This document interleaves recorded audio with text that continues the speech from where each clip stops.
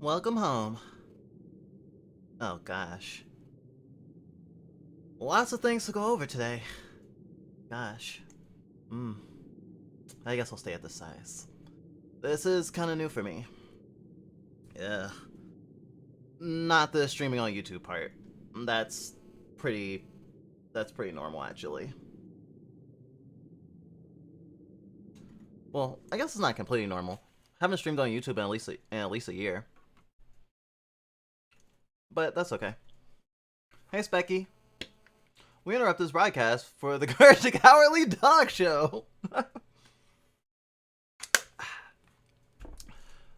So you may notice that my model is kind of drifty, and for people who watch our streams on Twitch, that might feel kind of weird, unless you have been paying attention to Fantasia's model lately.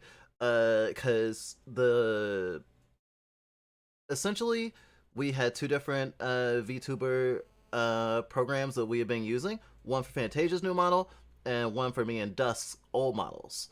And we start having problems with the original one, and until we can fix it, if we can fix it, we just ported over me and Dust's models over here. But I learned that, I like the mouth flaps more in Face Rig than I do in VTube Studio. Go figure. They all have their pros and their cons.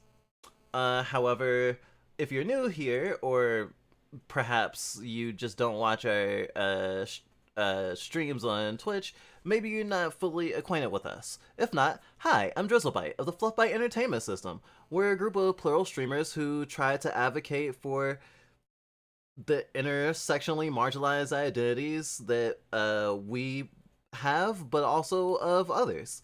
But we generally like to play video games and analyze media. We are very kink-friendly content creators, and actually the title of this stream kind of is a reference to that. Back in the day, when we first started this channel, we were kind of inspired by a lot of different parts of YouTube. AnyTube, LeftTube. AnyTube and LeftTube in particular. And we wanted to make content like that, but we constantly found ourselves in a position where if we thought about a topic that we would want to cover, the intersection with stuff like age play or age sliding or even just age regression would come up, and we didn't want to talk about it like as an outside observer, because I am aware that there are for example, YouTubers who are furries that don't show that they're furries on their channels, or who are in the Babyfur community but don't want people to know. I mean, actually, it's quite common that someone's a Babyfur and doesn't want people to know. I know a number of streamers who don't want their audience aware of that fact because they feel like they'll lose audience for it, and that's not surprising. But even before that, when we first started the channel, we knew it could be a point of tension for us internally, and maybe even a point of contention for those who watch us. And we were not wrong. A lot of negative comments we get, even to this day, reference that fact and say all kinds of mean things about us. But despite that, being like openly queer, for example, also can garner a lot of harassment or a lot of people engaging with you in bad faith or whatever. And we wanted to kind of be like a beacon of acceptance and hope. We wanted people to know that like we're closeted about certain things about themselves, that yeah, like if you're a leftist and a Babyfur, you're valid, essentially. But more than that, we kind of wanted to make ABDL and Babyfur a little bit more mainstream. It's been 3 years since we started making content, and it's been a wild ride so far, and there's several times where we thought we would quit. And even more recently, we felt a little at odds with the Babyfur thing. Not necessarily because we feel weird about it, but because like we don't want to focus on it to the degree that it gives the impression that that's all we care about. And I think most people who digest our content already get that. But sometimes it gets a little bit...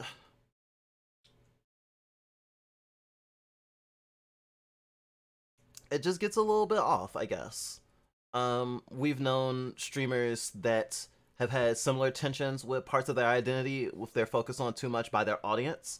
For example, we know like lewd tubers, i.e., uh, streamers who or VTubers who have like a big lewd pull for their content. Maybe they do thirst traps. Maybe they, I don't know, have an OnlyFans, or maybe they just post like not safe for work art of their model, but they don't necessarily do lewd stuff on stream.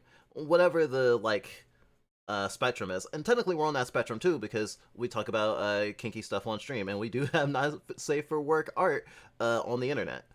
That being said, sometimes folks in that corner of content creation get frustrated with feeling like pigeonholed into only being like, you know, fat bait or stuff and something like that. And amongst other Babyfur VTubers, we've seen folks having a little bit of tension with people focusing too much on like role play or, you know, ooh, piss and that sort of thing. And we felt that way at times, but trying to find a balance is hard.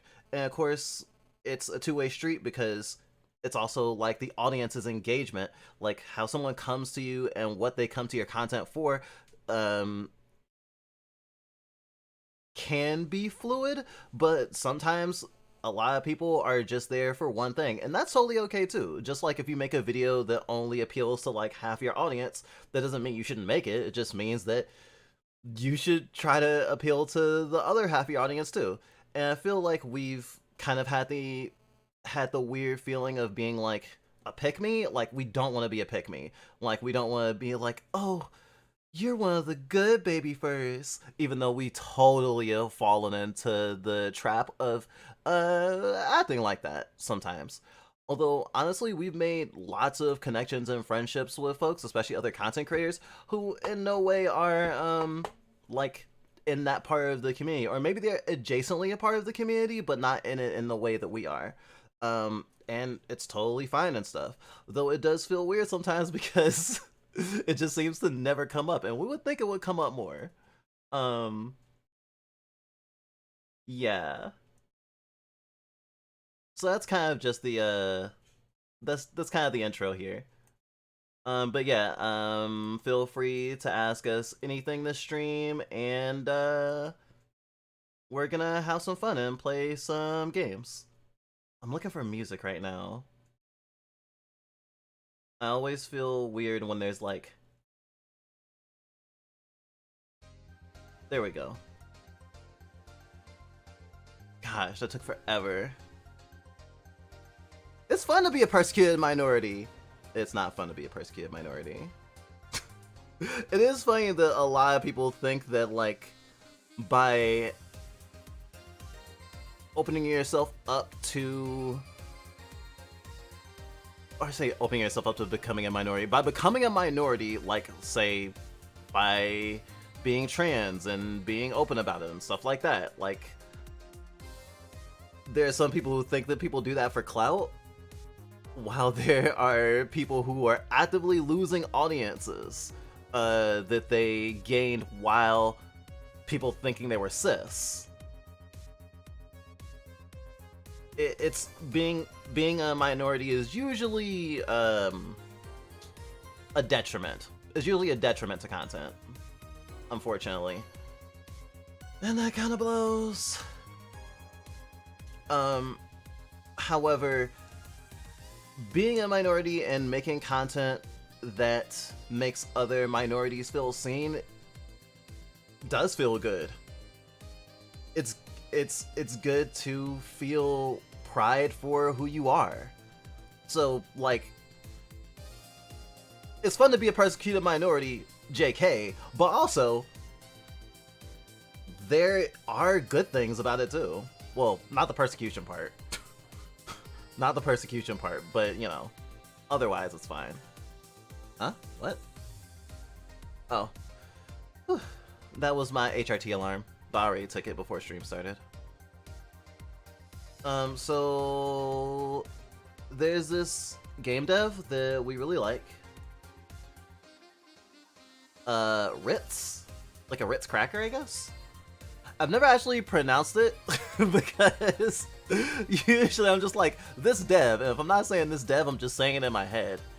I don't know if other people are like this, but sometimes it's like, okay, if I don't have to say the name or I'm not actively saying the name, I almost think of the name as a symbol.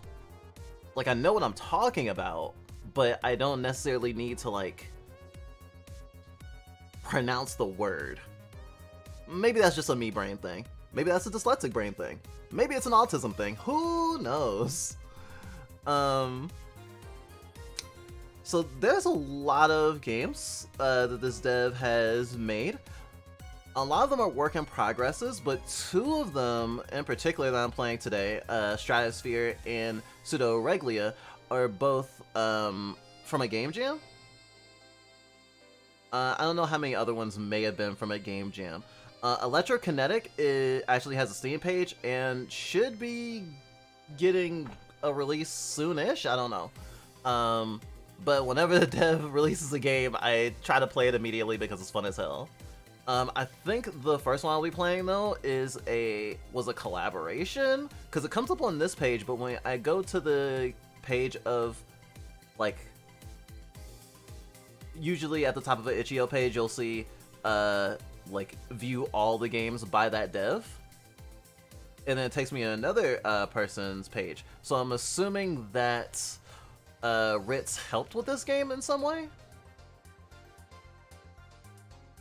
Yep, character art and animation. And this is really short, so I figured I should play it. I have played it before a long time ago, and totally forgot about it. This game is about trauma. Well, grief trauma. Like, the normal sort of trauma. Fun fact, everyone has trauma. Trauma is just a part of life. Whether or not the trauma is debilitating or not, or whether or not that trauma is part of a larger framework of not being okay, is another thing entirely. That may be just related to dyslexia. Sounds like a language processing thing. I see. I haven't really talked to other dyslexic folks about what their experiences are since, like, realizing that we were dyslexic. We had some dyslexic friends growing up, and because we didn't struggle as much as them, we figured we didn't have it. And, like, the ways that they struggle were, like, the way they struggle wasn't always clear to us. Like, we'd often be asked to help them spell stuff, but aside from that, like, what we gleaned was the dyslexic experience came mostly from, like, what we heard people talk about, or even, like, media, which there's not a lot of media depicting dyslexia. Not really. Maybe in, like, a sitcom, like a very special episode, but other than that, nothing, you know?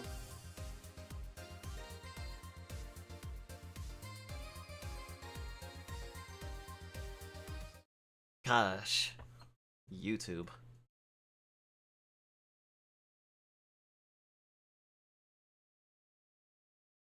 Okay.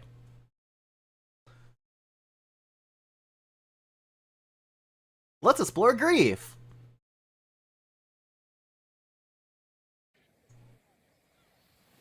The sun will rise again.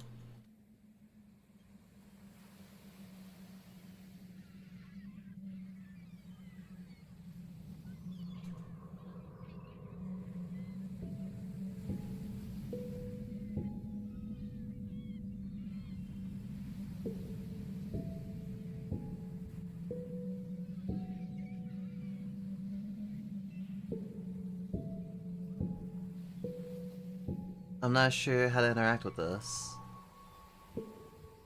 Oh, I can run, and I can crouch. Oh, this can take controller, huh? That's neat. I like controllers.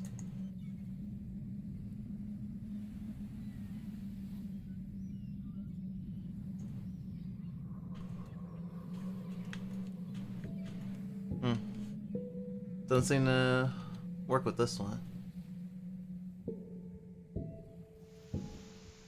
So, this is that trail you love, isn't it?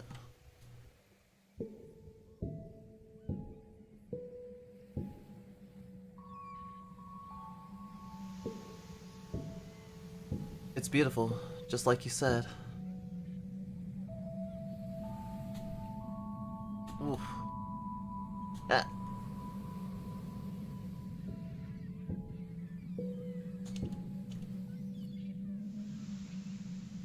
I remember you wanted to bring me.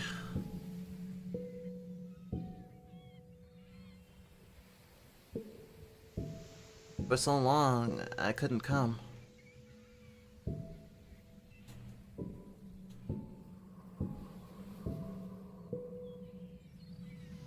I'm here now, thinking of you.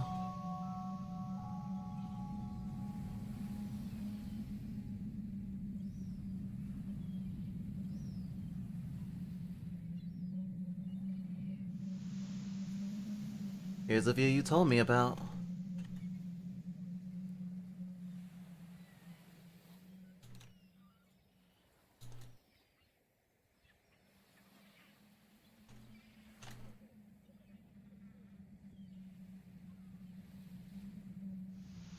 Wildflowers growing wherever they want.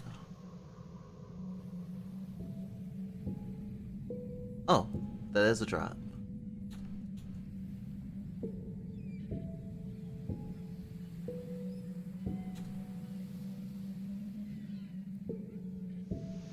Birds singing only for themselves.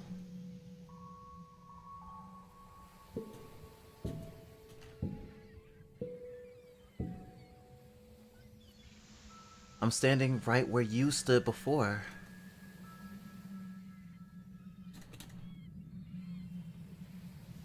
I hear your voice, pointing out every detail.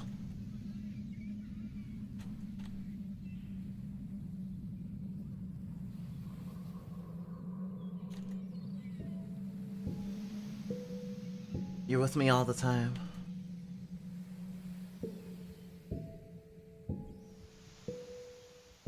Every smell and every sound is a memory. For so long, I couldn't come here.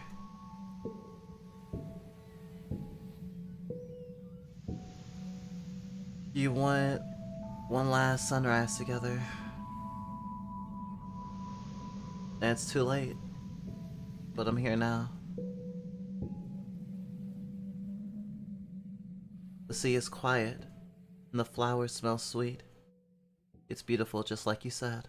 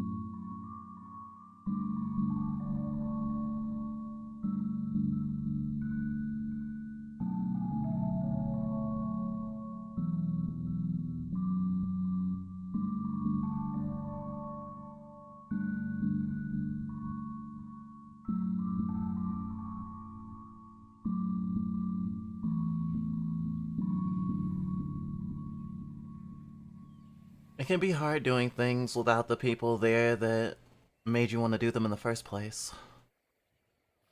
Even if they're not there because of something other than death, you know?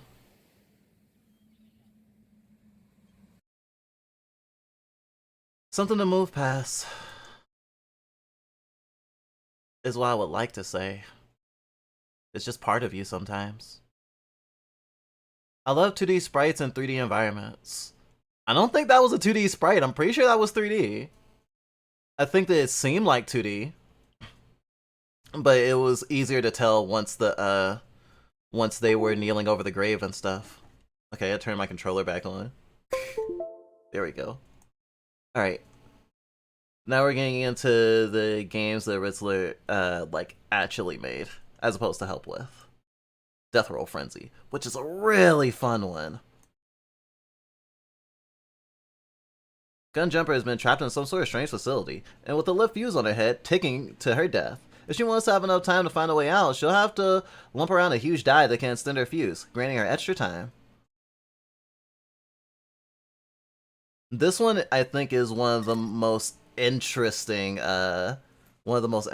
like, 3D platforming concepts. It begs to be speedran. But I'm not good enough at it to speedrun it. But I am good enough to finish it, I think.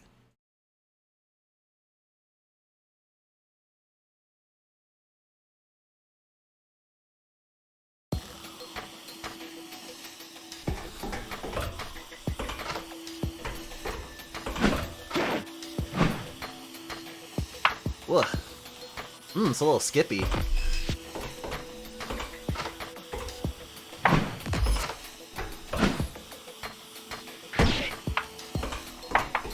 Oh no. No! No! Sometimes you just get unlucky.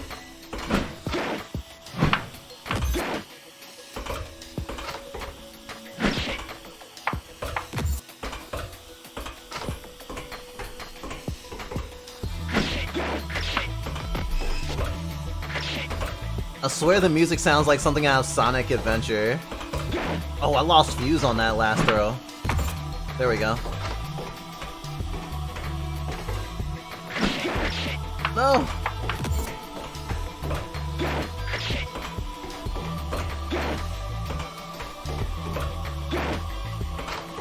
Let's go! Next stage.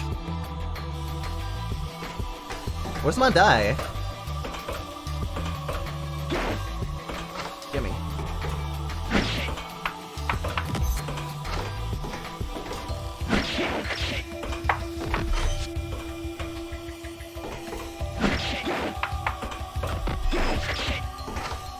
Oh! That was fun.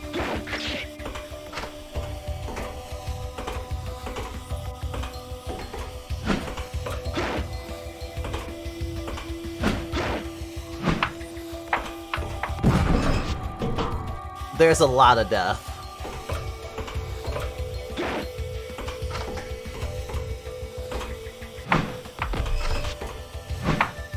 There we go.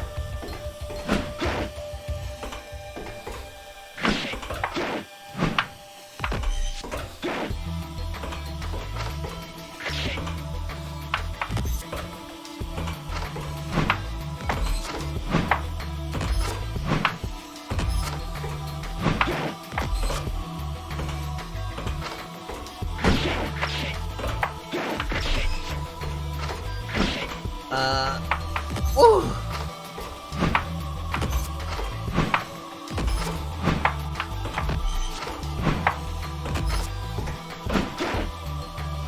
Oh.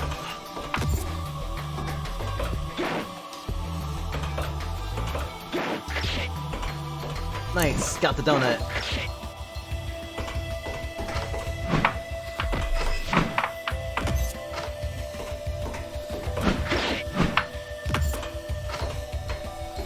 I don't know how I'm gonna get back up. Oh.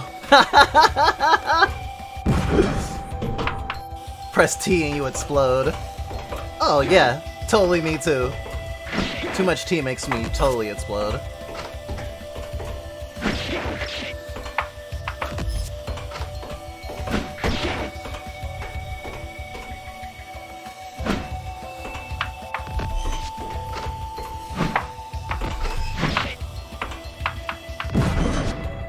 Death. I was trying to see if I still get the donut.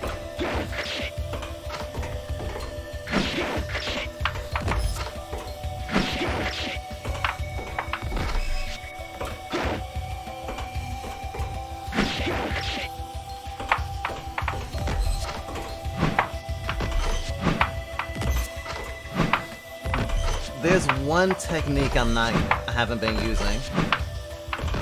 Shit. Because I'm pretty sure I can kick it.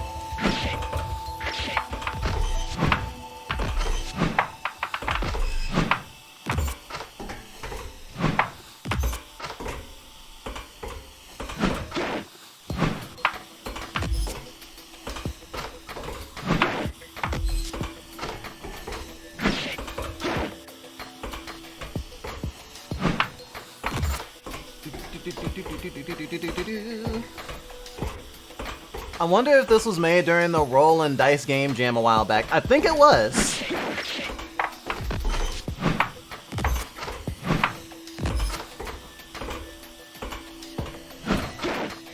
Oh. Ah, threw down too far. Alright, I can summon the die. And that's death.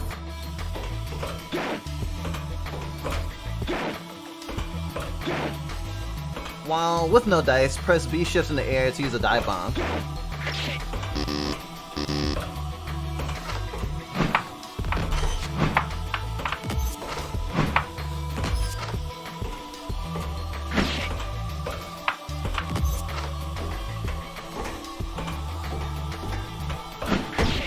There we go.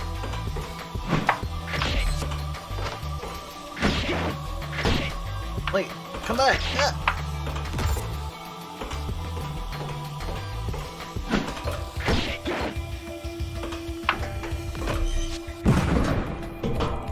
Okay, now I learn how to kick it.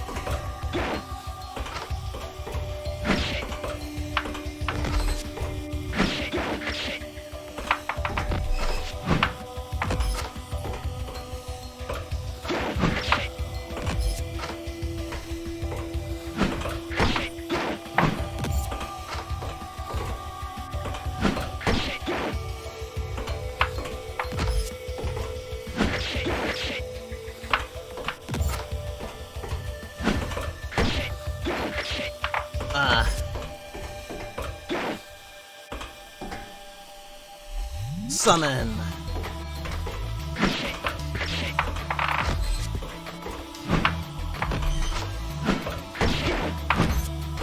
Nice.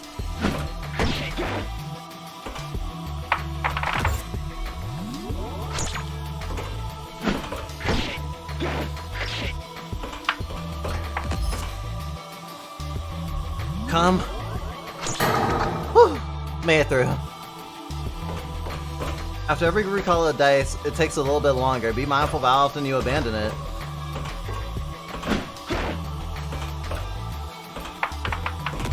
Nice.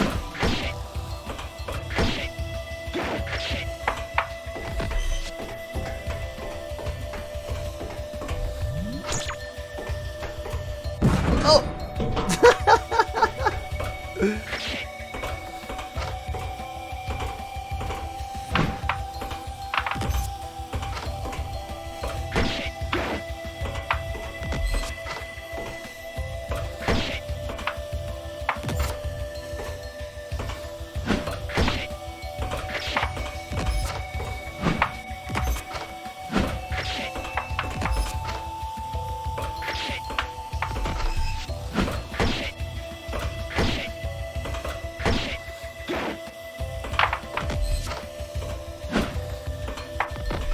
Getting the hang of it.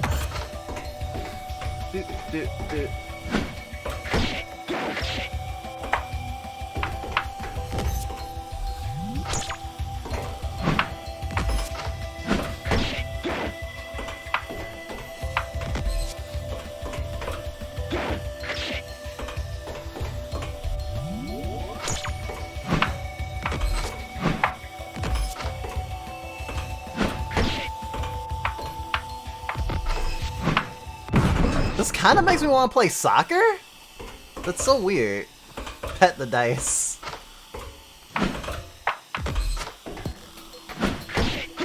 Oh no, I think this dice likes spankings. This dice is totally an impact play.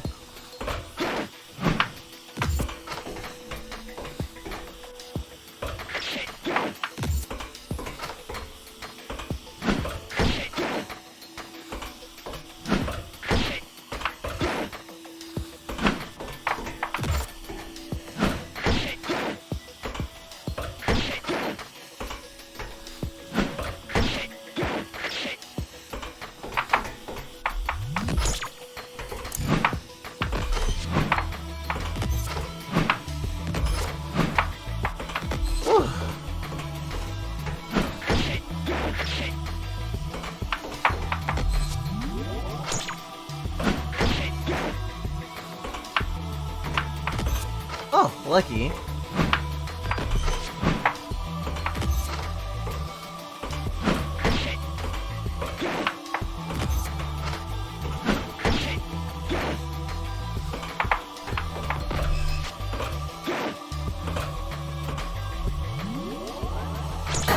Ooh, last second!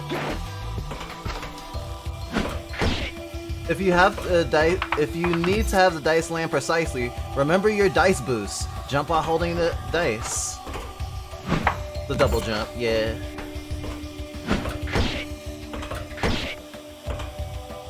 Oh.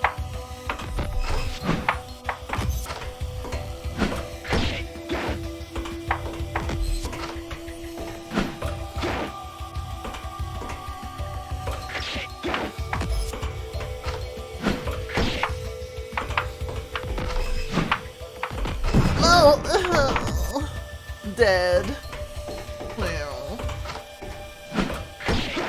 Dying can be fun though.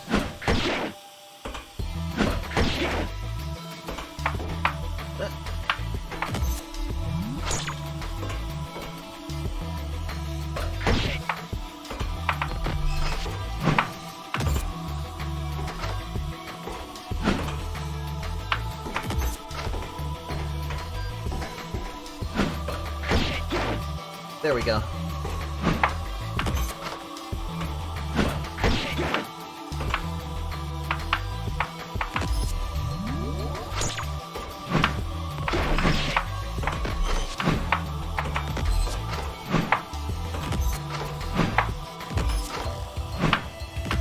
Okay.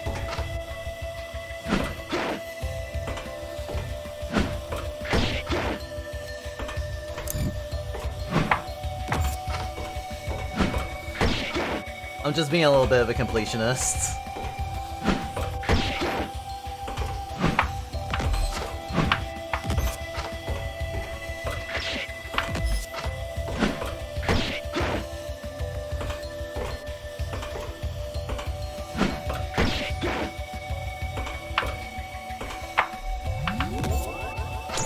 Oh, if that dice result had been anything else, I probably would have died. To launch the dice even higher, you can kick, mid-air jump the dice after it's been thrown. Yeah, I think I've been doing that. Whew.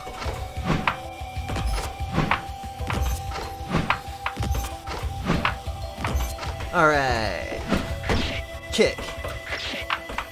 Let's kick it up.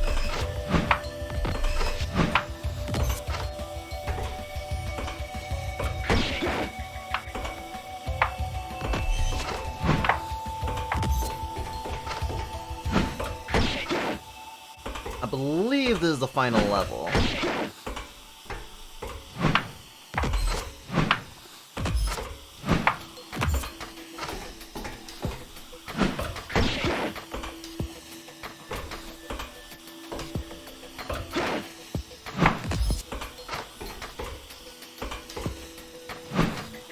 Damn.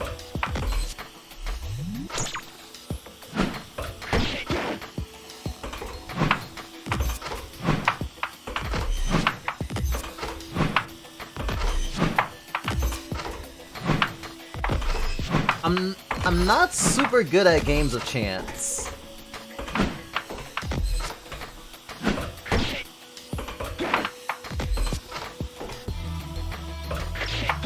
What?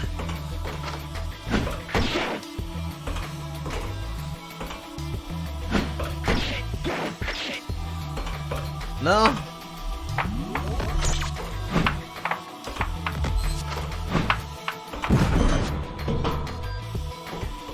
I tried so hard and got so far, but in the end it didn't even matter.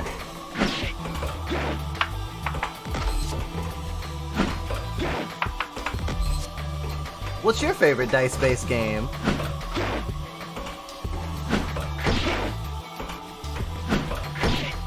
Oh, I'm dead.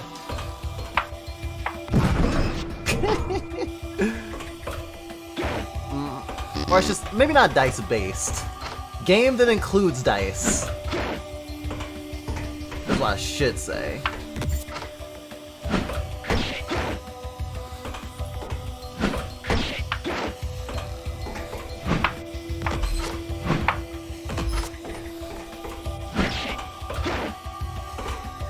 can't think of many dice-based games that I like more than this. But there are not a lot of dice-based video games. Unless they're just like board games recreated.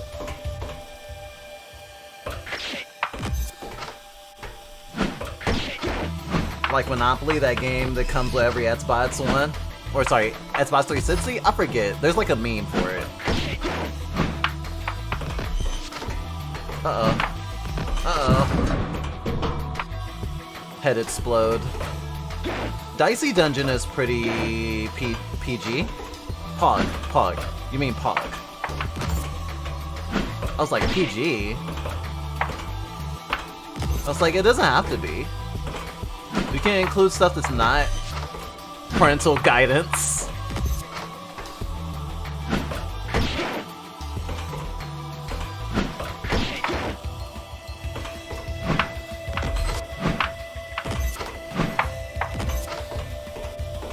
Throw. Kick. Kick. Nope. Nope. Kick.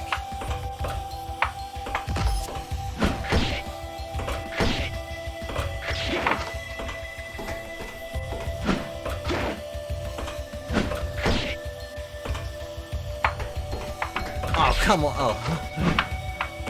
You can also save yourself from a bad roll by catching the die.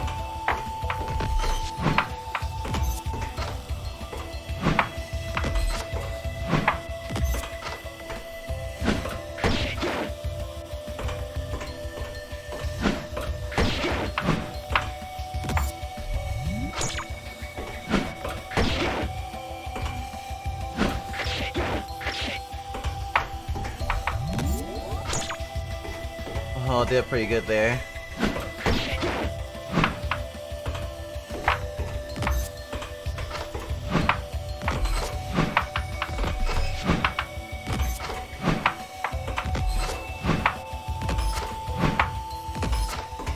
This is probably the tensest game I'll be playing today. Just FYI.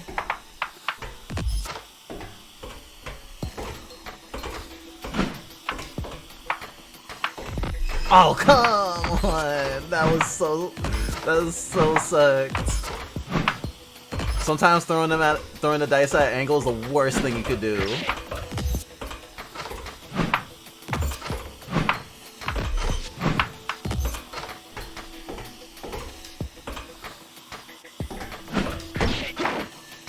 Okay. This is where it gets difficult.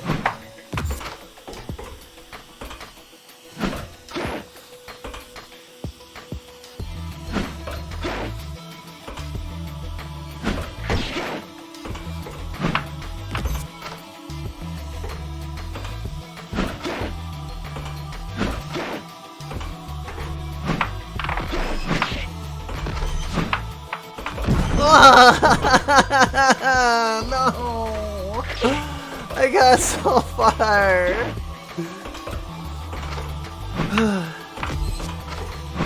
But considering what I said about like how this game demands kind of demands to be speedrun in a way, that's also a thing about speedruns that sometimes they don't, like, a run doesn't go well. A run can go like amazingly well for some time, and then like not even at the end, like halfway through, things could just get really shitty.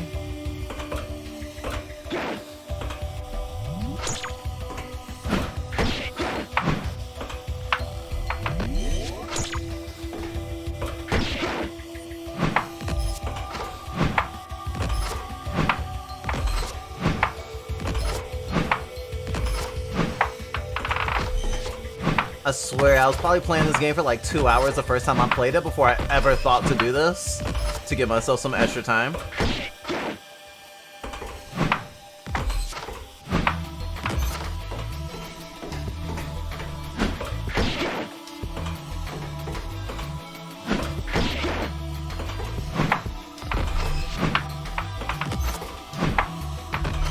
There's a 0, there's a 4, there's a 6, an 8, a -3, and a -2, I think?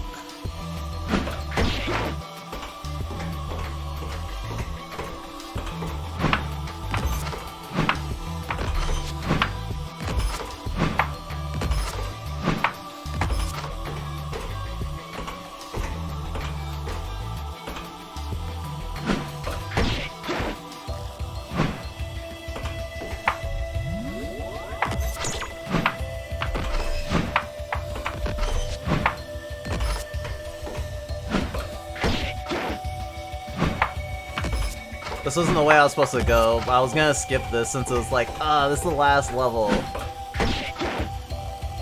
And it's like getting over here is so hard. And look, it wasn't even that hard.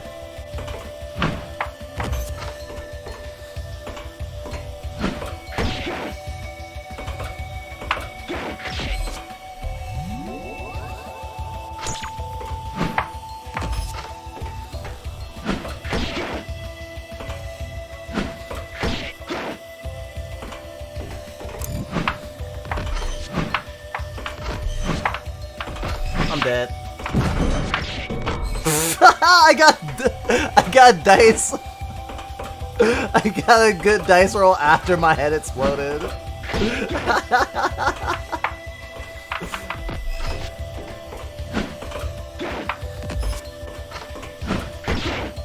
This is actually a really good stream game.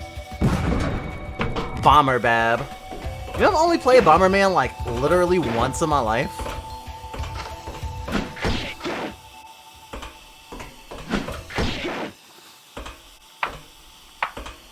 Bomberman has a really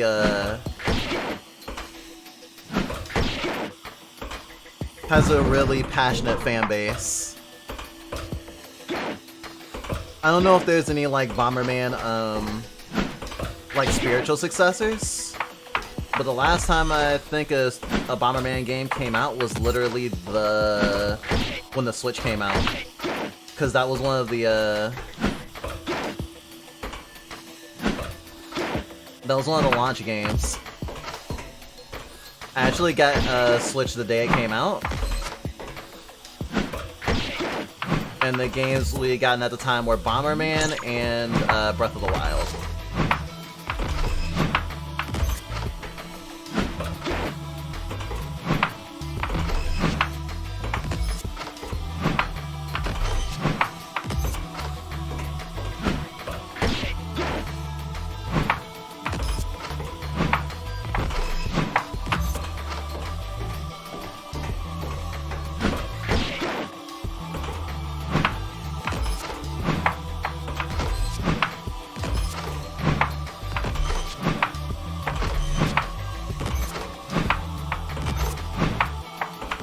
Okay. Look at that long tail. Couldn't be me, though. A long tail means people are gonna pull on it and tease you. I don't know if you've ever been pulled by your tail, but it's very humiliating. I'll have you know.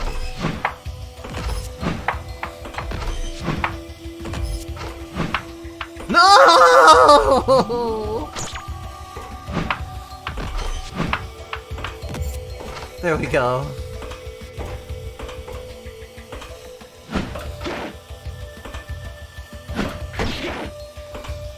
Oh. Dead? Dead. Hey, Lavador. Babyfur till I die. I guess after I die too? I just won't be alive anymore. I mean, I keep dying, so obviously I'm still. How are you today?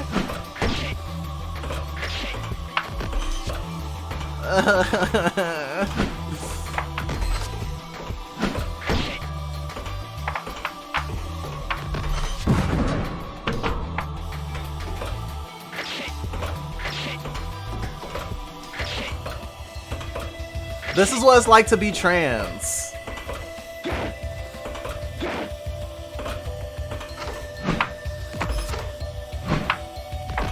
I will not elaborate.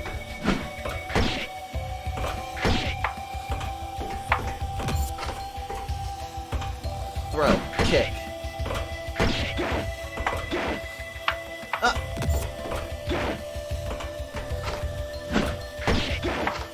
Give me up.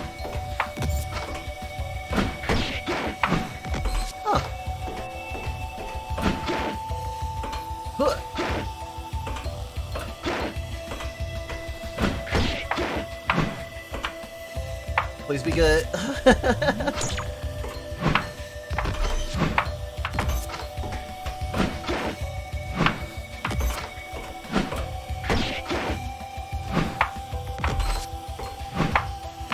Alright, I'm getting sort of lucky on this run.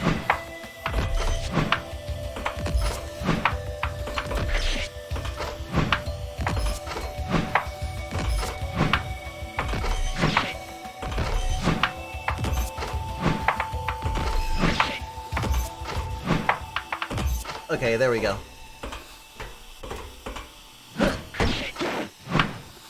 Oh, look at that.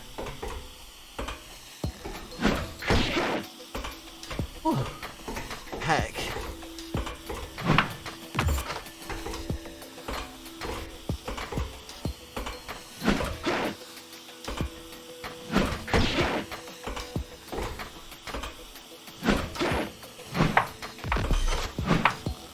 Oh, I'm dead. I'm dead. I just won't be alive anymore. Actually dies in game. What is the Dice Upbees game? It looks fun. It's called... What is it called? The Fuse Waits. That's a cool pause screen. It is called...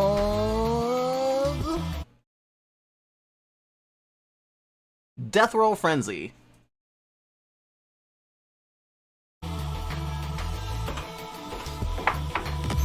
It's free. If you look in the description of the stream, you will find the URL to the dev who made this and a bunch of other games I'll be playing today. They're all quite good. Ugh.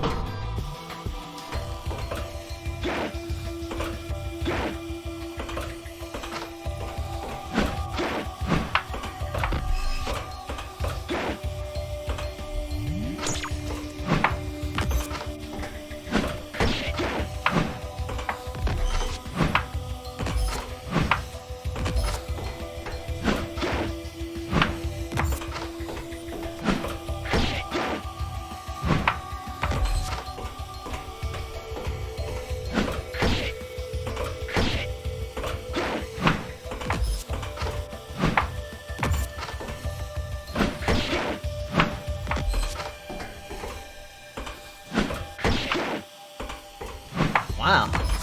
Alright.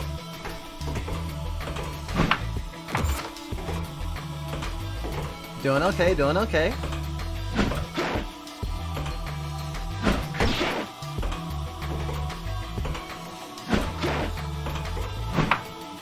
Oh!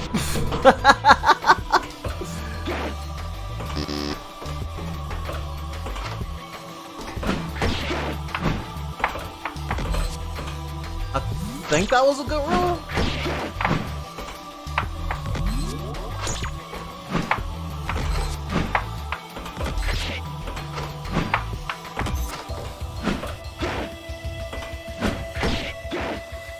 Oh boy. Oh boy. 2? Oh, I'm dead. Crush it.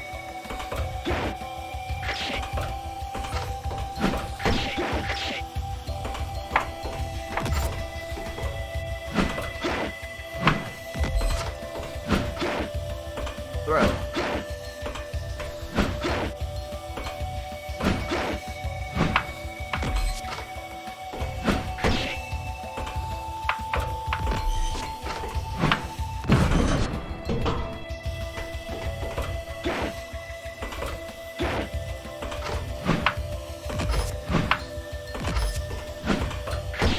As much as I like games with like really complex stories and deep worlds, it is kind of nice to play something that's just like, you're a girl with a fuse on her head in a weird factory, you must escape. Here's this die.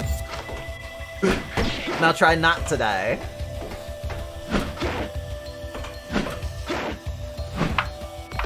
Nope. Nope.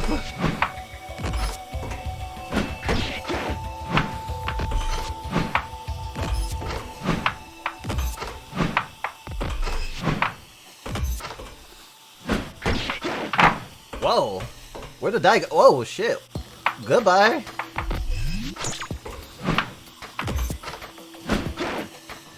What?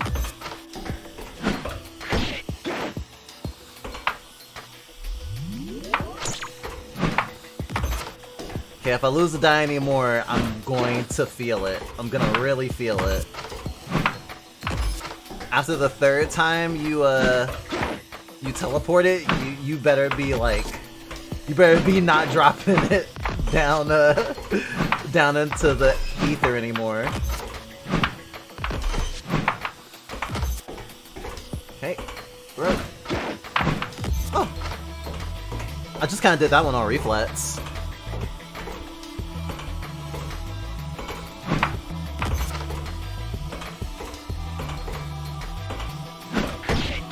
Oh, wait.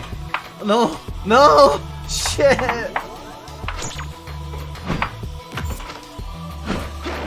Whew.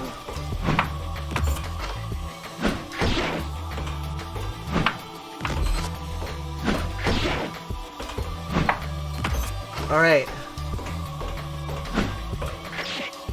Oh no! Fuck. Come on, give me a... No! Give me a... No! I was so close!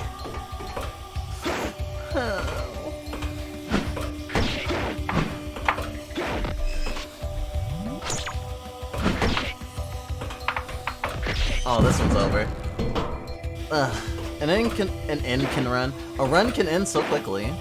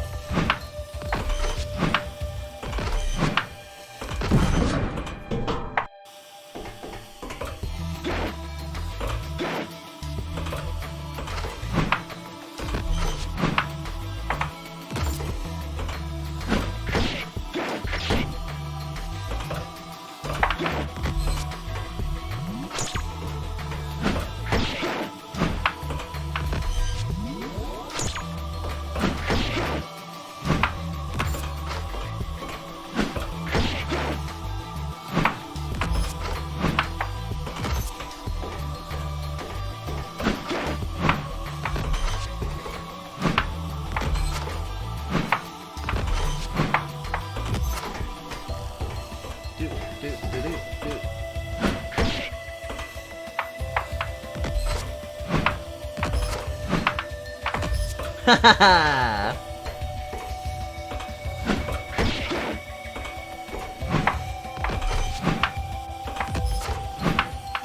Oh, fudge.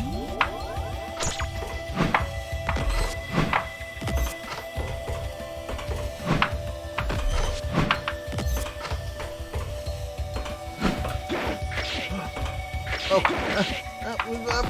Bruh. Bruh.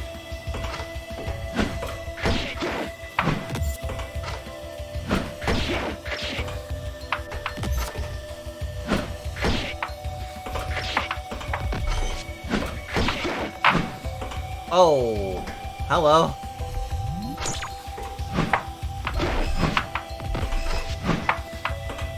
The dice went to hell, and it came back for revenge.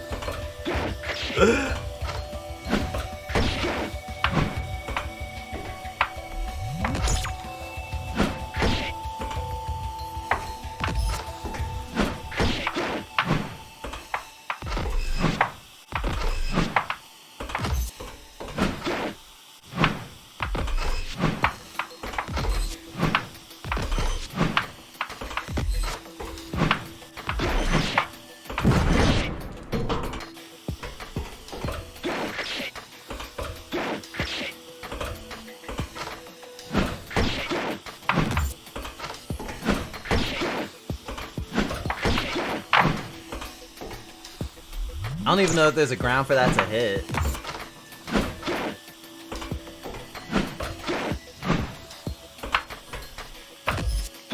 Oh, I think I got a good one there.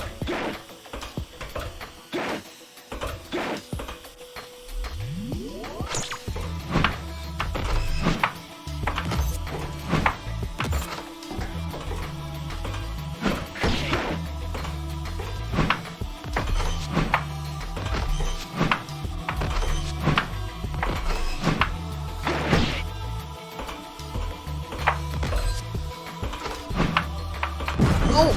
Stupid wall! You made me look bad.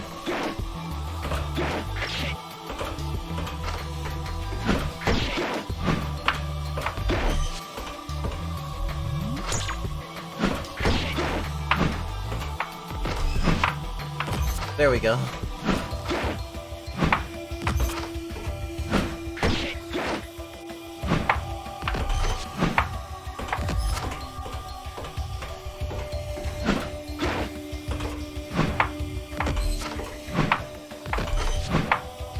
I gotta say, this character gives me some gender euphoria. I do love myself some an oversized shirt and some shorts.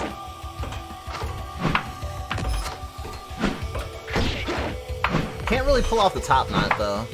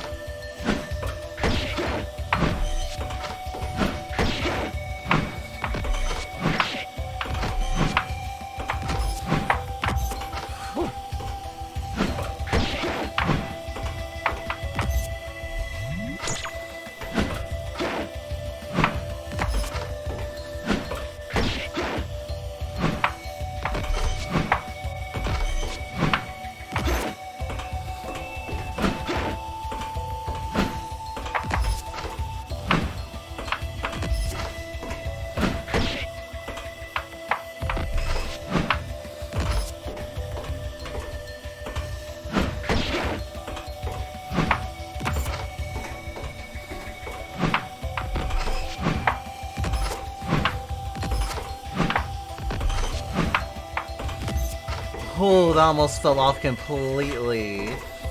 And then I was gonna cry.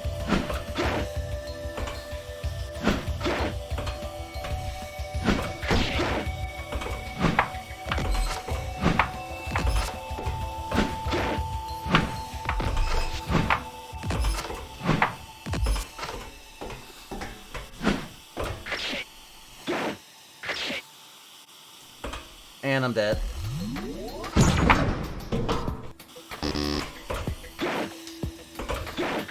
I didn't want to jinx it, but...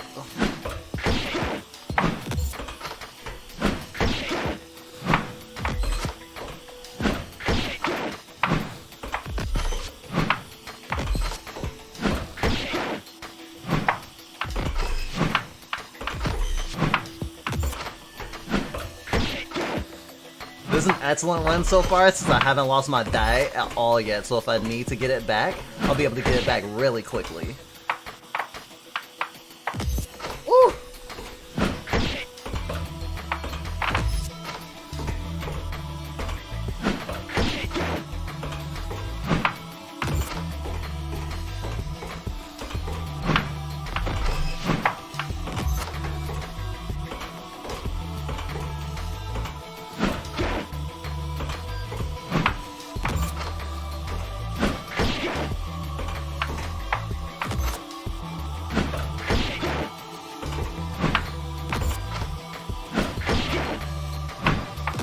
Wow, okay.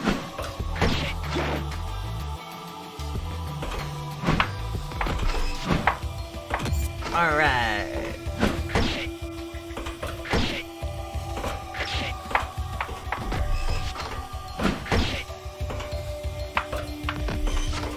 Let's get out of here.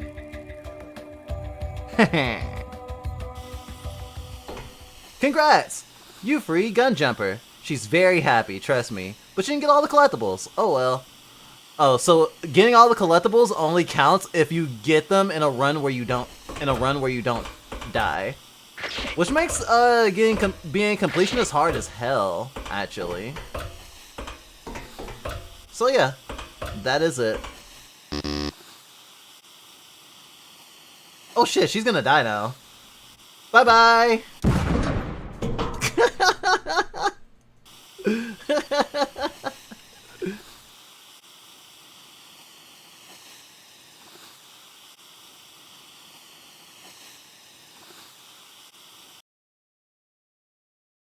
Sal's Death Roll Frenzy.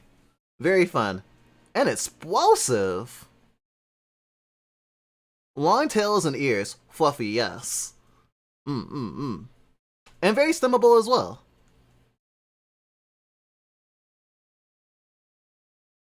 Alright, next game. Blazing Dynamo. This is probably one I've spent the most time in. Me and a few of my headmates have literally just just played it just to like cool off, chill out, that sort of thing. Because, you know, it's just like, or you don't know because I'm about to play it. But it's very, it's very stimmy. It gives me the same feeling as if I had like turned on Tony Hawk's Pro Skater. It's not a skating game, but it's fun though. Though you can grind rails, so it's not exactly not a skating game. It's not a skating game. You can also do like backflips and stuff, aerial maneuvers and whatnot. I don't know if this was just a project for something still in development. But this dev is a lot like us with video essays, where it's just like, ooh, I have an idea, makes game. Huh?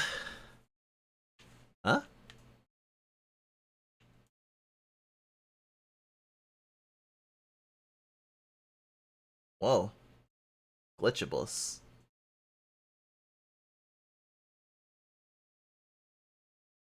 I fell through the world, like, in the very beginning. Also don't have any sounds. Is that a me thing? That might be a me thing.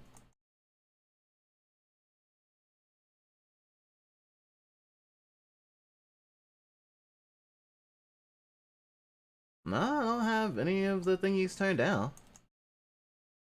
Menu? Options. Everything's at 10. Maybe it's just a glitch that made the music leave.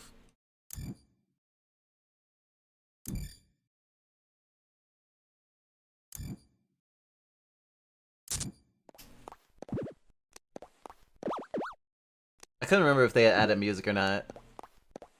I wonder why this area is even here in the first place. Just... That's really funny. Okay, I have to start at the last checkpoint.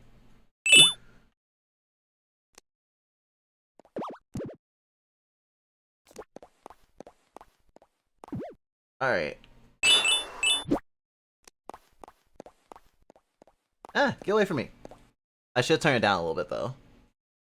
I do notice it's quite loud. Let's do half. I don't think there's any music, but who knows.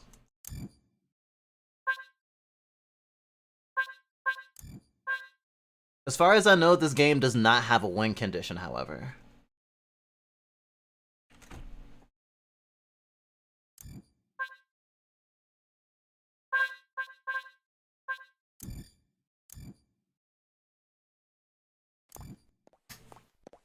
Alright, here we go.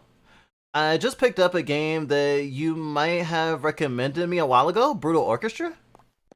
Yeah, that's a game that Dusk plays sometimes. It's a, what do you call it? It's turn-based RPG, roguelike. That's the word.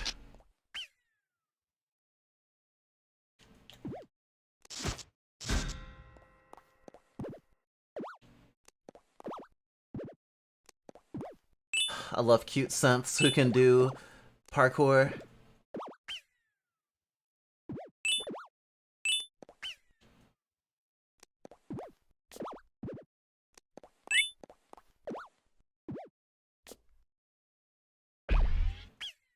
Ah! I got bonked.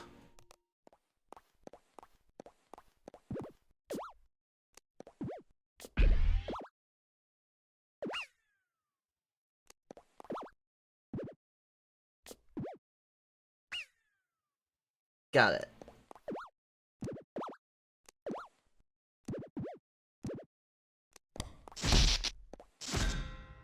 Huh.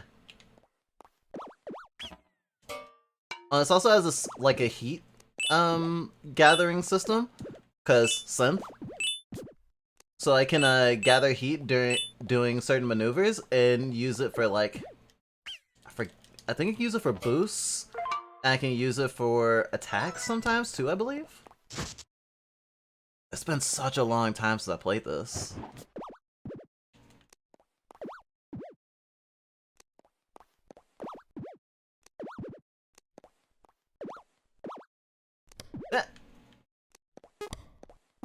I didn't know there was a time limit there. Oh, that was my time limit for the heat.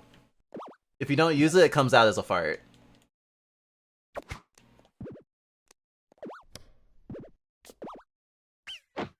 Oh! I definitely always surprise myself with this game because there's, like, so many different animations and maneuvers. I know there's also, like, jet boots.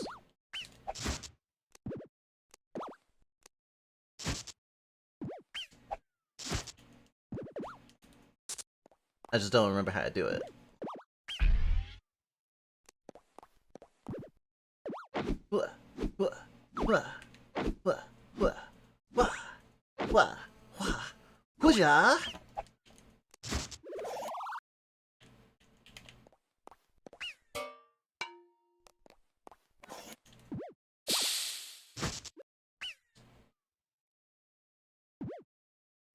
Luckily, there's no fall damage.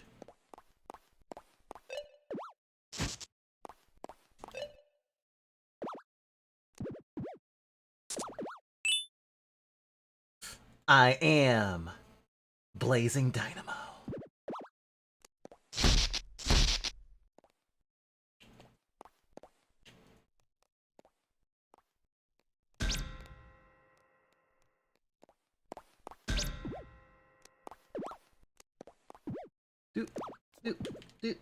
Ah! I guess I'll go this way.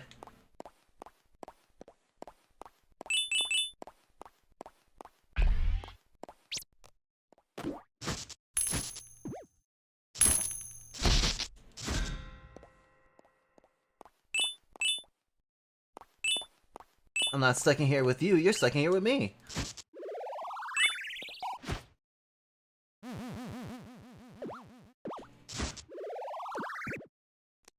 What if I... There was 2 different versions that was playable. Maybe the other one will be a little less glitchy.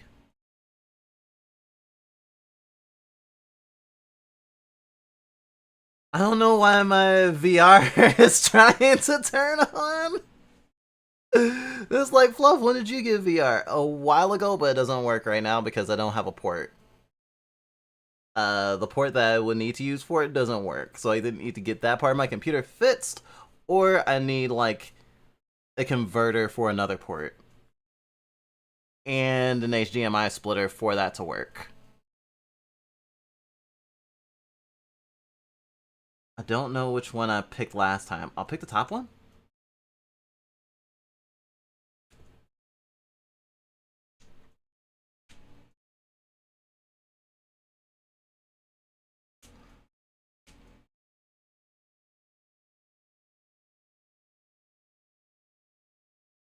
I don't want VR! God damn it, Steam! None of the games I'm playing are on Steam, so it's actually funny that I even have Steam open right now.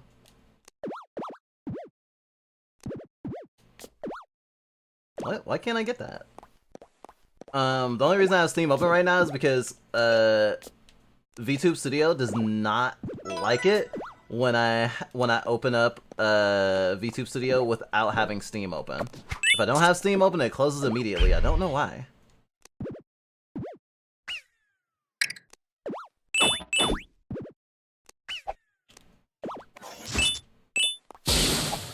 Ah, that's how I use the heat stuff.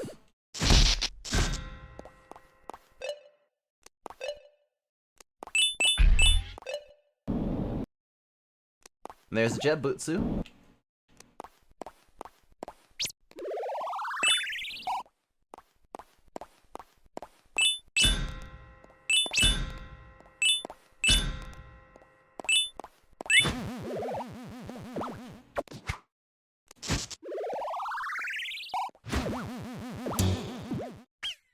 Oh, I got all bonked. Okay, it still skips a little bit.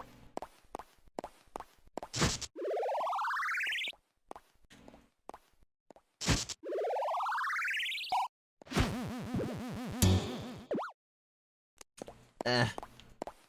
It is skipping a little too much for me to get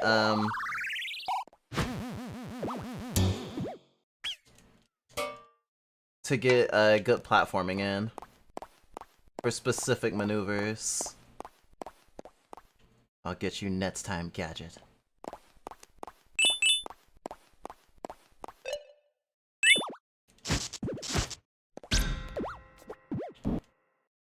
Ah! Whoa! That was not the direction I wanted to go.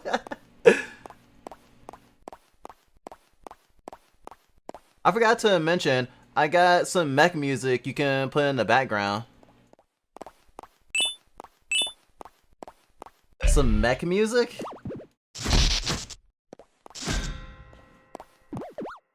I don't want to go through the trouble of fearing about if it's gonna get content ID'd or whatever.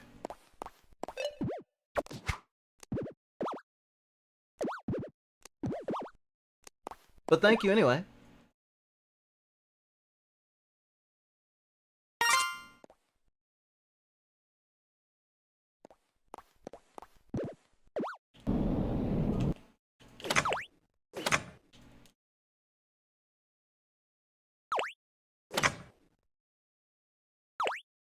Honestly, I've never really heard you talk about music at all, Specky, so I didn't even think you had, like, any, desire for that. Normies.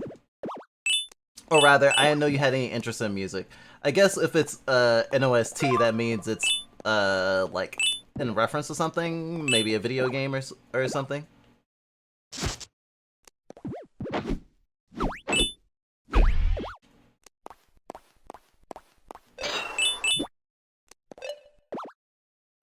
Let's go to the other area. Wah!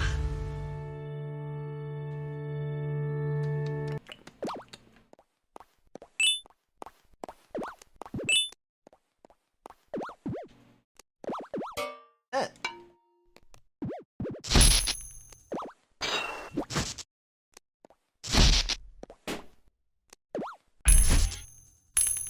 Woo!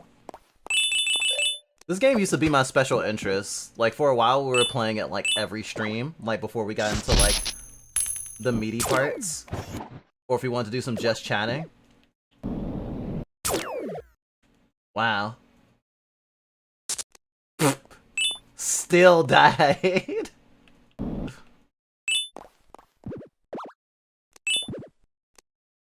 Give me the battery.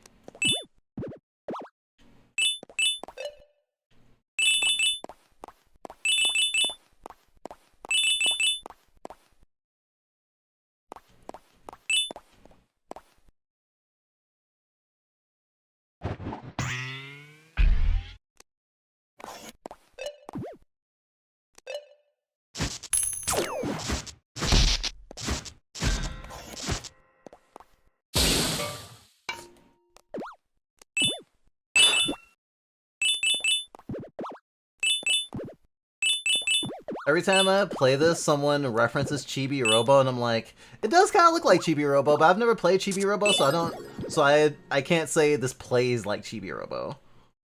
Though maybe I should try Chibi Robo out sometime. If I like this and people keep saying Chibi Robo, Chibi Robo, Chibi Robo, Chibi Robo. After you say Chibi Robo a certain amount of times, it kind of loses its meaning though. Chibi Robo, Chibi Robo, Chibi Robo.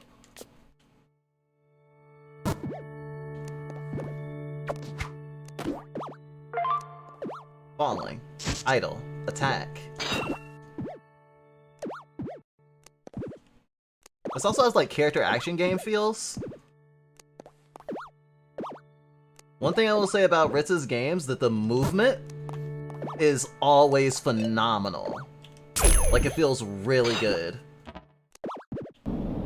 There are other folks like me who are kind of like, oh, like half of getting you invested in a game is like how good its like movement is. I'm very much like that. I'm one of those people who is like, yeah, Resident Evil 6 had a lot wrong with it, but like all the movements you could do were amazing. Like the slide attacks and everything, like you can kind of play Resident Evil 6 like a character action game, which is not how Resident Evil should be. How Resident Evil should be in my opinion, but it was fun. Got it. Whee! Ah! Where does this go? Oh, that goes to the main level, which is where I was before.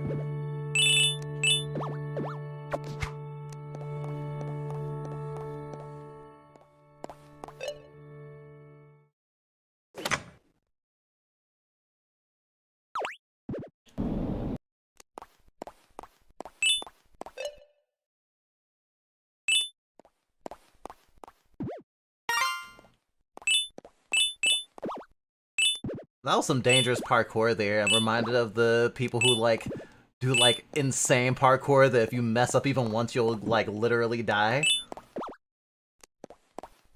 Like this one guy was like on top of a soccer stadium with this like retractable dome, and he was running while the dome was like opening up, and he jumped from one side to the other. And I don't know how big the gap was, but it was at least like 8 feet across. At the time that he was jumping. So he was doing something that was insane.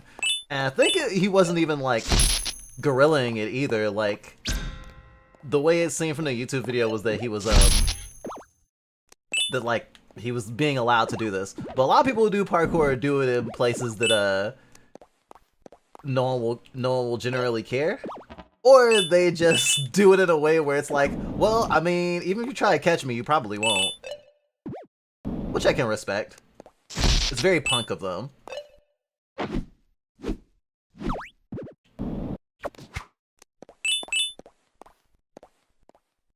I don't think I'm getting higher there. Oh, I didn't even know there was an enemy there. Why I oughta? Come on, come on! Ready? Fight! Chibi Robo is a very laid-back experience. It plays absolutely nothing like Chibi Robo. What do you do in Chibi Robo? Is it like Animal Crossing then? You're just a robot and you're like making stuff? Living your life?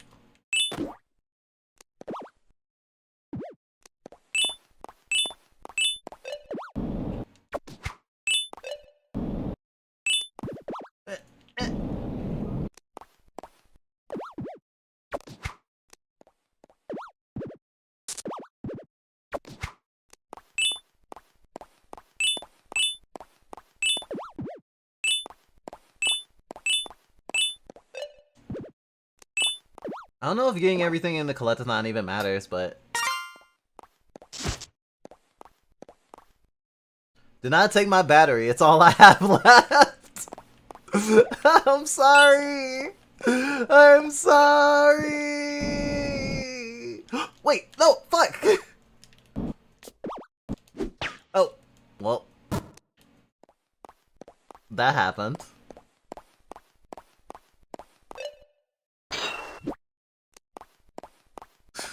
Too bad I can't read.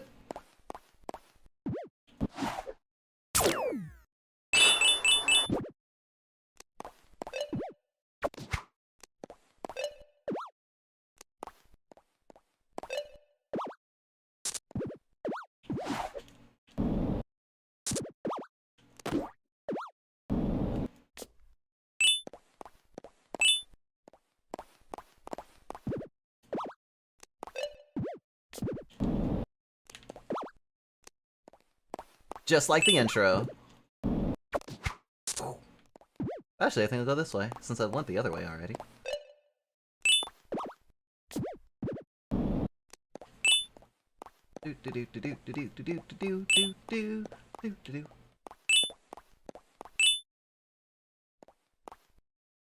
I'll let you live today.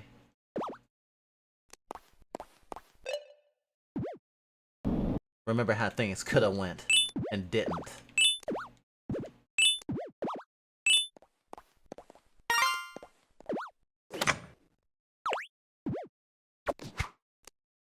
Been collecting a lot of batteries.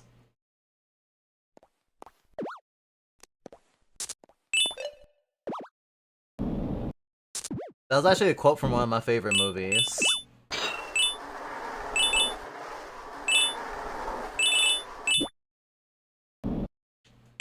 Oh, hello.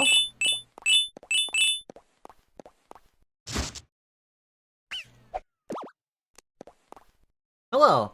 I was an almost maybe playable character before a bucket, but instead I have been sent to the gulag. At least you can switch me by pressing down on the D-pad now. It's the closest you'll ever get to seeing the light of day. Die. Perish.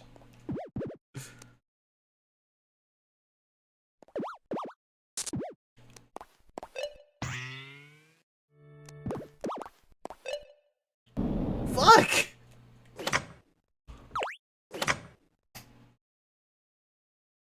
You can get some fucking air in this game.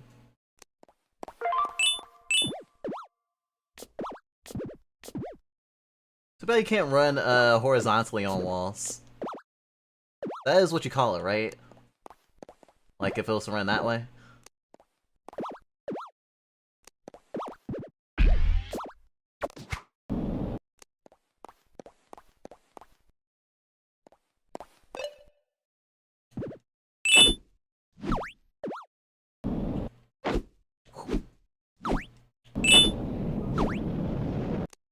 Nice.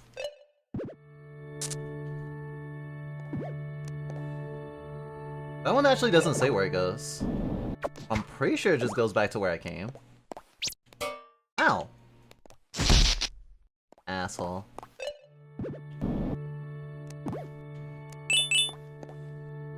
Hey there! Super prototype stage still, but it's coming along nicely.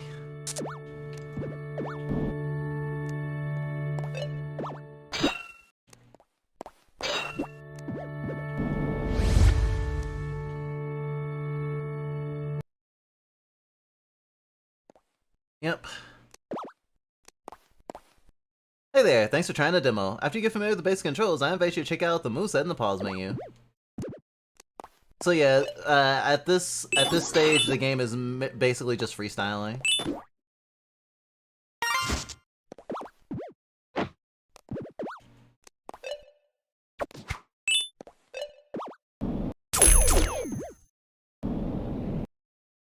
Which is totally okay. But now to get into the good shit. Wall running. Yes, that's what it's called. I am being reminded that there is actually a Prince of Persia Sands of Time remake, and I haven't even touched it. Everything has a remake now. Resident Evil 4 remake comes out this week. Can you believe it?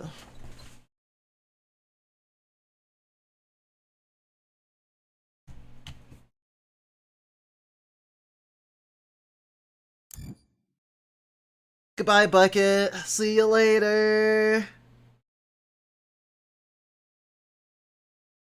That's how I can't stop love. She can't read.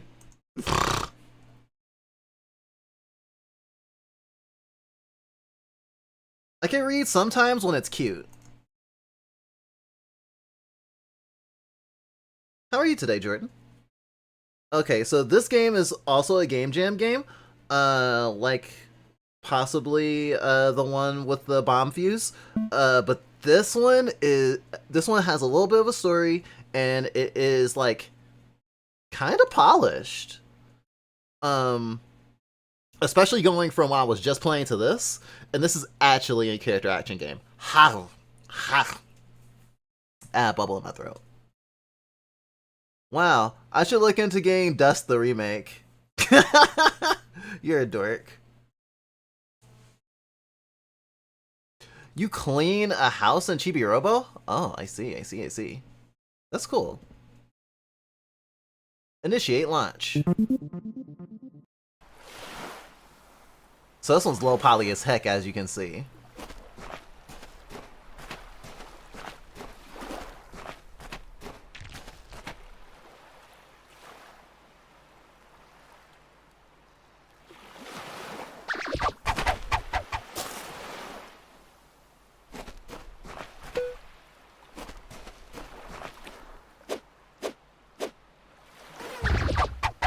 Come on! I was trying to have my simple and clean moment. How dare you? Huh.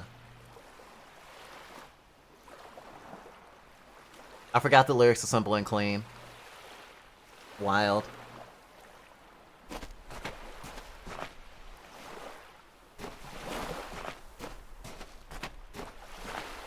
A far-off dream that's like a forgotten memory. A far-off memory is like a forgotten dream. I want to line the pieces up. Yours and mine.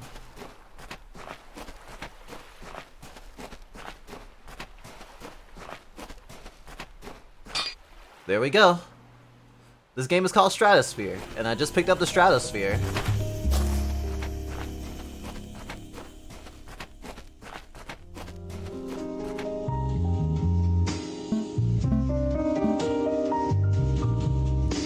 Do attacks while locked on and inputting forwards, backwards, or crouch to left to get various results.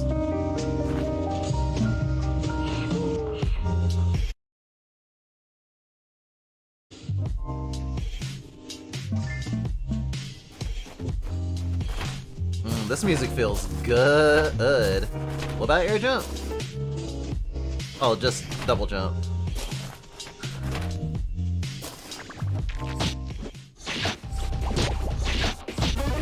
Oh, there's a battle theme too.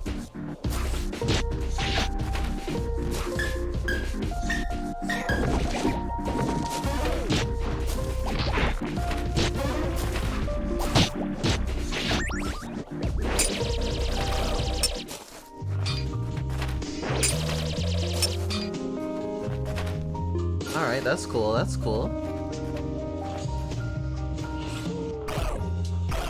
Oh, the dash is cool. Can I dash in the air? I can dash in the air.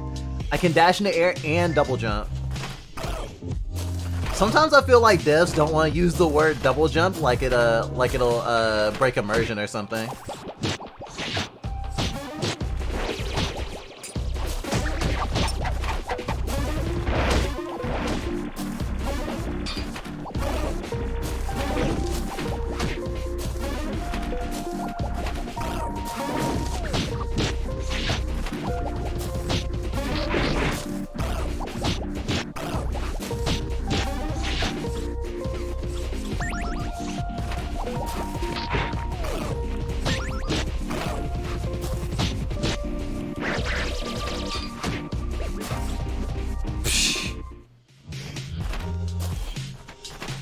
The only thing that would make this game perfect is if I could put the spear on my back after a battle all stylishly like Cloud Strafe. Just a dream. I love it when I throw my spear in the opposite direction of the enemies though. Ow! Meanie.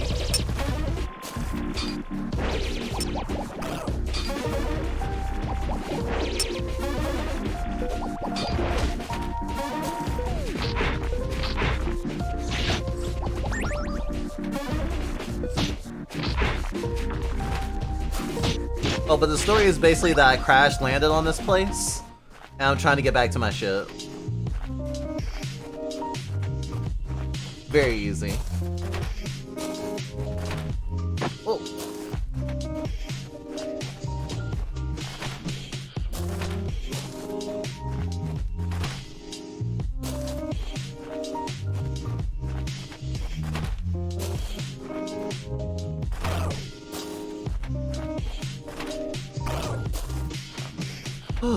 Made it.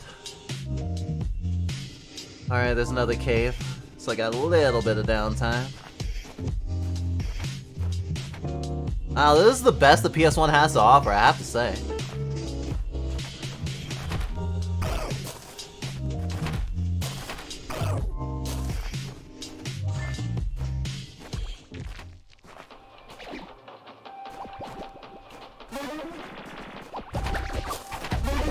Ah.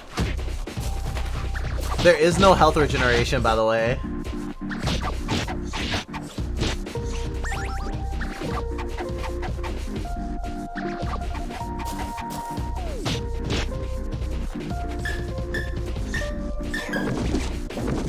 Whoa. Bye-bye. Have fun.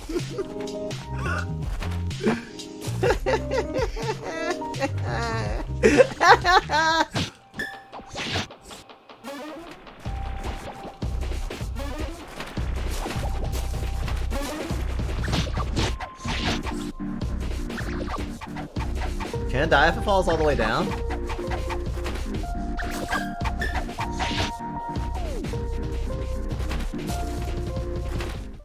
Well, I don't know if it died, but it got the hell out of my way. I spent all of yesterday completing World of Horror. Oh, you beat it? Nice. I think we've gotten close to beating it literally only once.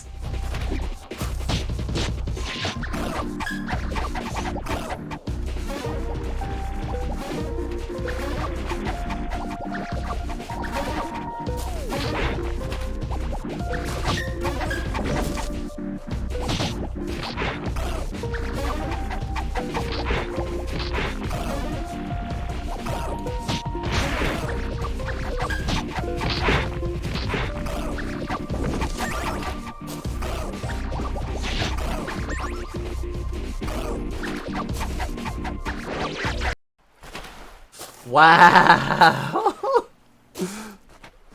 Wait, I don't even start with 100% health? Didn't even realize that.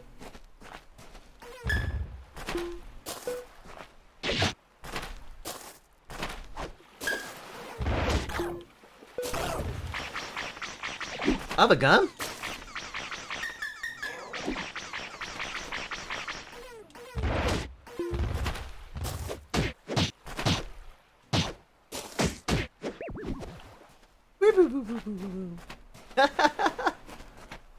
I have this. Nah, fam, 100%ed it. You 100%ed World of Horror? How? Gosh, I gotta get some pointers, because we suck at World of Horror.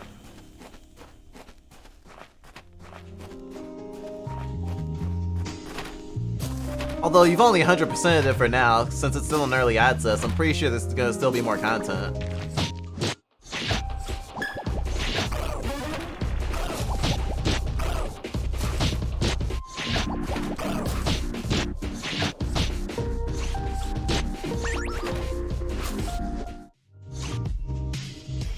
Oh, I killed the green one without even realizing it.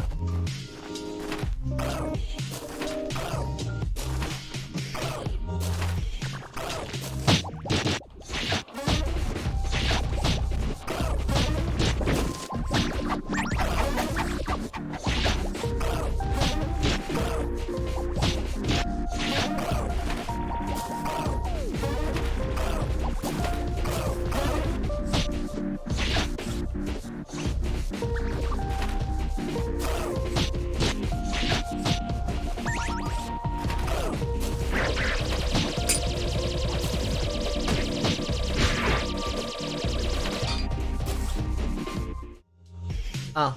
I went a little overkill that time.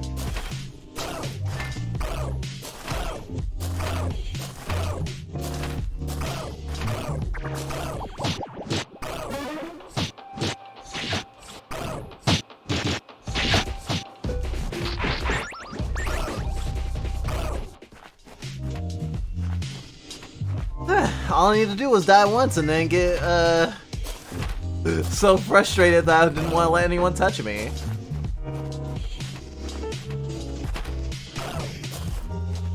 I brought my agoraphobia to my fighting style.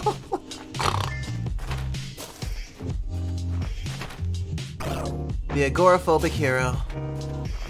I was looking on YouTube for mods for World of Horror and someone did a weight gain / inflation mod for it? Which, you know, is dedication of nothing else. I don't even, how does that even work?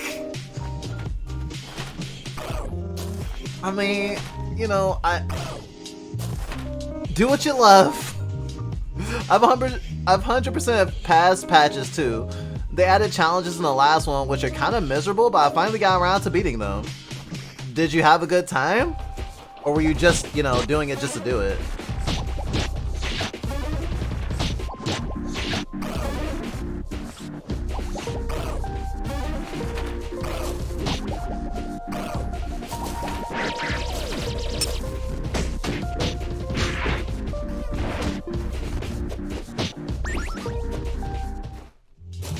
That. I'm trying to not throw my spear off into the infinite abyss.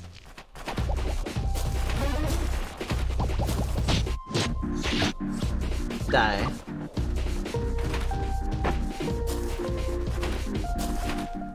Alright, areas don't get blocked off for me not killing everything. That's good. Hey, Lida. How you doing today?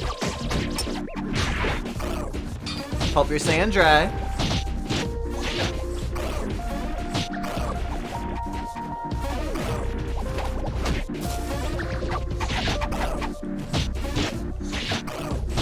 If you like this game, you're gonna love what comes next.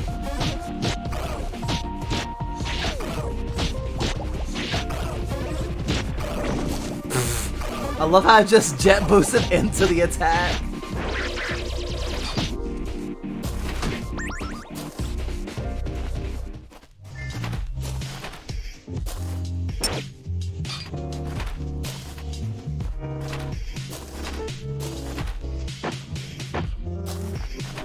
Almost there.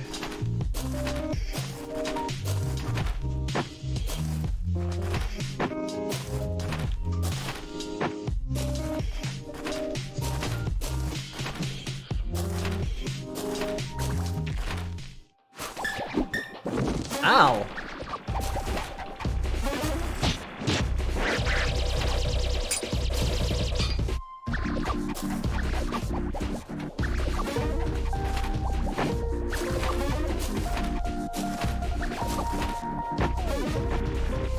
Whoa.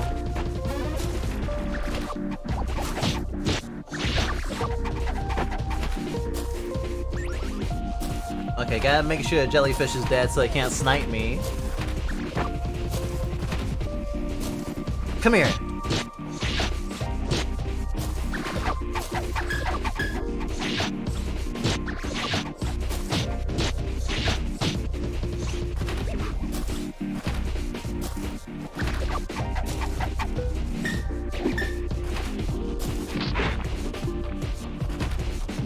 You get to live to tell the story of what happened here today.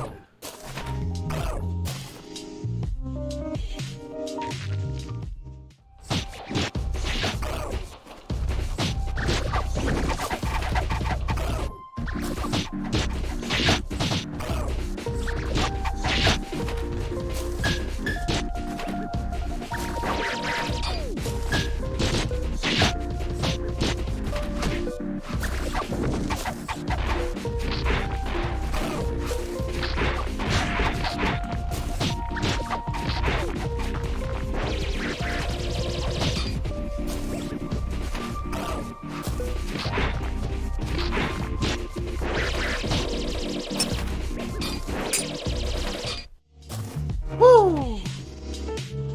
That was fucking epic!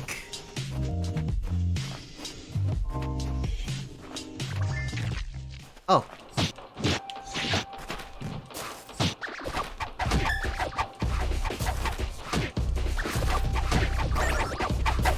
Here, I thought that fight was the last fight.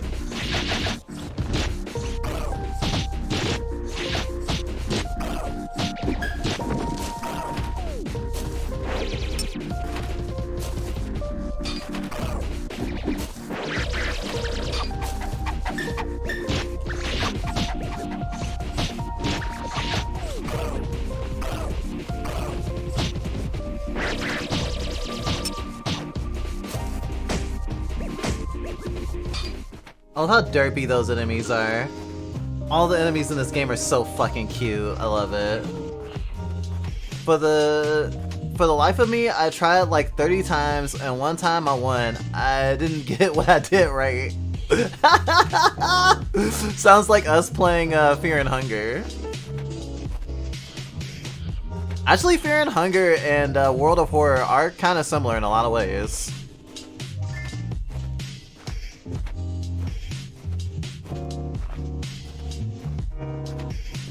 Time to go.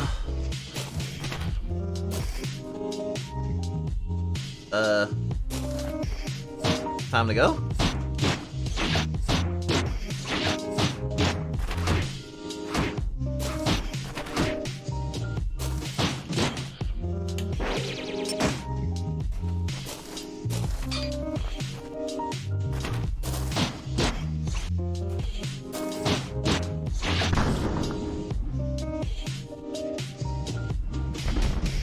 Oh, I fixed it. Woo, good job.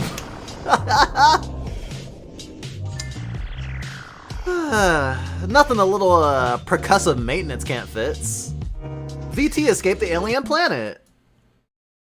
Good VT. The few challenges I had done before were pretty good. The few I did yesterday were a huge grind. They were basically take characters that are strong with drawbacks, but make them all draw back. Yeah, I don't think I'll be 100%ing World of Horror anytime soon. That sounds like a nightmare, personally. But that's just me.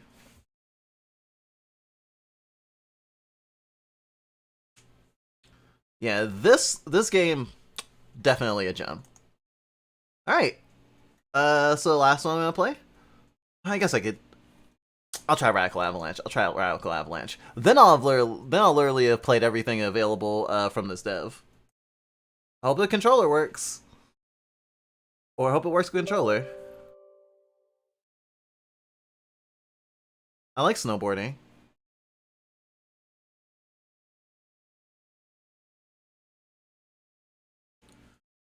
Radical Avalanche. Very 90s vibes. Apparently it's running.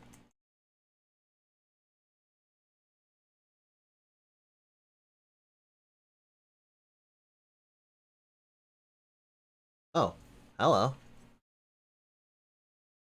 Oh, I think this is a but I think this is I think this is a hoverboard, not a snowboard.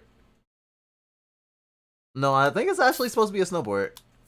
Oh my gosh, the collectibles are tabs of soda.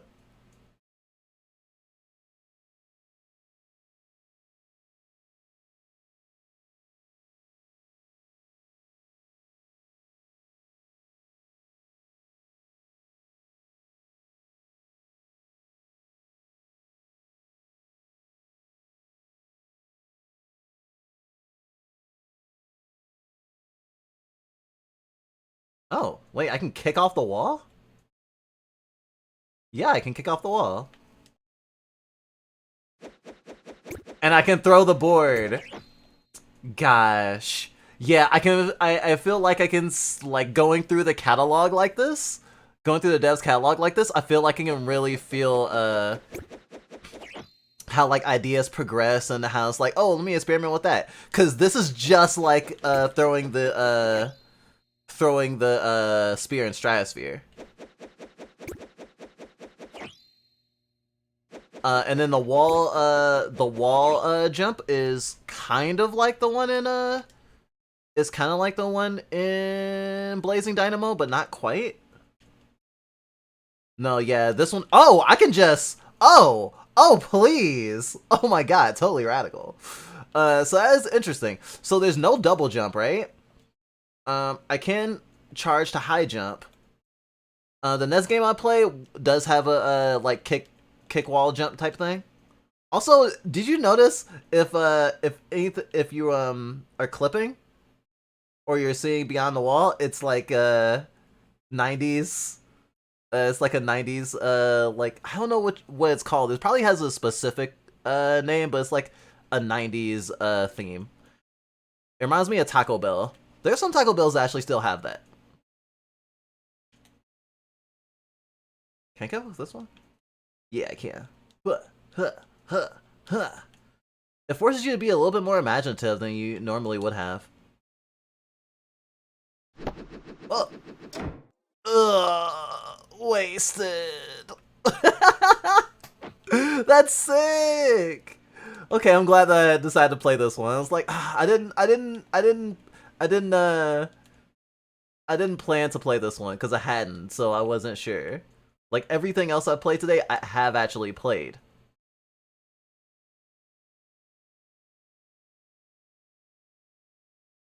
Eh.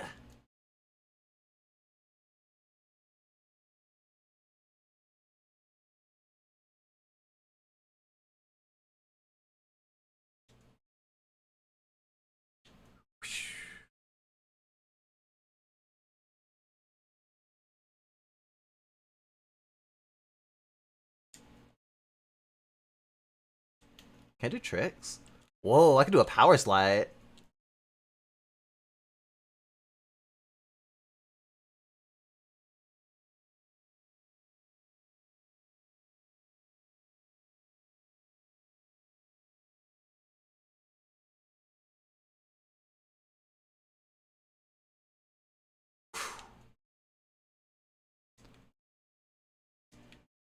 This is giving me skater euphoria. I was just skating today, actually. I went to KFC to get breakfast for me and Snack Teeth.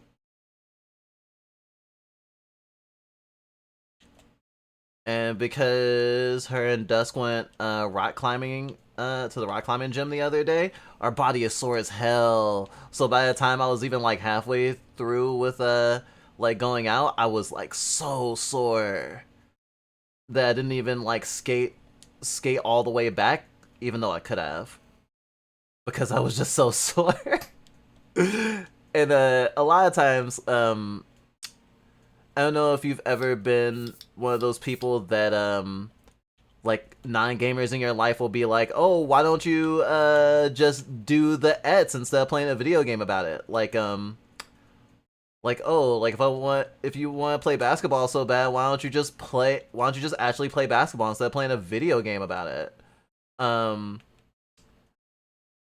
and I mean, I sort of get that, and I do know some people who don't play sports games at all and don't like them, and sometimes use, I guess, the opposite of that, like thought process, where it's like, oh, if I wanted to actually play football, I would actually play football and not play Madden 2023 or whatever, right? And I'm not a big fan of sports games that are like big on the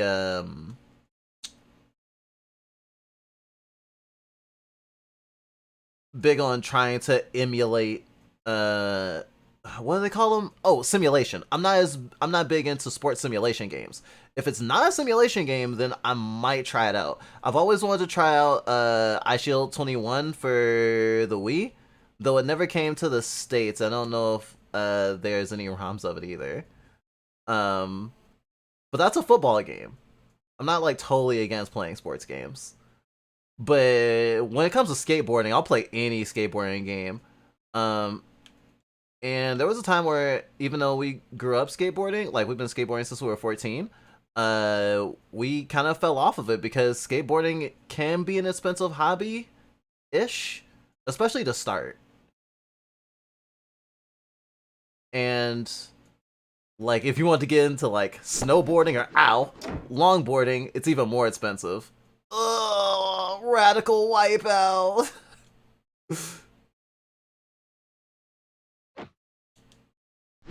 Ah.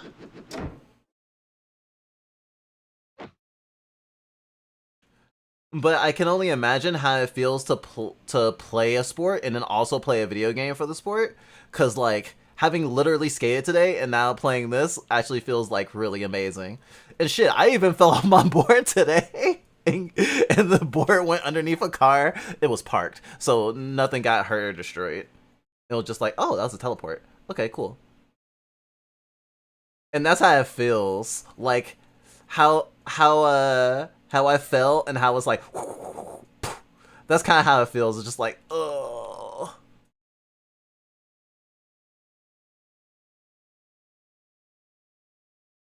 I feel like boarding games are making a comeback. I mean, obviously there's the Tony Hawk Pro Skater like remake, right? Or remakes. I think they remade 1 and 2.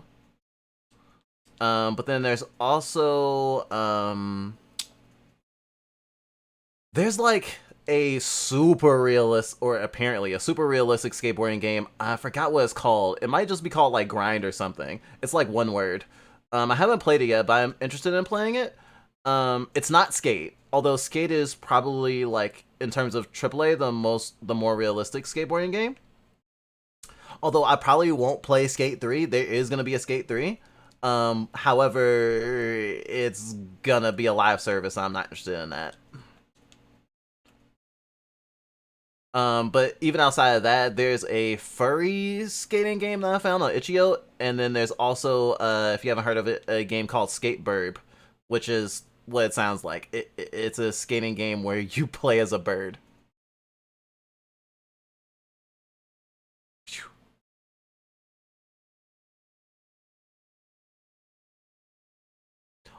Also, those 90 shapes are called Memphis. Memphis? Like Memphis, Tennessee? Huh. I wonder why how I got that name. Oh yeah, it's super funny. I was gonna say, oh yeah, Kids on the Slope, and it's like, Kids on the Slope is not a snowboarding anime. As much as it sounds like a skateboarding or snowboarding anime, it doesn't. It's not a skateboarding anime. It's Kids on the Slope is a jazz band anime. I don't actually know the name of the snowboarding anime. I think there is a snowboarding anime this season actually though.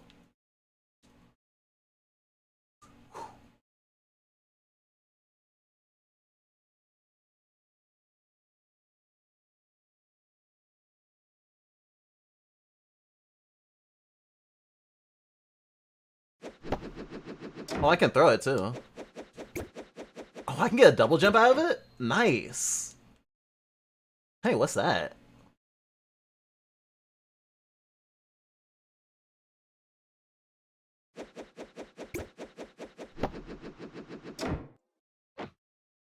Oh, there's a... wait. Okay, it's a dash when I'm not... that looks like a fucking Mega Man dash, I swear. This character kind of looks like Zero. Or it has a Zero vibe. She has a Zero vibe? I mean, titties don't necessarily make someone a girl, but I do see titties.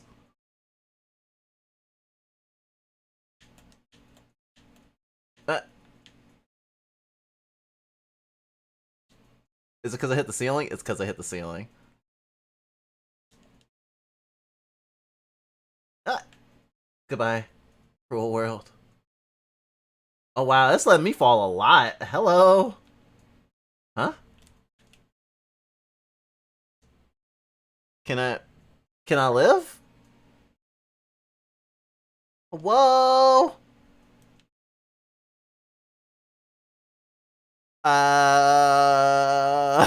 I guess I'm dead. I guess I'm dead.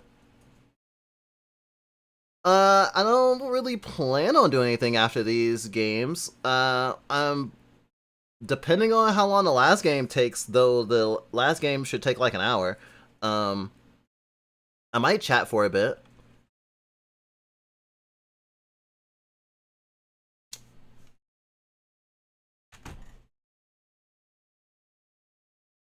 Well, that was fun.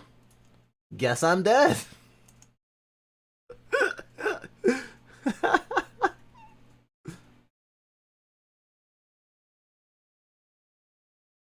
I do want to check out the devlog for this. Starring Rhyme, a cool bear girl with a snowboard. Okay, I didn't misgender anyone. A 3D platformer where you throw around your snowboard as you jump around, and you can hop on any time you have it on you. That was fun. I'm definitely glad I gave it a try. I am curious on what the like game case, quote unquote game case image for this game would be, which is why I had to make my own, which is what ended up being the thumbnail for this stream.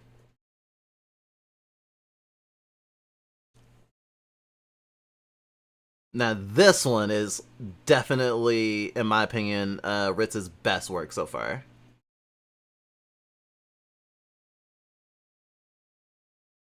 I couldn't figure out how to wall run. It looked like a very wall runny thing, or maybe I could have snowboarded against the wall.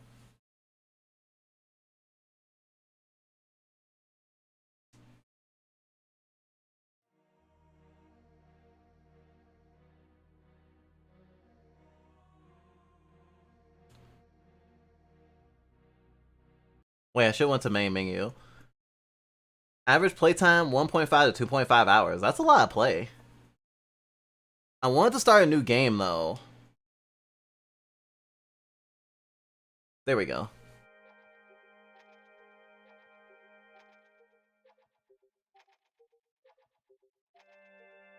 So this is for a Metroidvania game jam.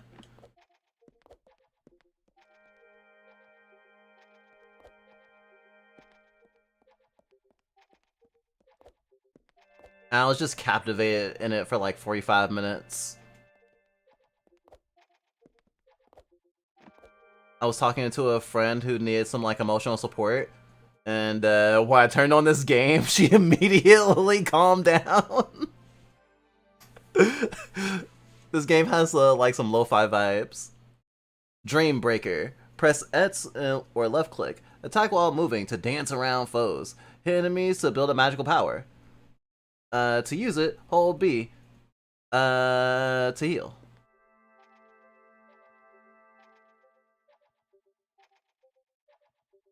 This does not have an option screen, so let me turn up the volume a little bit. There we go.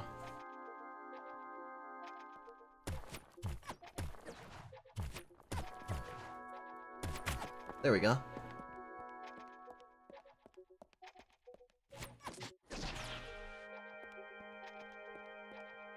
This weapon feels so cool.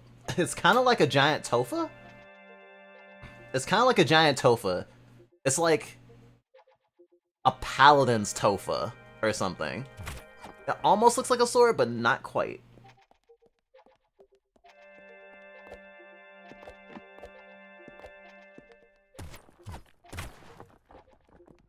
I forgot that I don't have a double jump from the offset. I get one eventually, though.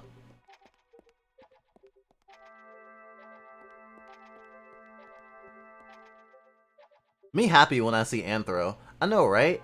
Swish, swish, swish, swish, swish, swish, swish, swish.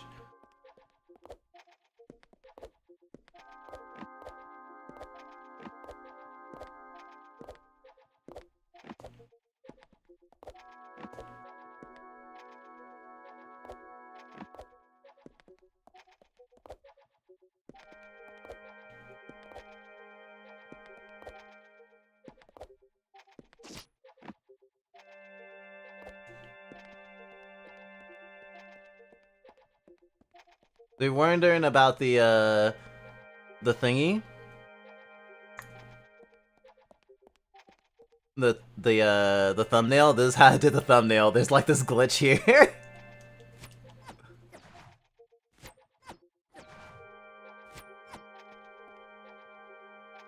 There it is. Thing of beauty.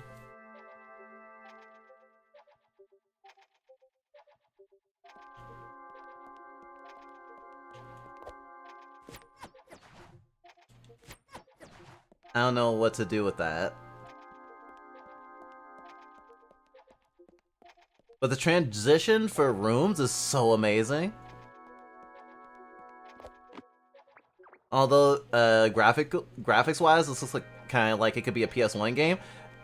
I don't think the PS1 could have done this because it would need to have it would have needed to download. It would have needed to load between rooms a lot more.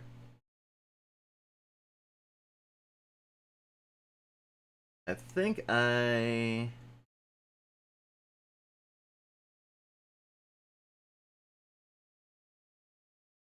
Yep. I'll turn this game way down.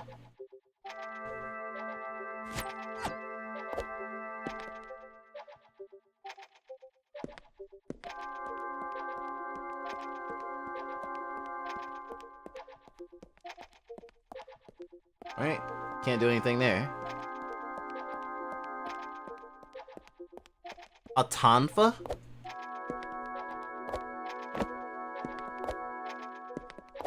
Thank you for correcting me.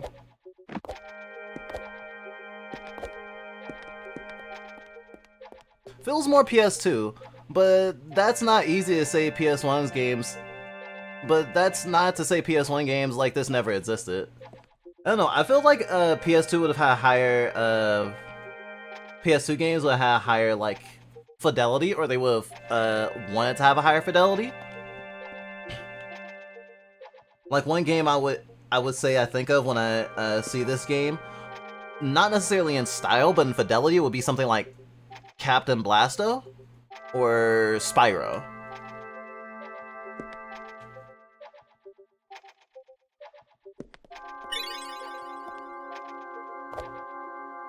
I don't know what I got, but I got it.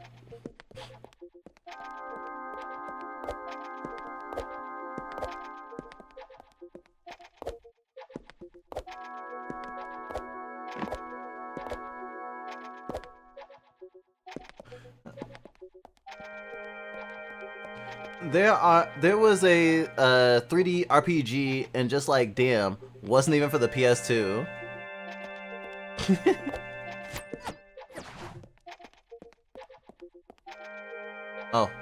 Oh, that's just a circle. It's so confusing to go in a circle sometimes.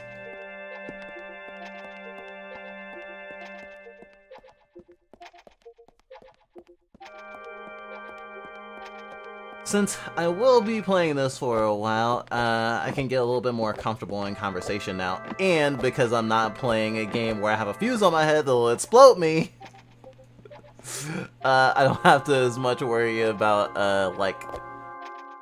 looking at chat.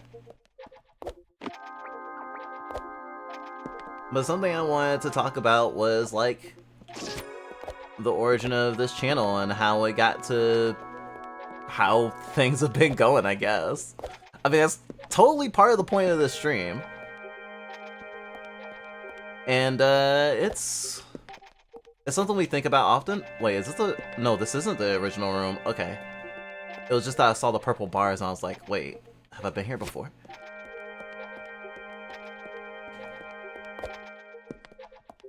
What game was the fuse? It was called, my brain is just going, Bomb Rush Cyberpunk, Bomb Rush Cyberpunk! No, it was not Bomb Rush Cyberpunk.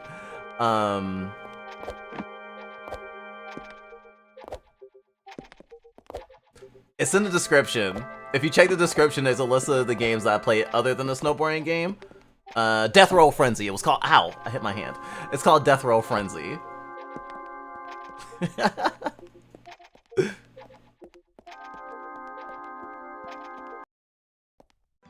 Castle Sansa.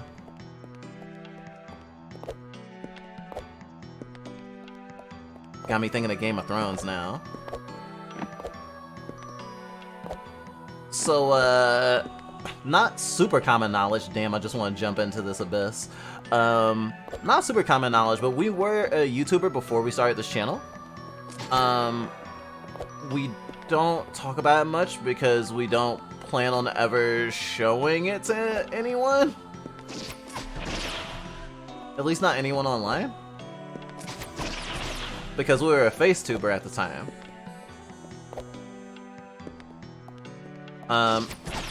And we started it before we even knew we were trans, let alone plural.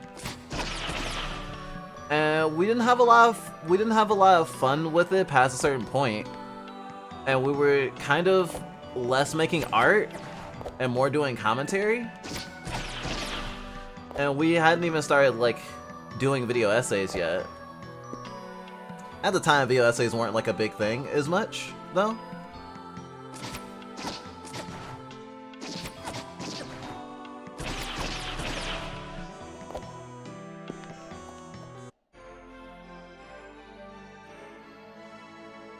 digitination.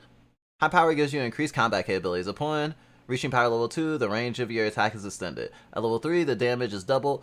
This is reset upon spending it on a heal.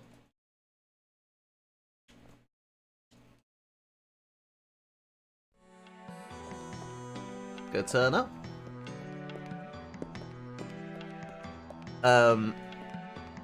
But we were trying to get views at the time, more than we do now, or rather, we weren't worried about compromising what we wanted to do. And we actually did get more views on that channel. Like, we had multiple videos with like tens of Ks of views, but it was kind of empty. We heard Jack Saint once say that, especially in reference to like him having done animation at one point on YouTube, that like to get attention for original work is really hard. And like it's much more efficient in terms of gaining a following to do stuff that's already loved. Like for like an artist that draws, this might be fan art. For a writer, this could be doing even like writing like ASMR. I mean, someone has to write ASMR, right? There's lots of stuff you can do with your skill set. But if you are kind of feeding into what's already popular or what has a big fan base, then this is something you'll get advice with as a content creator all the time. Like, in terms of streaming, you'll get the advice to stream a game that is not super popular, or sometimes not popular at all, but has a big fan base.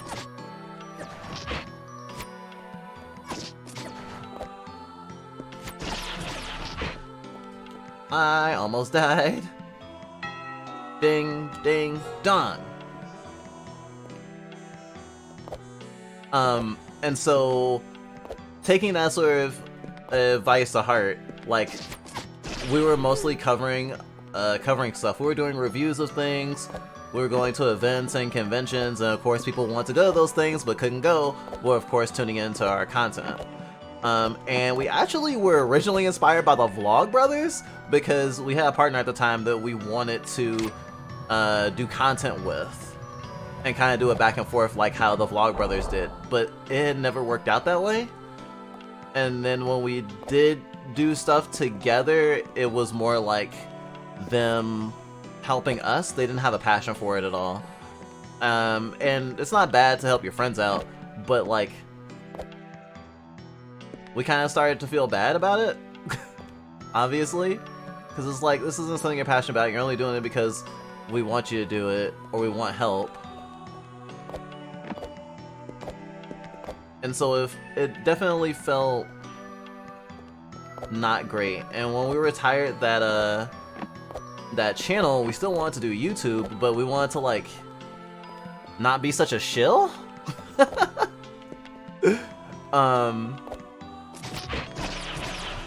But we weren't determined to actually do anything about it. We were just, you know, being a sad sack.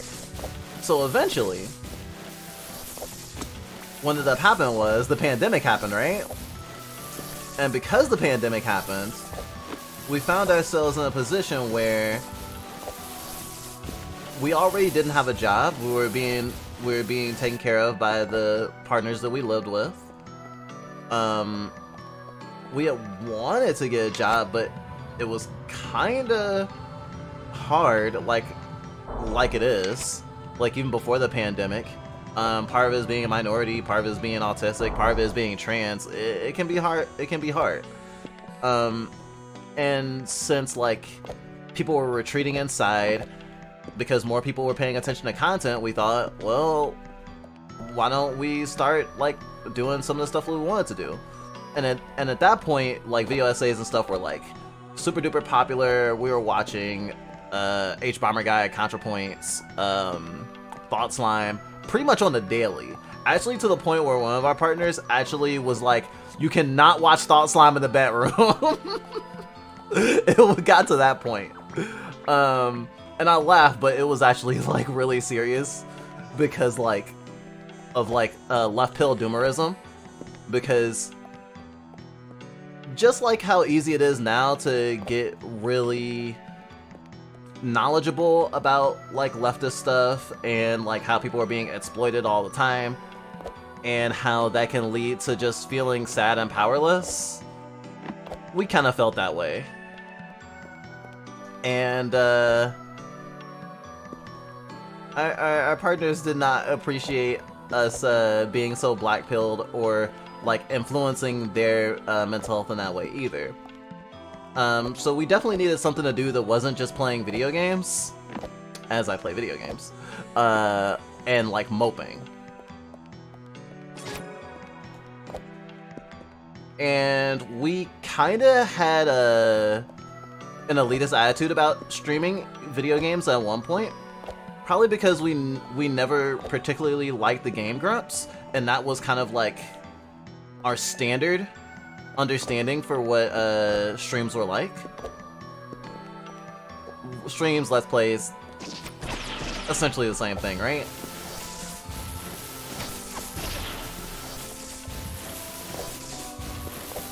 But when we started doing, when we started thinking about doing YouTube, we also knew that YouTubers that we watched also streamed, and it was like, well, if we play video games and want to comment on them and want to make video essays and stuff, if streaming is going to record the stuff anyway, then might as well stream, right? So that was our first thoughts about streaming. Like, actually, VTubing wasn't even a part of it. I'm not even sure if we were aware of VTubing. At the very least, we did not know the word VTube or VTuber.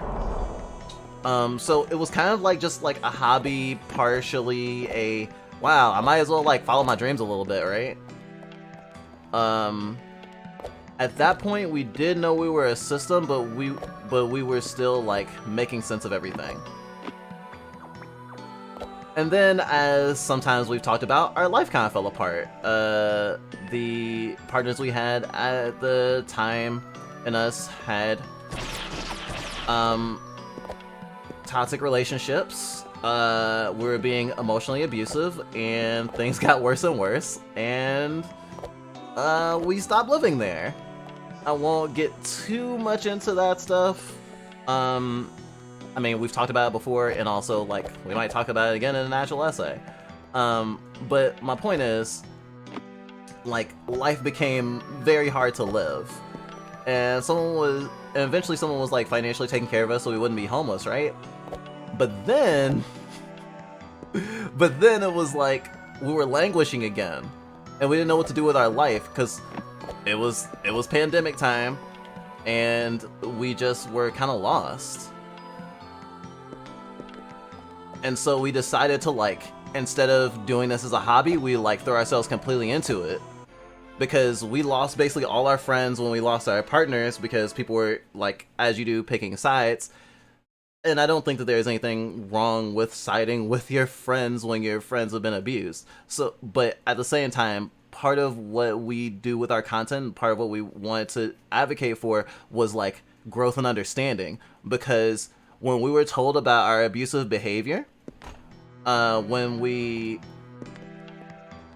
still had a chance to salvage our relationship, we didn't have a lot of resources in which to do that. If you look for like abuse recovery resources, most of the time you are literally just gonna find getting out of abusive situations, not how to like stop being an abuser.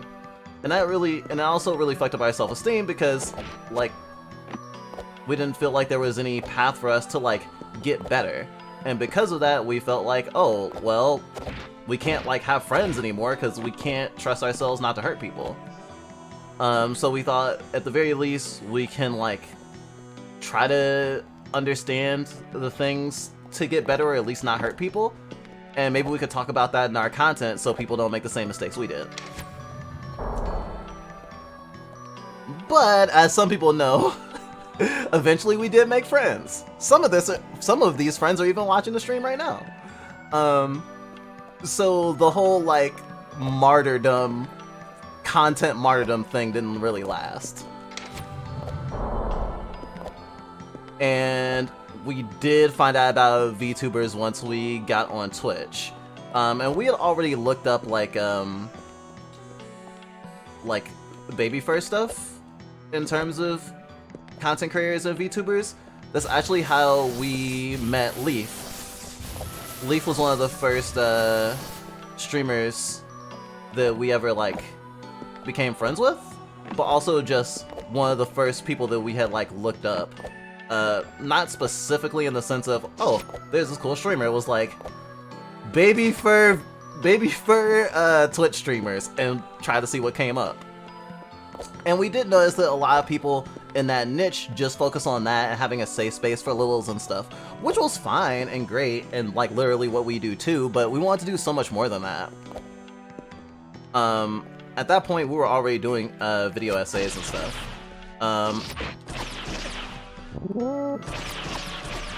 But I think it was the Resident Evil Remake 2 video. It's actually still has a very warm place in our hearts. We published it on, was it Mother's Day, and we hate Mother's Day because we had two abusive mothers growing up. So we wanted to have something for people who didn't like Mother's Day to like feel some solace during Mother's Day. And that was the first like video essay we felt really proud of. And like going from there, we kind of just like moved at breakneck speed. Although the issue that's been going forward with us was that sometimes it's hard to focus on doing content because sometimes life is good and we have friends and loved ones to hang out with, so we don't have to shut ourselves in our room and do content 24/7. And we also live in like a safe place. During the years of getting into all this, like those first 2 years, for most of that time we were living in places where we didn't feel completely safe. Eventually, actually, Punk stopped fronting because we felt so unsafe. It was wild. It was hard. And like, trying to like heal from abuse and stuff and trying to not hurt other people is still, I think, at the core of our content. Or at least we try to make it that.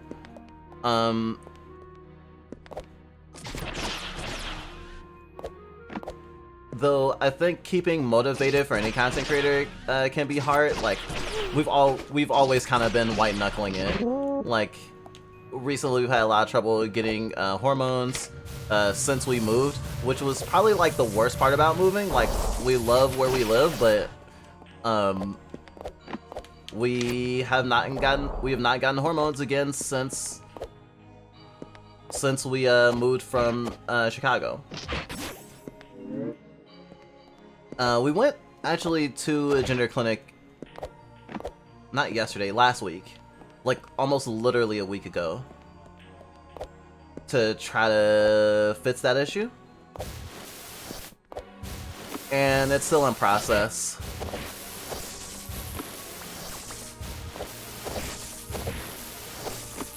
Generally because we don't have, what's that thing called? Health insurance. So we're still trying to get on health insurance in order to get hormones. And then we need to try to work on that ADHD diagnosis so we can get on Adderall.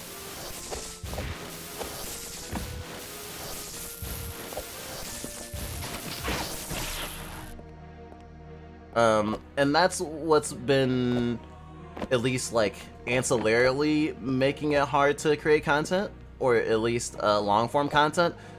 But the other thing is also just like, we want to do so much. Like, I think that choosing this dev's games to play for the stream is kind of like a reflection of that like push and pull struggle we've been having.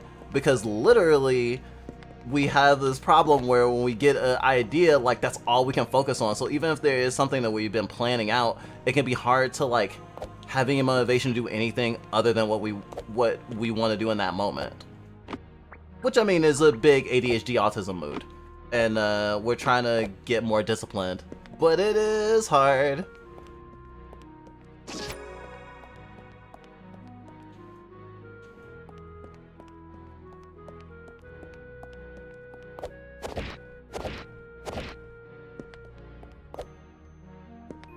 Though we have had interpersonal relationship problems since things have been better and whatnot. Like, we've been in and out of a couple of relationships since we've become content creators, and actually they've been mostly with other content creators. It's actually funny that the outside of our system, the partners that we have right now are all not content creators. And I think that being with a content creator is hard, and it's even harder if you're both content creators. Because there's like a lot of added stress, and if you're like content creators in the same field, then you might be comparing yourselves. And it was weird. It was weird when we the first partner we got after everything like went to hell was literally a content creator who was like bigger than us, at least on Twitch. And so like it had this weird power dynamic that we tried not to like think about too much, but it definitely had an influence on our relationship. Though it's not why that relationship ended.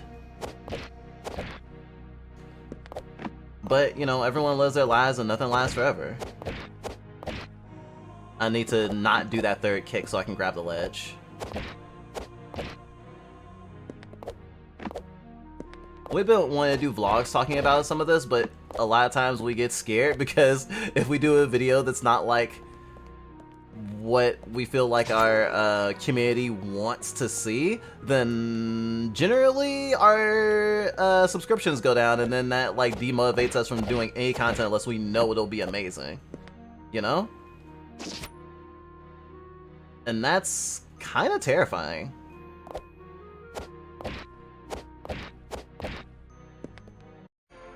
Soul Cutter. Hold attack until your weapon is ready. Release the fire.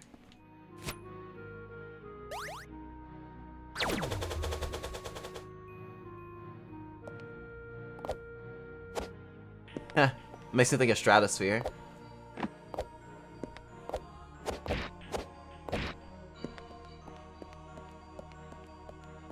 I'm glad I played this a little bit beforehand, because the wall kick was so hard to learn, like so hard. I have to admit that I have nostalgia for the Mimikru days. The Mimikru sonas were very cute. Oh right, the Mimikru sonas, I didn't even mention those. So you won't have noticed this unless you look at like our older videos. Probably the most popular, which would have been like the Evangelion video. But we used to have Mimikru sonas, or rather Silver Crew sonas. So instead of a regular Mimikru, they were Sylveons. We've kind of used Sylveon as our like system, sona. We have a lot of emotional attachment to Pikachu in particular. Before we identified as a furry, like when we were younger, we saw ourselves as a Pikachu. And we saw a partner we had at the time as an Eevee. And we would literally, whenever we saw art of like an Eevee and a Pikachu, we would both be like, oh, that's us! It was so cute. And of course, like, hiding yourself away, thinking that no one will like your true form, like, those are super trans vibes. So of course, combining Mimikru and Sylveon just made a lot of sense, in my opinion. And a artist was like doing the Mimikru sonas for us for like $15 a pop. So like at the time it was like pretty cheap to get them. And it's funny because one of the Mimikru sonas is for a headmate that doesn't even like content create right now, Whisper. And Whisper has kind of a complex existence. And I don't say this to like disparage them at all or anything, but they do talk funny, and sometimes that can cause some issues because people are like, "Why are you talking like that?" That's one of those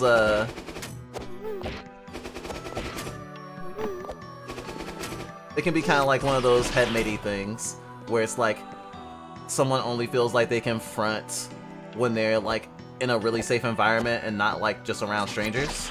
Though obviously streaming probably wouldn't be that big a deal. But they're still pretty nervous. And generally, none of us really have streamed since the Mimikyu Sona days without some sort of like Sona all our own. The reason that we actually abandoned that style of Sona was because our first VTube model was going to be for Punk Bite, and it was going to be one of the Mimikyu Sonas. It was going to be Punk's Mimikyu Sona. Problem was that the person that was going to do it didn't feel comfortable doing a VTuber model of something from Pokemon because they didn't want to have any like copyright desist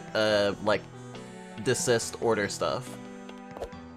So that's why I became the first VTuber in our system actually. That's how that happened. And we used to actually all share my Sona, like we used to all use my VTuber model for streaming, but it became rather hard to differentiate ourselves after a while. So that's actually why we started using PNGs and stuff.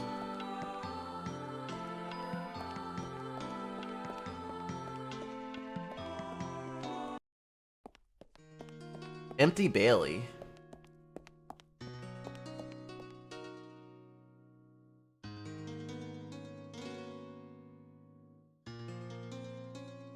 We actually did a lot of research about VTubing before we got into it, and ironically, we still didn't know enough. I say enough, but I mean, we're still a VTuber now. We're still like doing our thing, so obviously, like having like a robust amount of knowledge is not having a robust amount of knowledge isn't a deal breaker.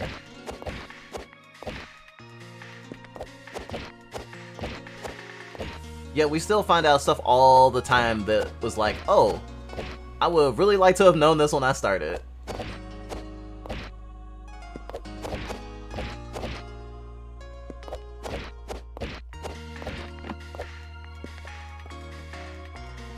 Which is kind of why we want to make a sequel to our video about being a VTuber, how to become a VTuber without losing your mind.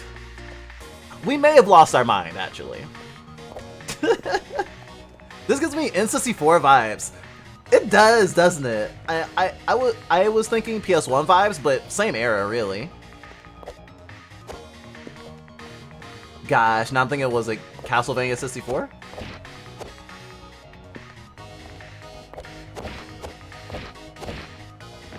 Oh, I know it's a ledge there. Nice.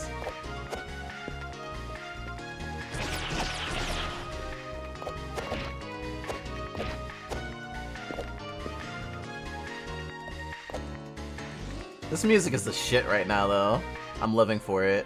Slide to the left. Gain a boost in speed and a something under tight gaps. You can jump while sliding to perform a long distance slide jump. Wah! Whee!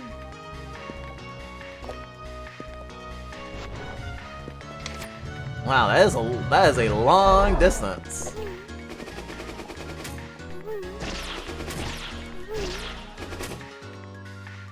Oh, it's dead now. Nice.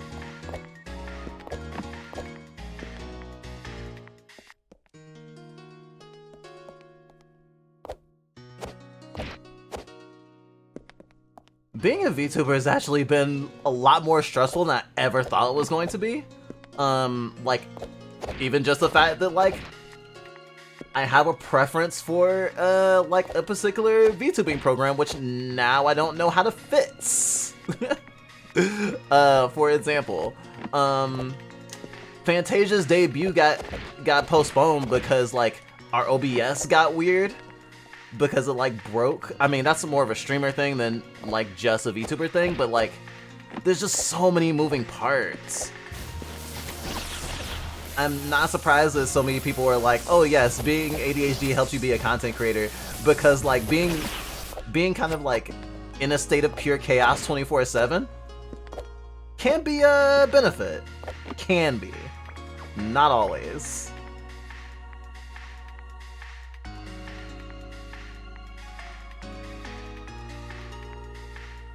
Shinzo Orisho made a YouTube video talking about Babyfur, which led me to his Twitch, which led me to Leaf, which led me to you. Whoa, so like, I'm part of the Babyfur pipeline? Neat. I don't know who Shinzo Oshiro is. Now I have to look them up.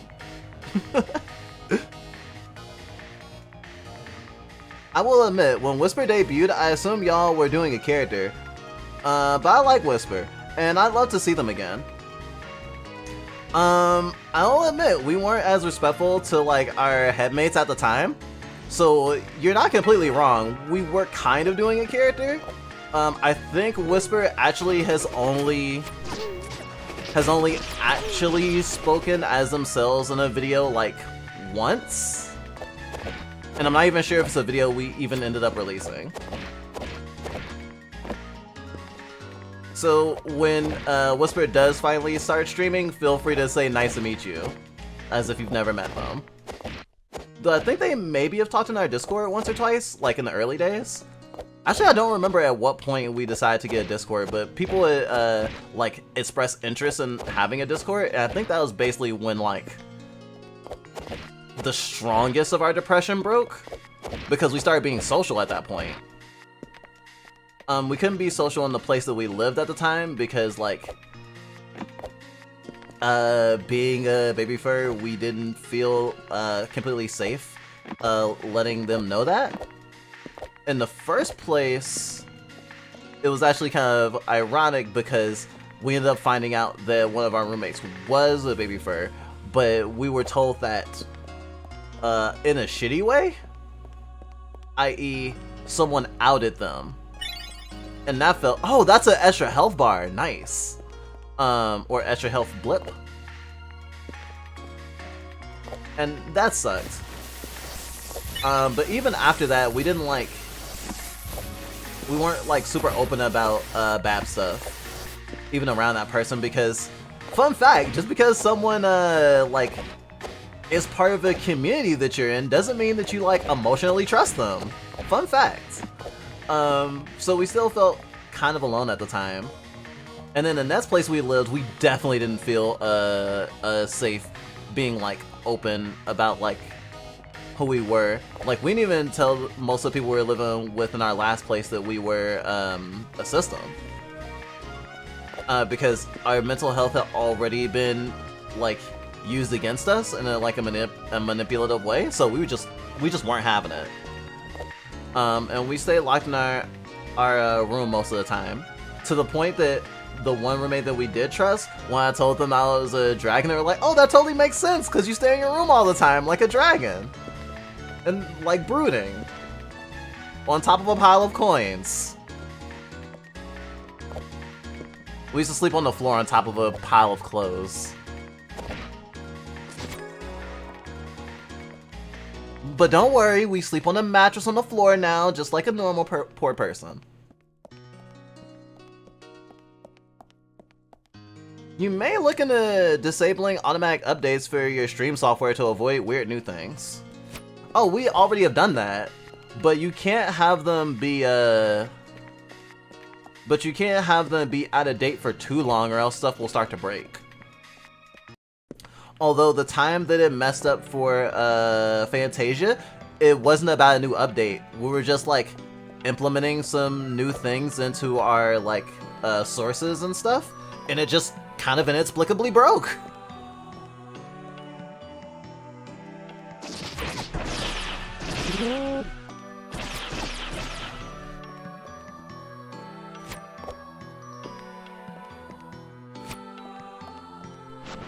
Okay, that's how I dash. I forgot how to dash for a second.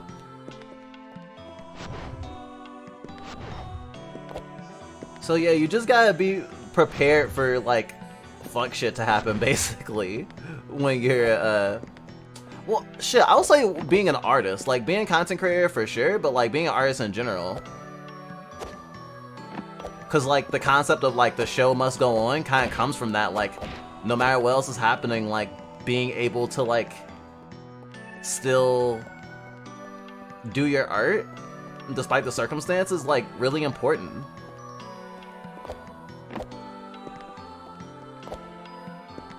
And it can be difficult, and, like, not all the time you'll be able to do it. Sometimes you'll have to cancel a stream or something like that, but, like, it's kind of like something we admire about artists in general.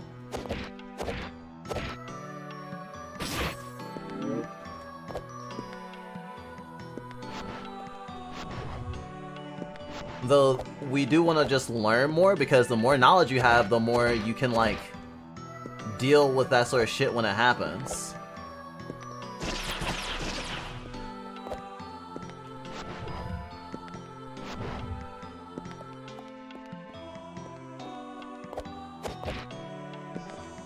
But also helps to have friends in your field.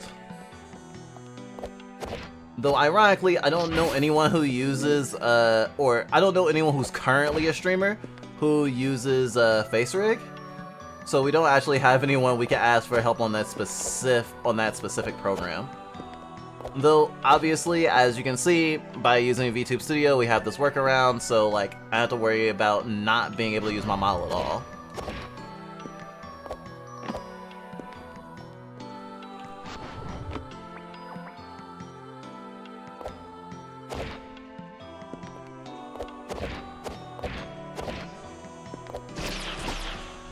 Wow, I didn't think 3D wall kicking could be like could feel so good.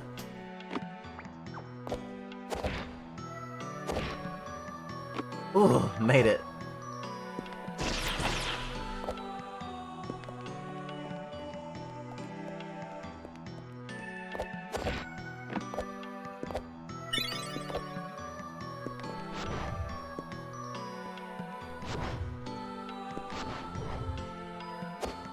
Ooh, that kick saved my life. Wait. Huh. I see you.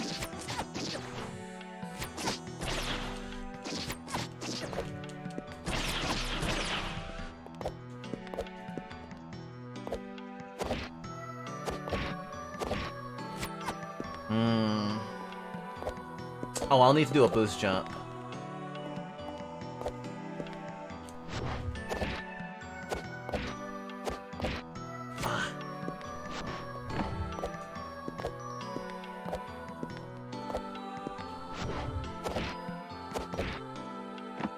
Made it. Thank you.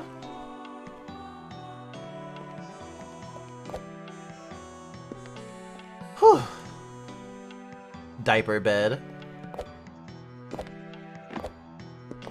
But then you have to change it. I don't want to change my whole bed. That would be kind of hilarious though. I want to get my VRC avatar rig for VTube. Oh, that'd be cool. I know that Punkbite plans on when she gets a model, she's actually going to get a 3D model that she can do both. That she can do VR chat and like normal streaming with. That's been her plan for a while. And I think she's gonna try to go for a low poly model too.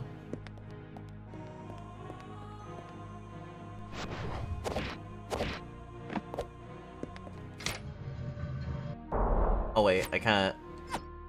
Shit.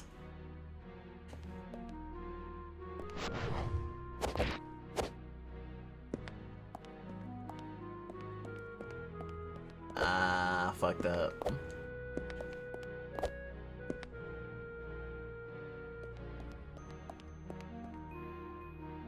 Oh. There's power there. Power. Oh. Oh, hi.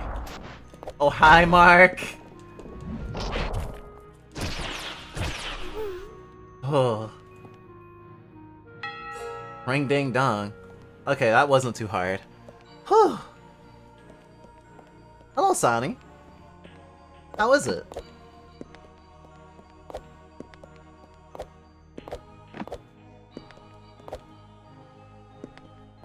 What's this power? Plunge. LT while in the air. Use this to break through fragile floors or simply stomp your foes in the air. Jumping right after a plunge will result in a high jump. Whoa.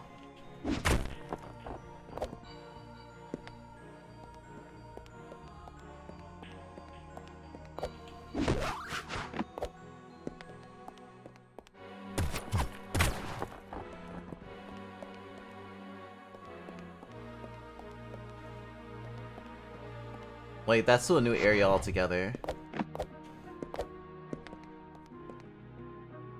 Oh, keyholes. Gimme. I had the thought of the Castlevania game where when you change the character, it's the fluff system. Cycle between all the bites. Whatchamacallit, Specky had an idea for a JRPG like that actually too. That would be kinda cool though.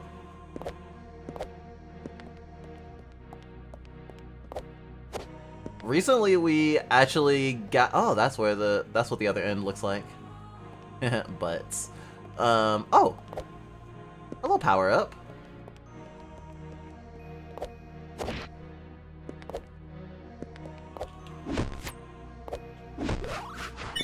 Nice.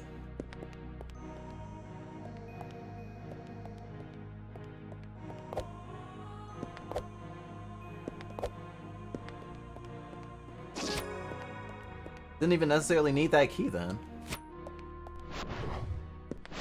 Is there another key door in here? Nope.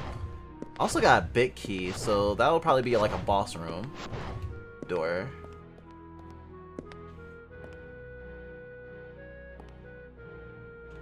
I have a feeling that that's a grappling hook thingy.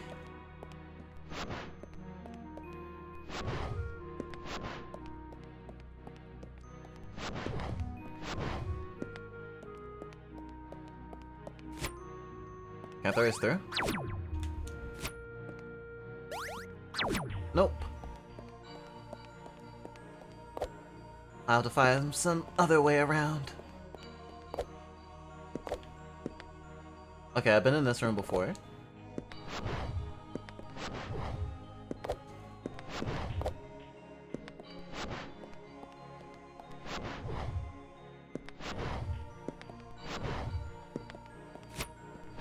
Like, I don't know why I'm so save thirsty right now.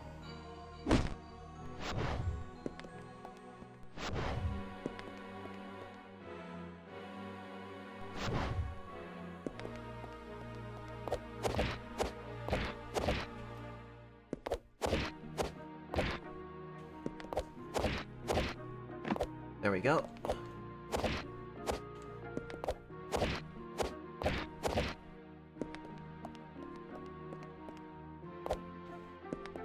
I need to check out that other door over here first, before I do other stuff. Well, it may just lead to somewhere I've been before already. This feels higher res than Twitch. Does it? Is it my model? Maybe it's my model. I'm using a different program than I usually use. Oh, I've been in this room already. Okay.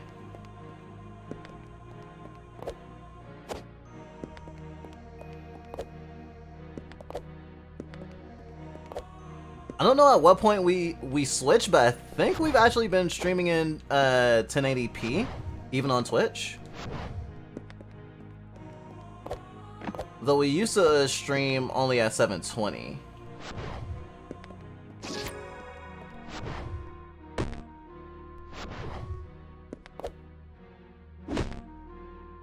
But I don't know if like compression or whatever is different here. Congrats on channel anniversary. Thank you, thank you.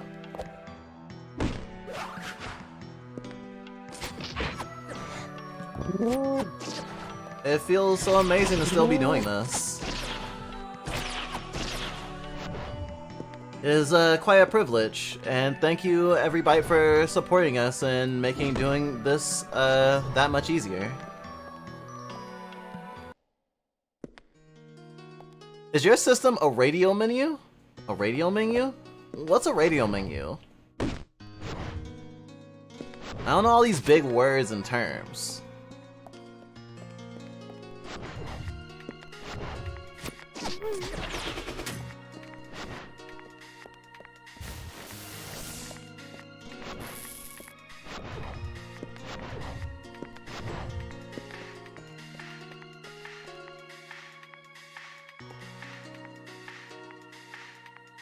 I'll actually have to tab out. I wanted to read something I missed.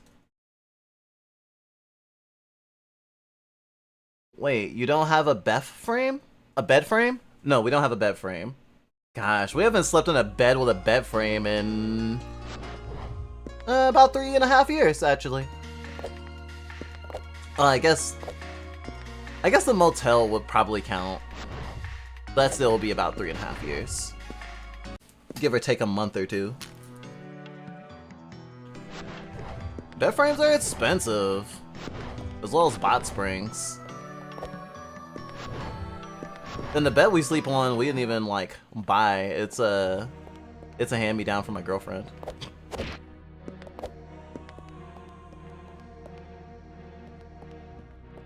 When we actually can save money, we'll actually try to buy a crib eventually. Oh, hello. Can I not break this? Huh. I found a wall I can't break. What's up with that? You hold down a button and like a wheel shows up to change stuff. Oh, one of those. Are we a radio menu? Do we use a radio menu? Now I'm thinking of how in Resident Evil 6, depending on which character you're playing with, the like the HUD changes to reflect who you're playing with. That's the most we get. Sometimes our menu changes. I wouldn't say it's a radio menu. We do have some quick switch stuff though.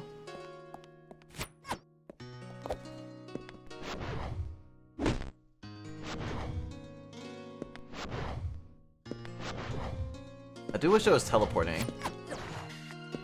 Like between save points.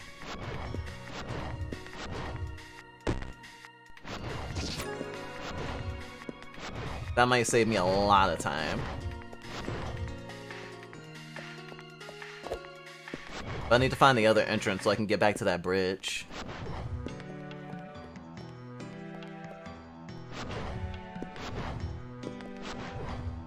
What? Ow.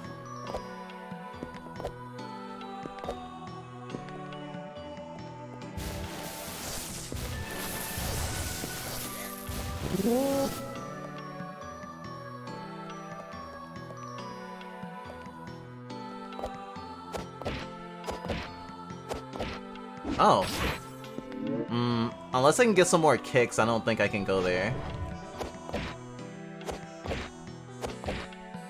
Alright.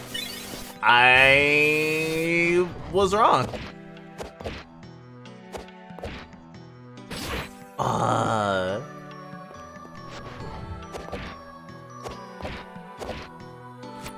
Okay, it's not there again. I was thinking of the bomb game. It was just like, did that pickup actually stay?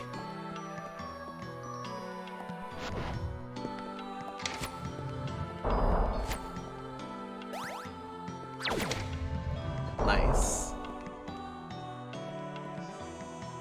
I think I want to go up there.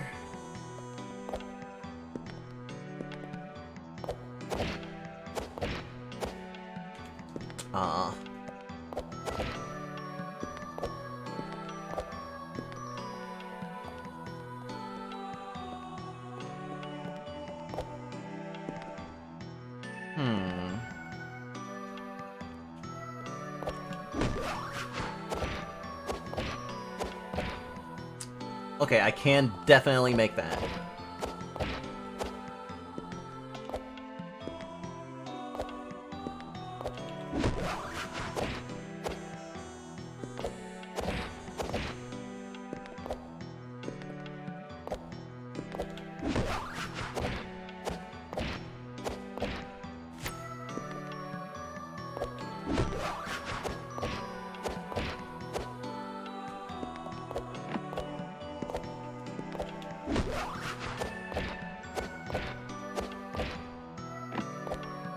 Woo! I made it! Whew, that one was hard. Wait, I've been here already, haven't I? Yep. I fought really hard to get somewhere that I didn't need to go.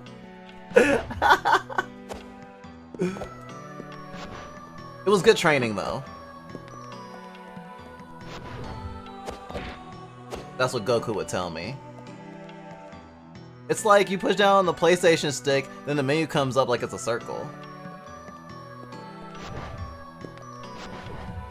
I wonder what menu would be, what our head switching be like then.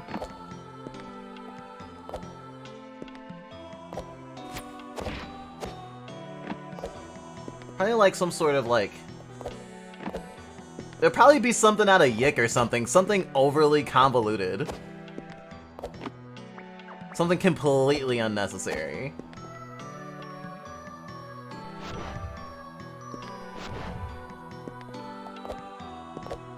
I don't think this game has a map.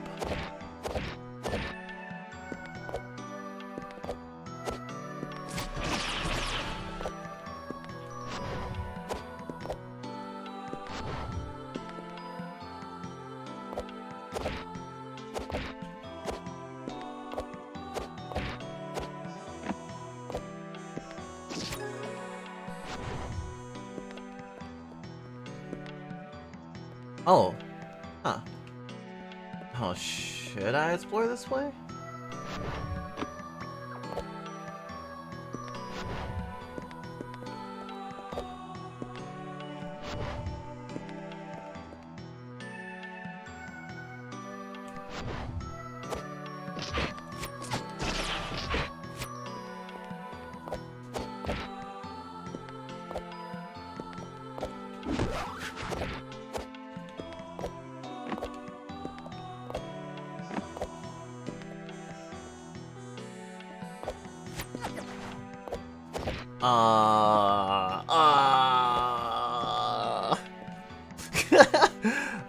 This game is called Pseudo Reglia.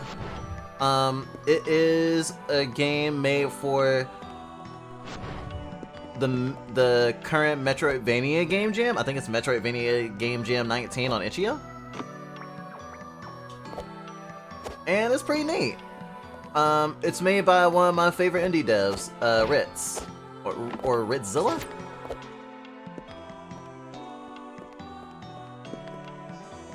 Very good bean. If I ever get around to doing a podcast like I want to, I'll definitely have to invite them on.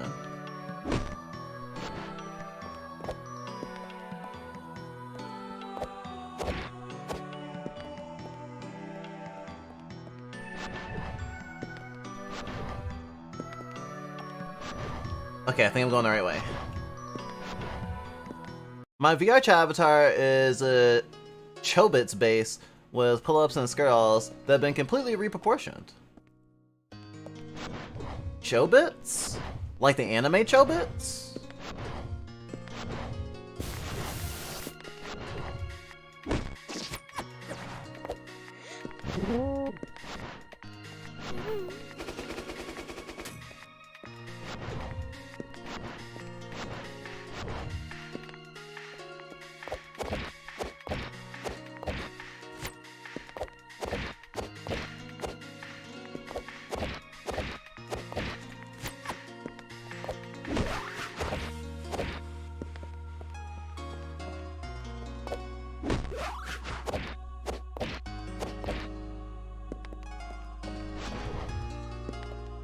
Wow, I can get pretty high up here.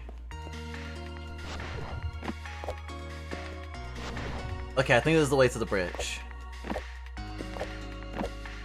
Yup!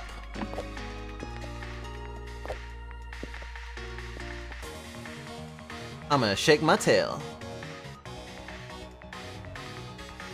It looks like an N64 game, which is pretty cool.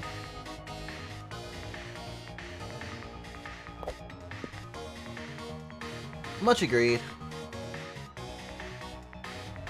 It sucks that the most memorable N64 games are mostly first-party stuff. Cause hell yeah, it was a great aesthetic. I love myself some low-poly 3D goodness. Although I guess 40 Winks is pretty cool. Well, actually, I guess it wasn't originally for N64. Sorry, it wasn't ever released for N64. It was going to get released for N64, but then it got released for PS1 instead. Although I think there was like a like a Kickstarter or something for N64 cartridges for that game like a couple years back. Oh, we didn't feel it necessary to go that far into anachronism.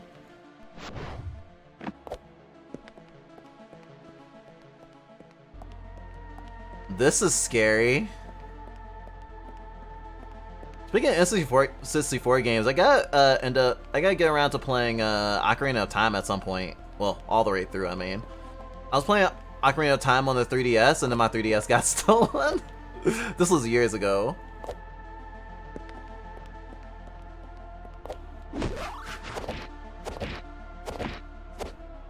Wait, do I have 4 kicks now?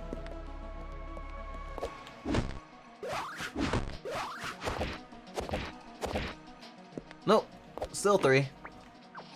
Why would I need to... Huh. I mean, it could just be a cool thing to put there.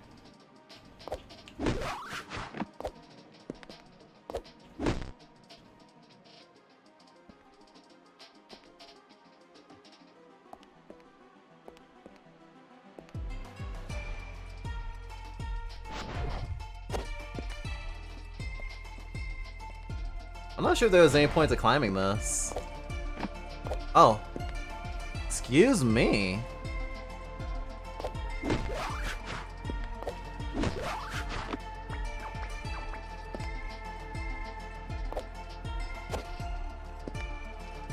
Ate my fucking words the very next second.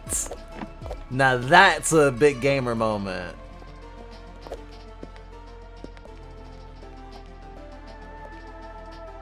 Oh, I'm getting sweaty with anticipation. 3DS version is flat out better in every way. Really? I mean, we had got it like, I think the day it came out, like we were so into it.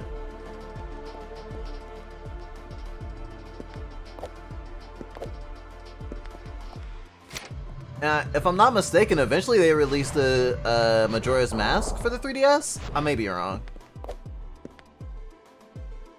Is this just death? This door just means death. Good to know that death is an option, I guess.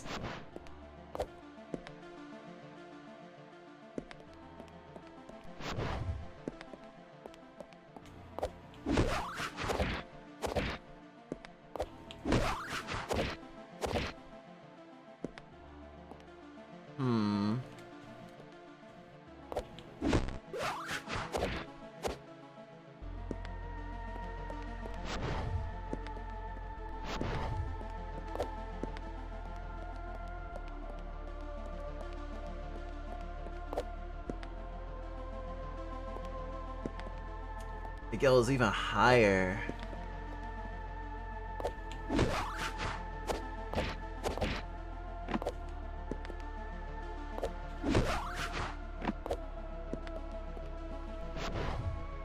Let's see what the new power is. Better graphics, easier aiming, better iron boots. MMD3 is... Play Majora's Mask and N64. Why? PS1 games have no perspective mapping and the polygons snap to integers. N64 has perspective mapping and floating points. Gosh, I know I had a bunch of game devs in chat. Obviously, you don't need to be a game dev to know that, but actually I know a lot of game devs. Talking about Headspace reminds me of Homestuck syllabus jokes, which are 1000% more funny if you have taken a year of computer science. I see. Cling. Press RT while falling along a wall. Hold tight to walls while you properly your elf yourself a short distance, can be jumped out of, and can go around corners. Wait, so can I wall run now?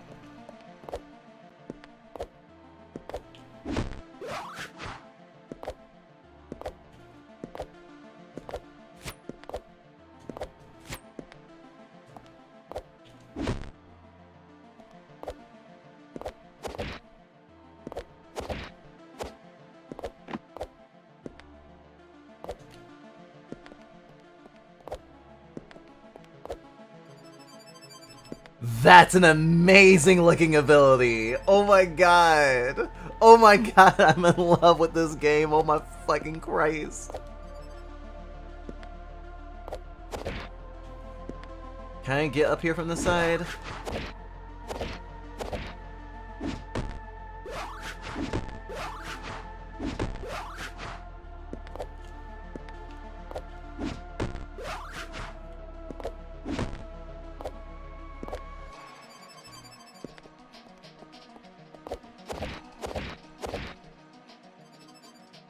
I can do it after kicks. But it doesn't recharge my kicks. I think I only recharge my kicks by hitting the ground. Hello. I think I found the first use for my new ability. Yep.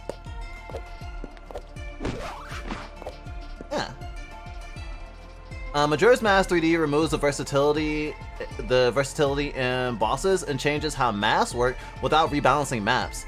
It makes some sections endlessly frustrating. Whoa. It's so interesting how, like, not even trying to do a remake, you can really mess up a game. I'm trying to think. Depending on which version of, like, the RE1 remake you're playing, like, the graphics look shittier because things have been upscaled, but like they're just upscaling things that weren't in HD to begin with. So it just kind of looks ugly. It's just one example.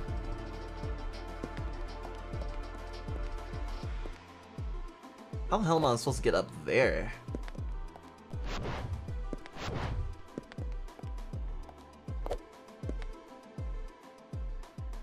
Huh? Hello?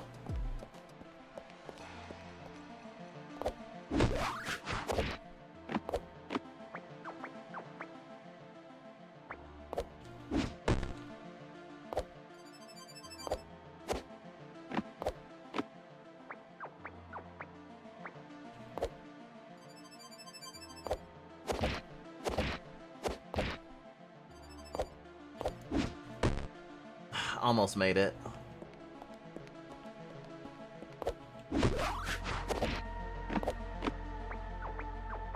Gosh, I gotta get some of my headmates to play this too.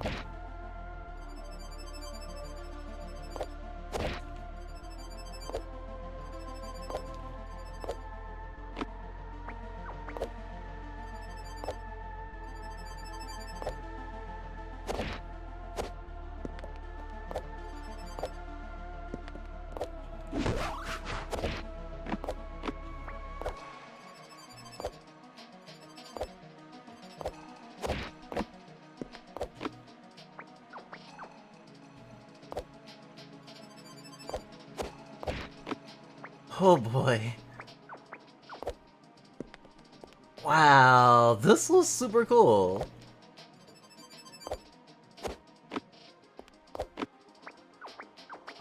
So satisfying. 4 keys? I only have 1 big key. Heck. Hi, I'm sorry, I can't count that high. Can you, like, type in the number of your weight? Hello, Fotsy Pouncer. Sorry. I'm baby. So that's 2 big-ass keys.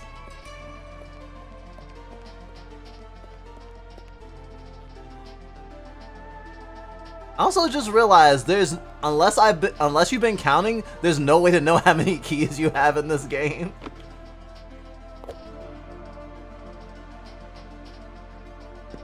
Good thing there's no fall damage? Fall damage.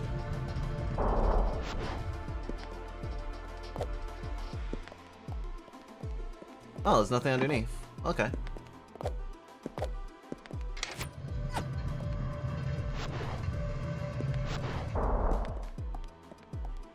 Okay, so now I don't have to do that whole thing again if I want to get back in here. If I want to get back in here. Obviously, I want to get back in here. Nice to meet you, you know? Whoa! Shit!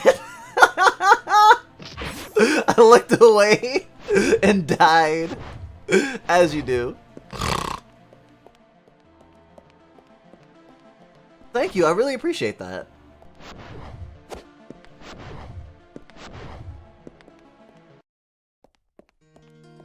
Nah, I'm back in the empty Bailey.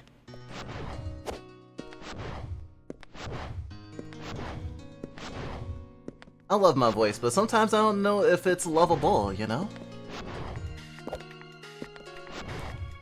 I'm not fishing for compliments, I just mean that sometimes you're just so used to your own voice that you don't know, like, how it sounds to other people anymore.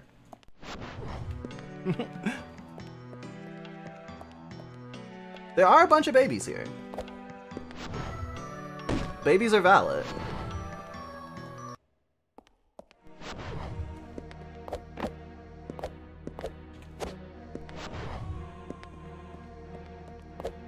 Actually, I just realized how funny it is, cause like I'm a VTuber and we've been a content creator for 3 years, or over 3 years. And it's like, oh, I'm 3 content years old. I have no idea where to go now. There must be another key door though.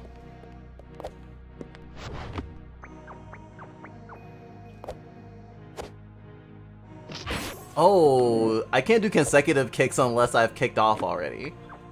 Good to know.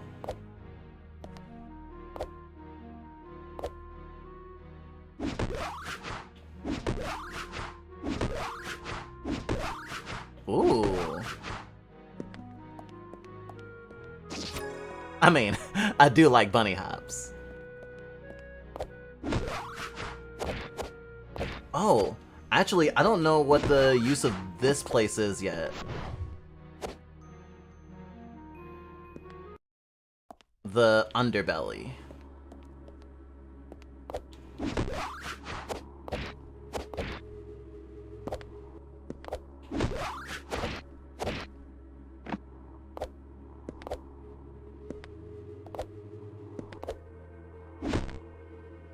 Okay, that didn't help.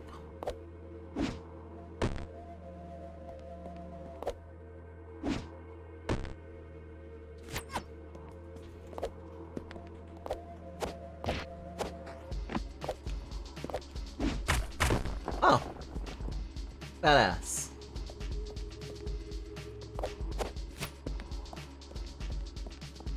Alright, I'm in a new area.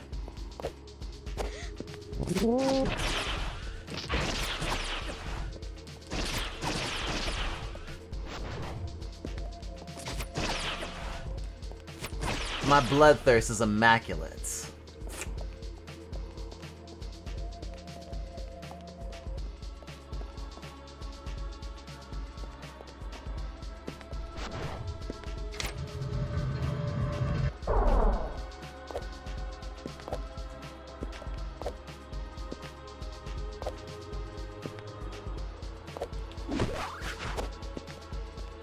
Well, that worked out.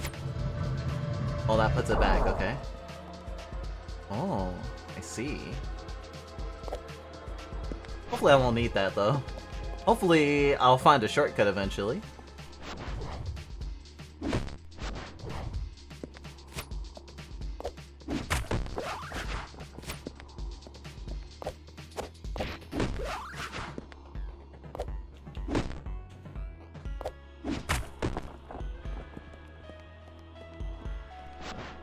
Oh, I'm wondering who did the music for this game, cause it slaps. Nah, that's a cool perspective. Oh, I'm back in the empty Bailey. Oh, wait. Huh. I never noticed it before. I never noticed this over here before. Cool. I did find a shortcut.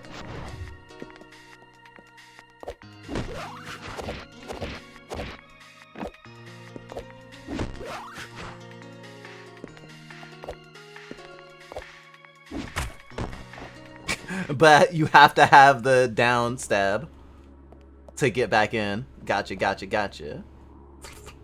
Your voice is adorable. Thank you.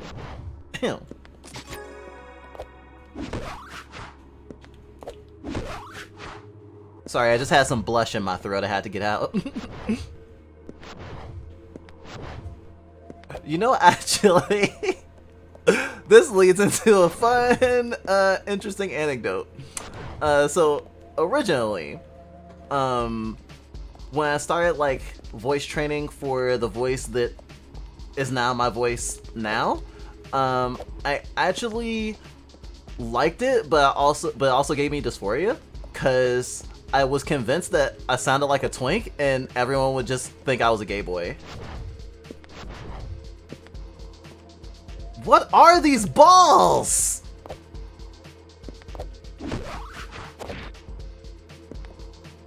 I was like, I should just touch him and find out.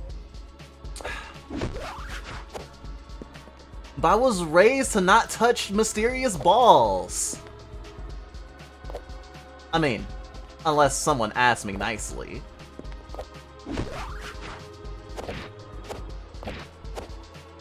Alright, they don't react to me at all. Oh, there's one of the keys I need.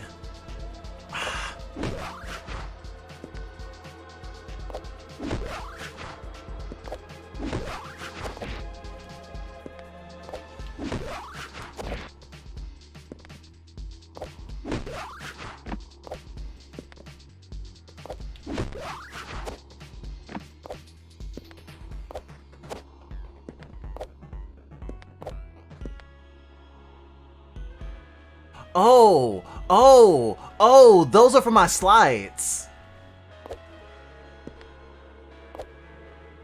I think those are for my slides. I bet they'll give me a boost or something.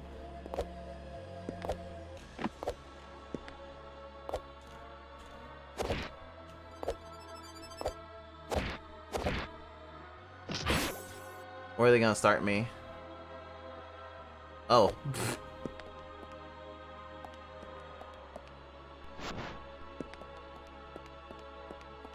Shit, I'm lost now. Wow, this has a lot of rooms.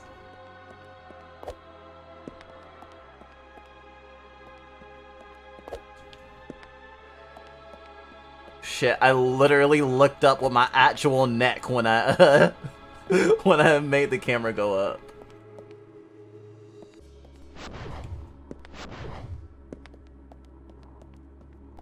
Well, the underbelly is confusing.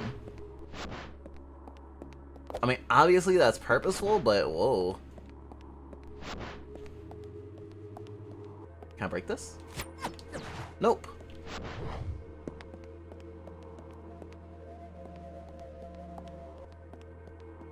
Those balls are spheres. I mean, all balls are spheres. Well, I guess some balls are ovals? Whoa. This place wants to hurt me. I really need like a radial attack or something. Wow, now I'm not even where I was before. Now I'm lost in a completely different part of this dungeon. That's kind of sick. Huh?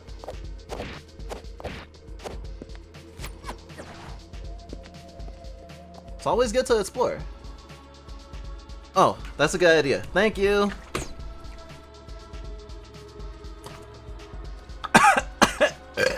I drank water too fast. You should have warned me that water can be deadly, even in small amounts. Whoa, what the fuck?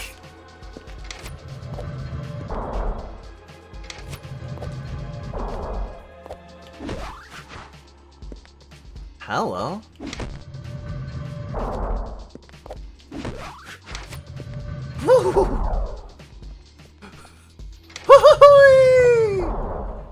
Sorry, I just had to. Don't hate me.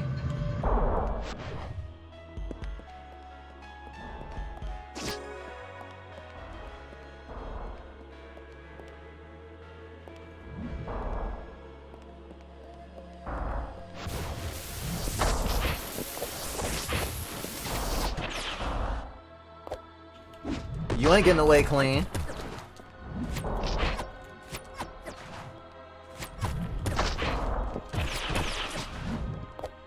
Oh wow, your sword's still alive. Now I can join you in the afterlife. Ring ding dong, ring a ding ding ding dong, keep your head ringing.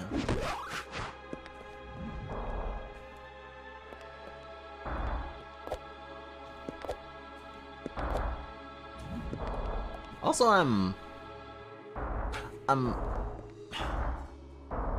it's one of those times where I'm like, I don't know if I'm dry or wet, but that's probably a good thing because that means that I'm not so wet that I need a change.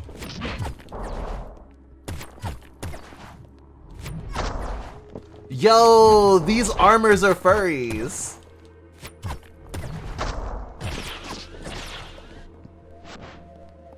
Armor furries are cool.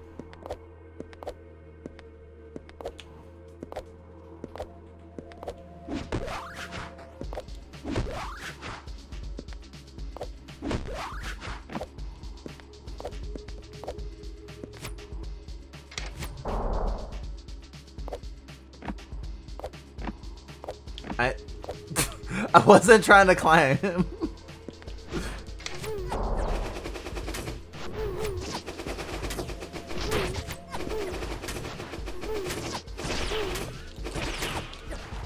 It's actually funny, Stratosphere actually prepared me for, dodge sliding combat. Ooh, that burp was super tasty.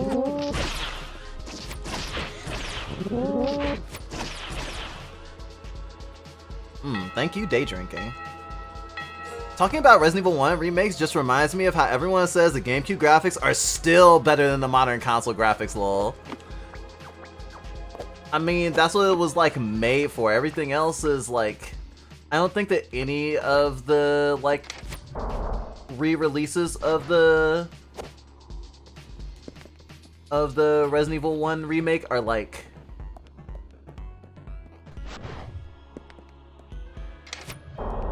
very graphically superior to the GameCube version either. Like, they might be, but I haven't done a side-by-side comparison.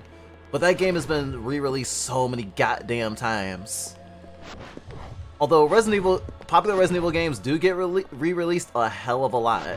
Like, Resident Evil 4 has probably been released the most, though.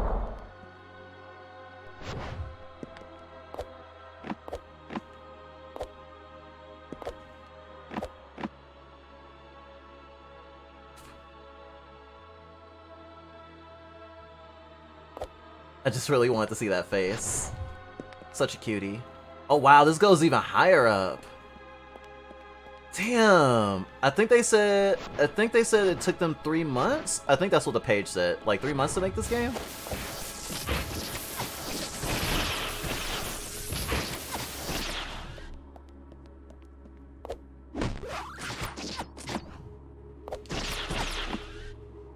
Hahaha.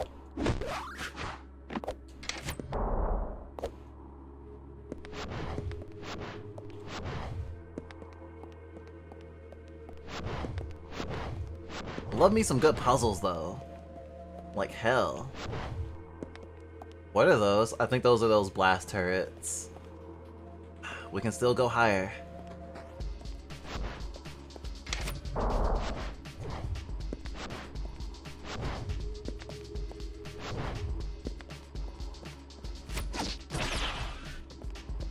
Hey, gotta check corners. This game isn't like Dark Souls or anything, but...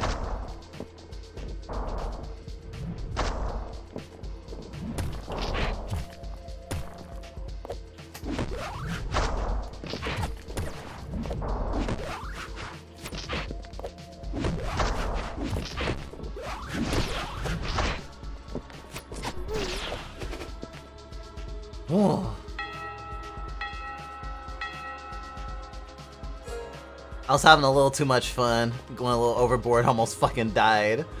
Resident Evil 4 is released almost as much as Skyrim. I think honestly the most re-released games will probably be Skyrim, Resident Evil 4, and like Tetris?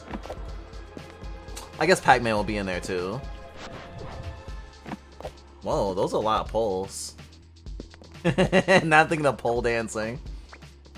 One of my life's regrets is not learning pole dancing while I lived in a house that had a fucking stripper pole in the living room.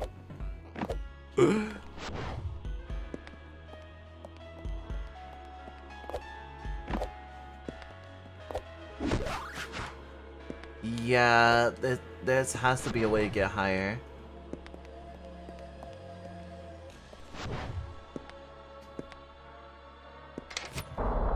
There we go. Did I miss any more buttons?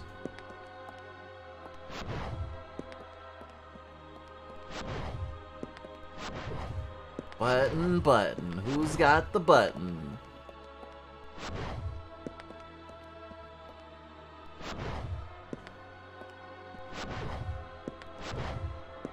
Looking for buttons, now I'm stuckin'. Oh. What's this way?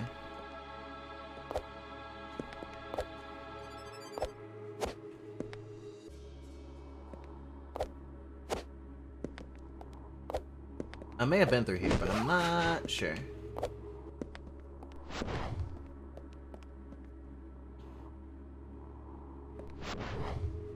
Yep, I have.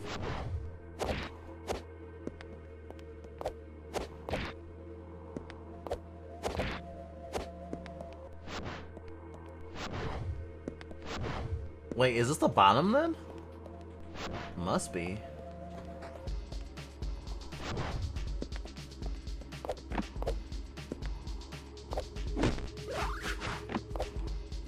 I was literally just about to say I hope I didn't fuck it up somehow and like I can't get higher anymore.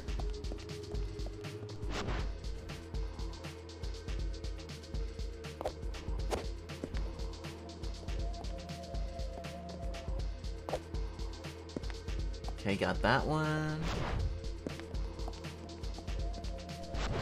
Got that one.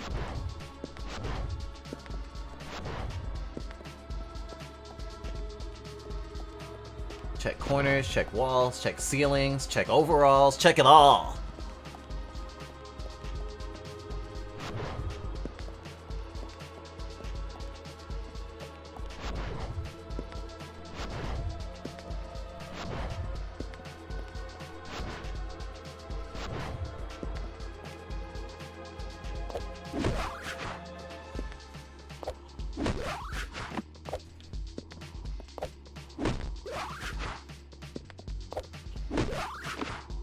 Made it.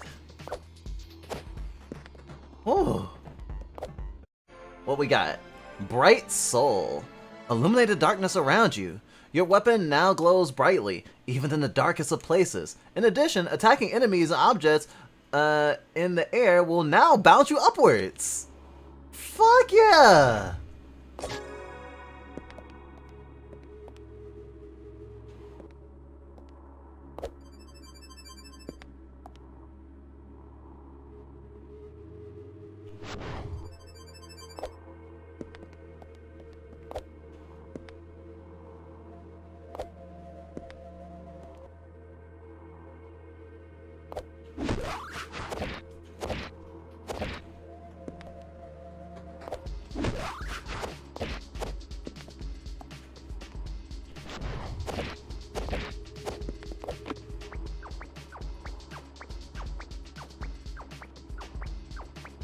Okay, that's making me dizzy.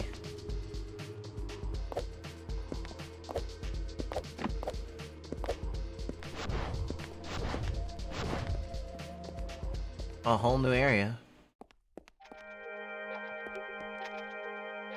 Data dungeon? Oh. The darkness.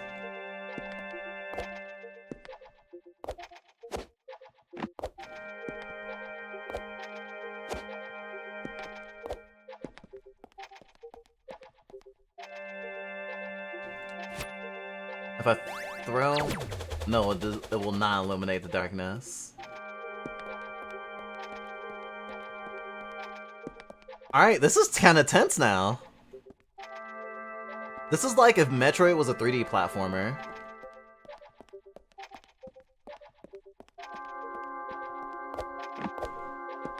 It does feel like a missed opportunity that,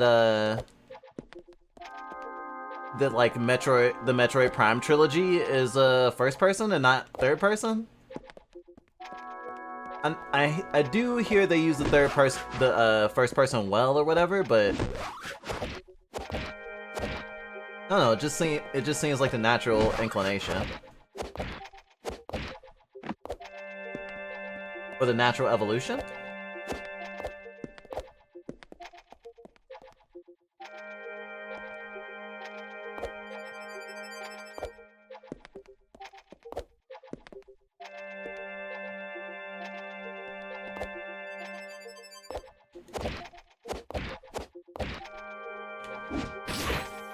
Yeah, I am definitely missing it. They put me back at the entrance like, bitch, you better get that that power up.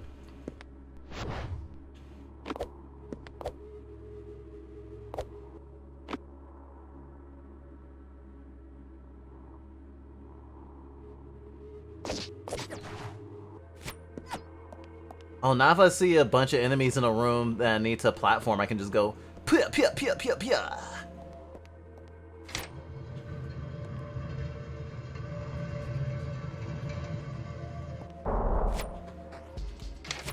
Yeah, it's way too far to platform. Now if I can just get back to that room where the key was.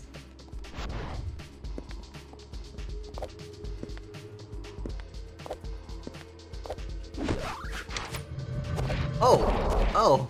Oh! Oh!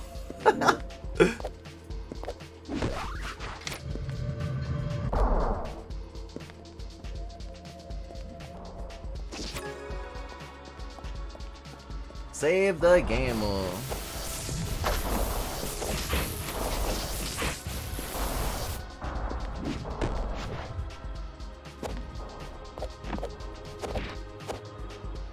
Okay, I'm not stuck. Ow. I've been using the high jump so much that I totally forgot that I could do the other thing.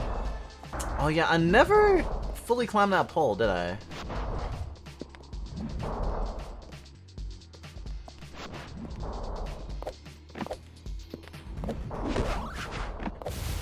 I'm pretty sure I got distracted by something else.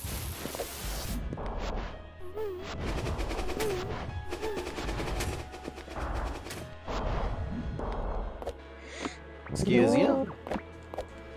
Rude.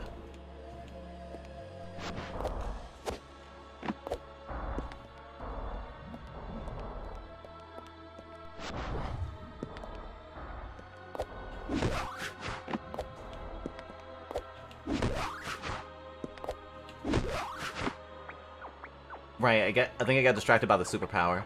Oh, nope, there's nothing else there. And then, where does this go again? Save point.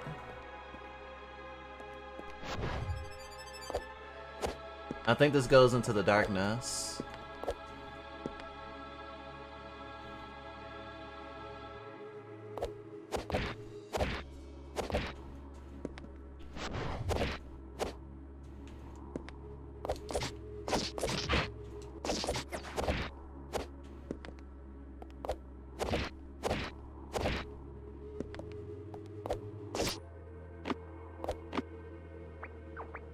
That was much easier.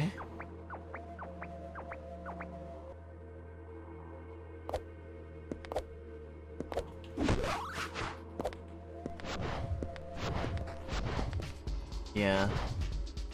I don't want to leave the underbelly yet.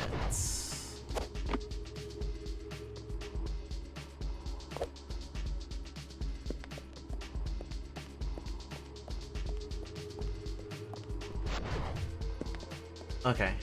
On the right track.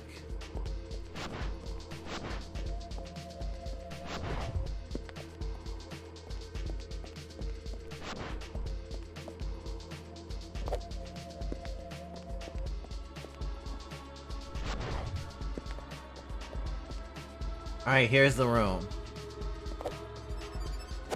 Oh, hi, Mark. The first person differentiates it from the other Nintendo games, though. I mean, true. And I know Nintendo was trying to appeal to, like, more people. And at the time, GameCube kind of had a reputation for, like, just being for kids. And of course, the family console thing goes into that, but, like, they wanted to, like, have more people. What the hell? Why is that one so big? Miss.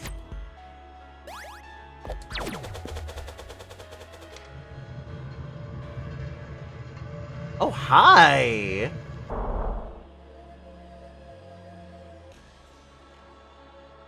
I wish I had known that was gonna happen.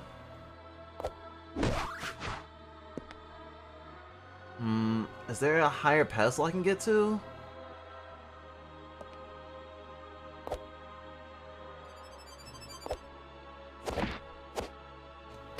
Ugh.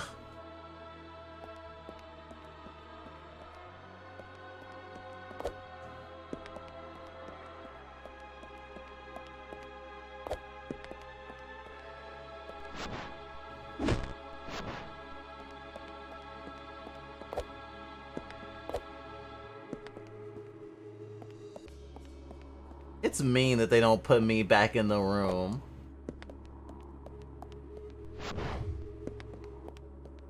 There we go.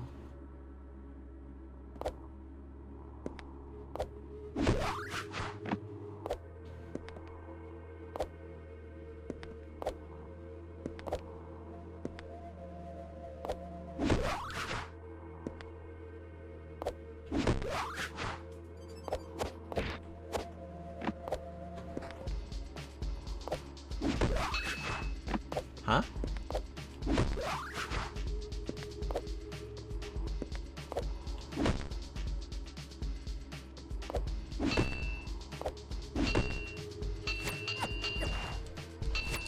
I can hit them! I can hit them! They have a hurt bots, which means I can hit them for boost.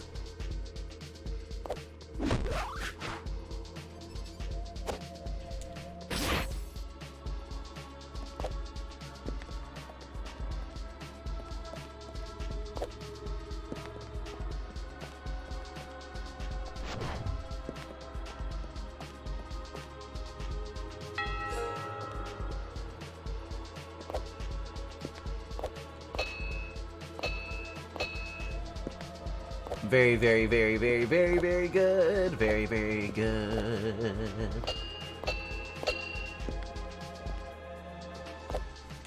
Oh! Dead.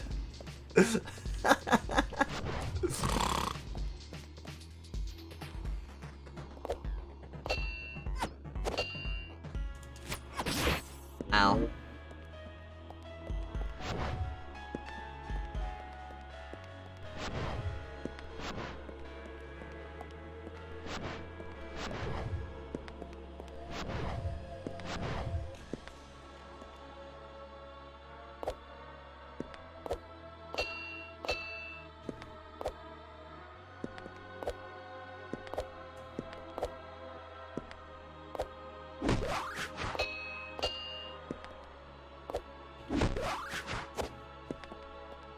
Oh, that was funny as hell. I just ground pounded into the fucking abyss. Oh, hello.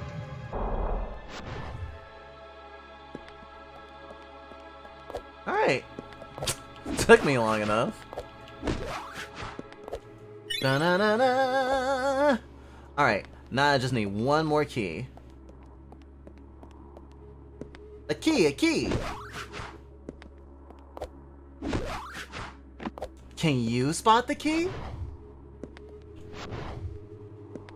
Does anyone ever think about the fact that VTubers are kind of the natural progression of growing up watching cartoons that talk to you like Blue's Clues? You go from, oh, can you find the notepad? I can't seem to find it. To like, gosh, you're such a loser. Bet you're glad you're watching me. Maybe it might make you 10% cooler. Can you find your self-respect? I bet you can't. Come to think of it, I think our bio, at least on YouTube, still says that we're the #1 tsundere Babyfur VTuber. Although there was a time where we felt a little bit of imposter syndrome, calling ourselves the #1 Babyfur anything. Because we're definitely not the most popular Babyfur VTuber. That doesn't matter, necessarily.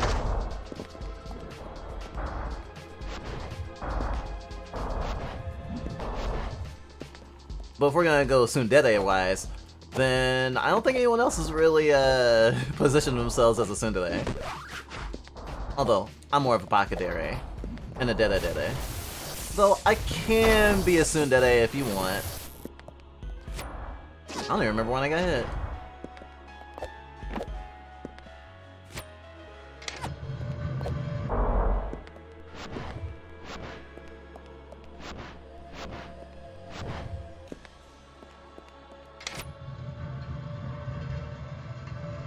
Oh, right. I actually can continue exploring. I was about to backtrack and see if I can find a new power, because my brain was still like, oh, I can't go into the darkness place yet because there's still another power that I need. And then I realized, all right, I remembered that I can hit those balls.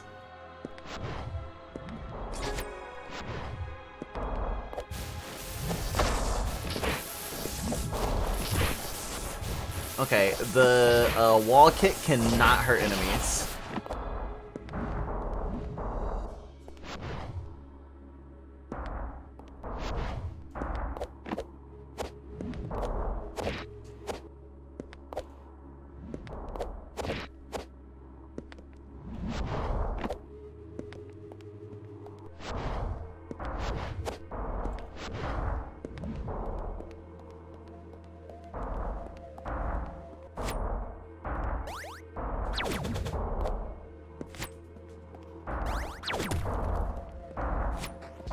That was a squishy hit.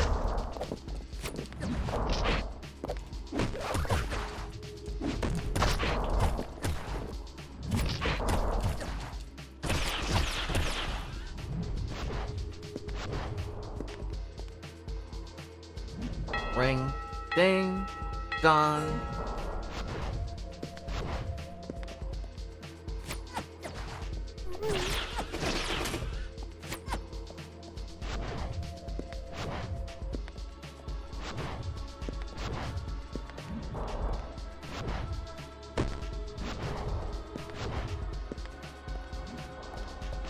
It's probably good this game isn't super long, because I could literally like go into a black hole and like just play this forever, it feels like right now.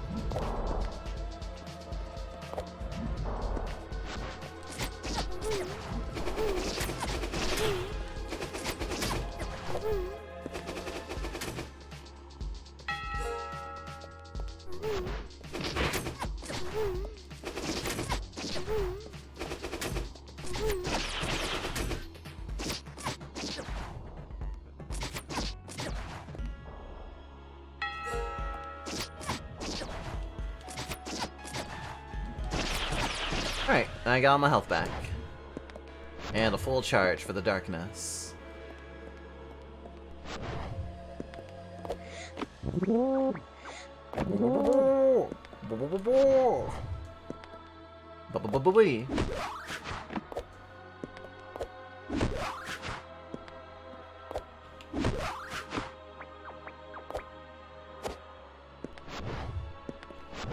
Oh, they put a save point right here too.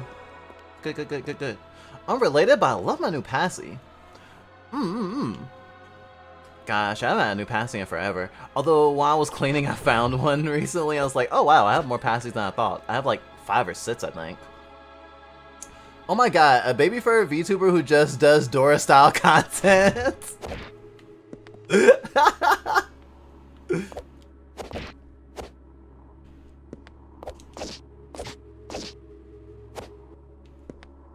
Would be pretty sick.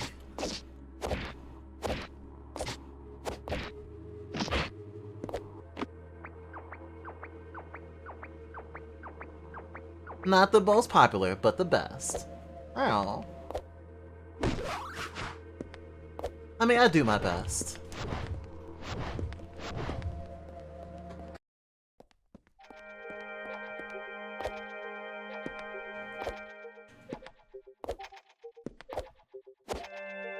Though I do want to be more experimental in my content. Ironically, the video that we've been working on lately is an older video that Fantasia wrote like a year ago-ish? And it's changed so much from what we originally thought it was gonna look like. When she only had PNG, it was gonna be a lot more simple. And now playing around with stuff is gonna be a lot different than what we expected out of it. Which isn't bad in any way, shape, or form, but... Oh, wait, is this the... Oh my god, this is this way? Oh my gosh! I was gonna go back... I was thinking about going back here. To fucking... This is like, I know that the light is part of how I, like, do stuff. Because I was like, oh, there was this dark room that I didn't know what to do with. Oh, I guess now that I have a... Yeah, now that I have the light with me, I don't get the little shadow thingy. I guess it's not actually a glitch.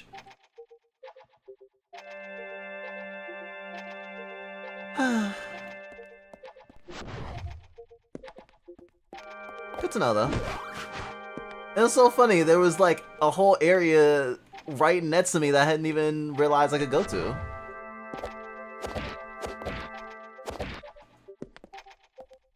Not that I would have been able to do much without, like, the kick and the slide.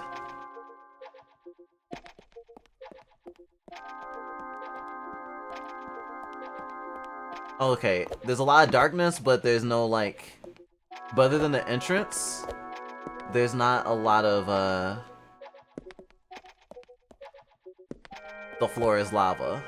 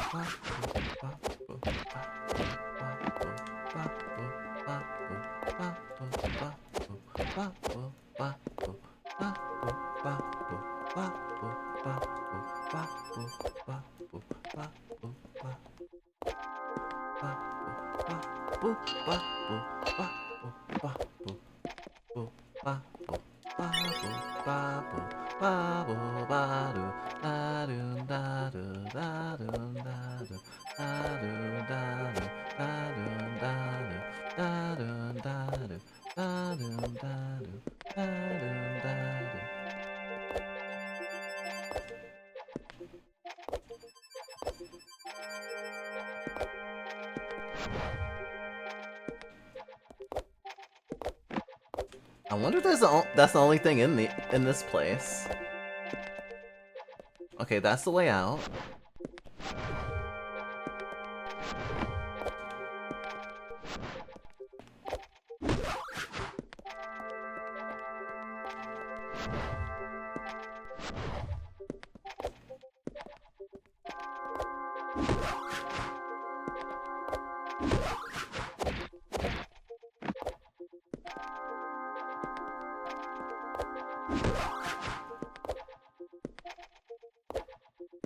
Yeah, I came this way. That may have been the only thing here. Which, considering how dark it is and hard to find stuff, totally fine by me.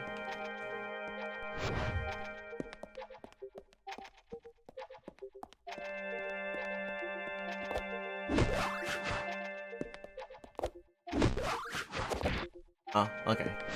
Been there already? Uppies.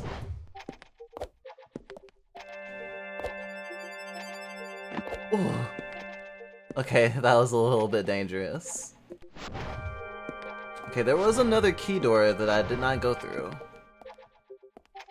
Wow, it feels like it's been so long since I've been here. So cool.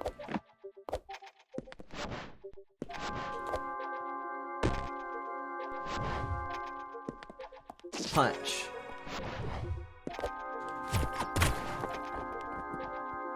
And this is the room I started in.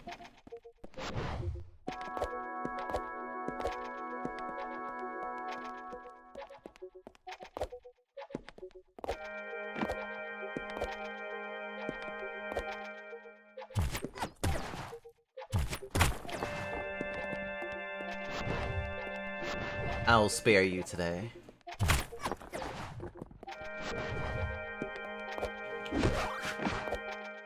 It's like when you're playing Resident Evil 2 and then you are about to leave the police station and it's like, oh yeah, I guess I'll never see her again. And then like several hours later you're there again, like, oh, wow, it feels like so long and I'm like so well equipped now. Now I'm not running scared. Now a zombie comes, they'll get their ass kicked in.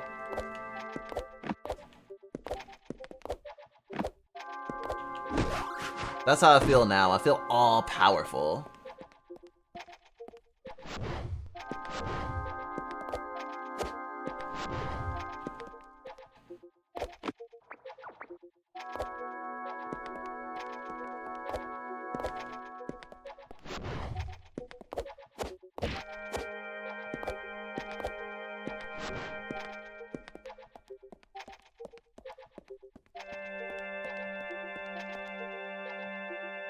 I don't think there's anything special up there.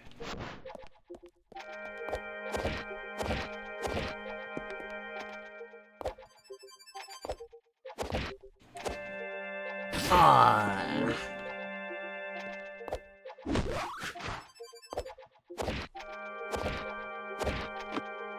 Made it.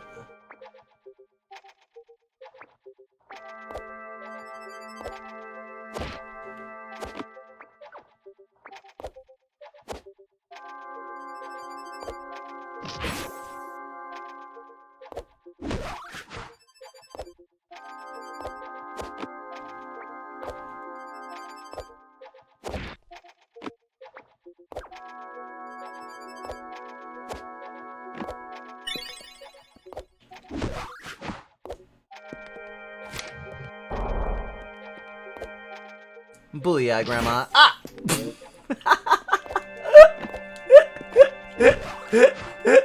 you didn't say anything.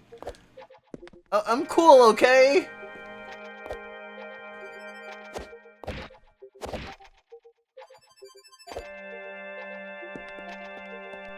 I'm cool. Meow.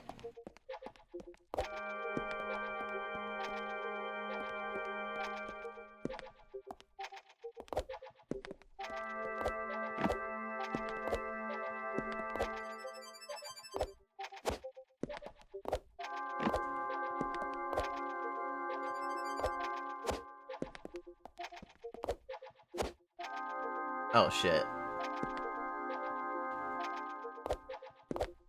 Not getting back up there easily.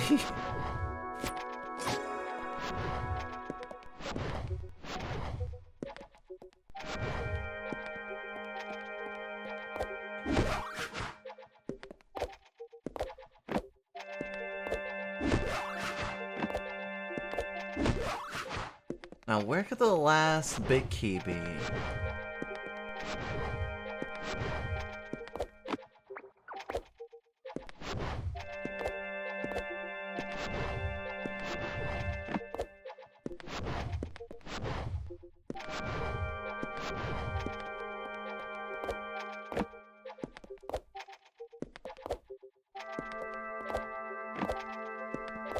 Okay, I thought it was wall jumping somehow.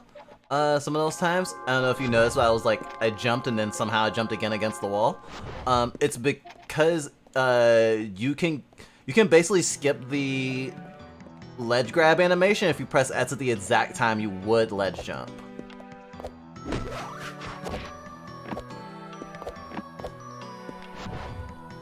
Huh? Okay.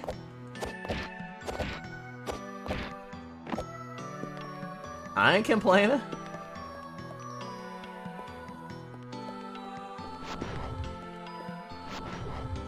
If there is a final boss, I'm glad I have this much health, because it is probably gonna be challenging, right?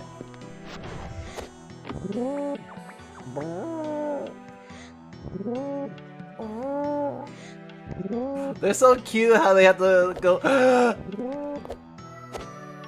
Like, I don't even want to kill them.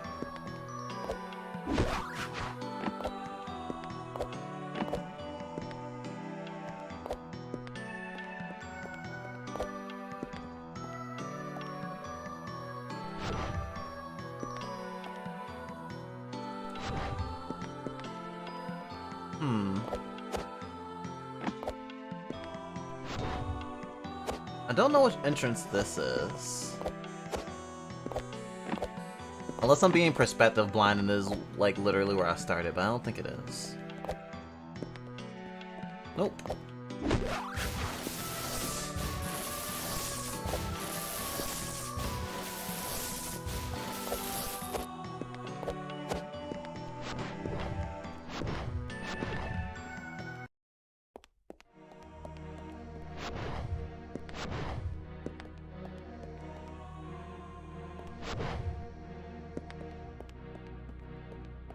Okay, that's back to the underbelly. Oh.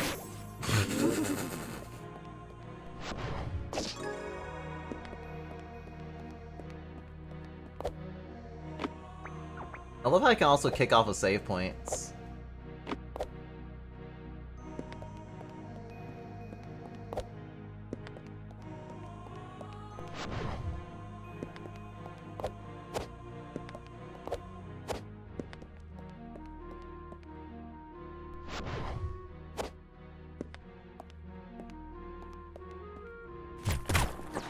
Yeah, that wall wouldn't... I could've sworn that wall wouldn't break before.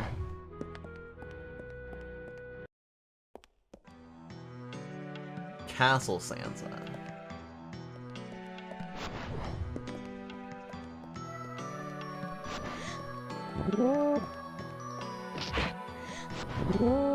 Stop being cute so I can kill you without as much remorse.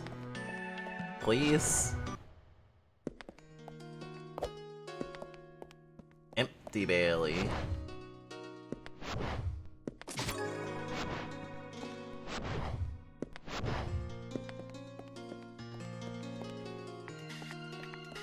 There was a big key in the empty Bailey that I got. Okay, so empty Bailey, underbelly.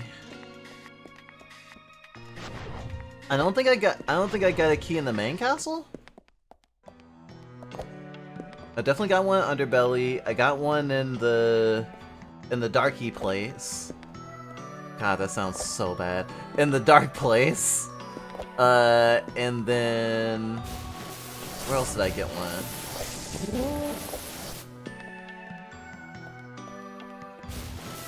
No, I did get one in the castle. Maybe I do have 4 already.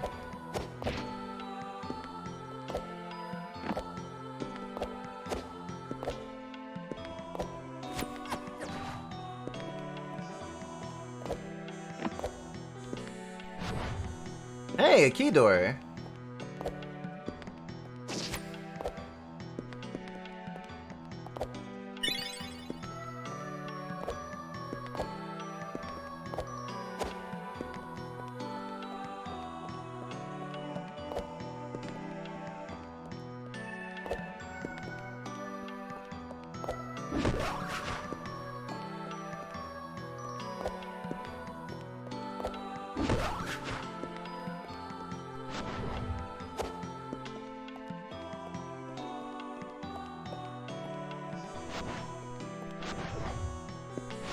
Okay, so I found all the doors I had small keys for. Now, before anyone goes, wait, Fluff, there's literally a 3 on your screen. Doesn't that mean 3 keys? It read 3 before that. I believe that those numbers correspond to the have something to do with how many insignias I need to get a new health pip. Could be wrong, but I know that I've seen a 3 there before I got my last key.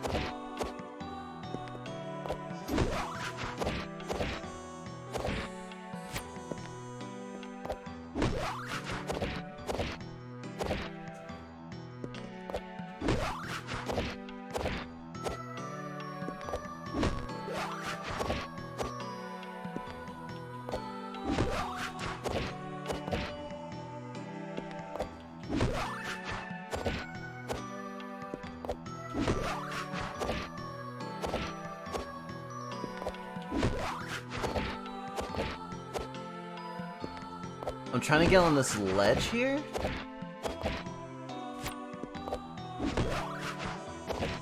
On the ledge that is the door.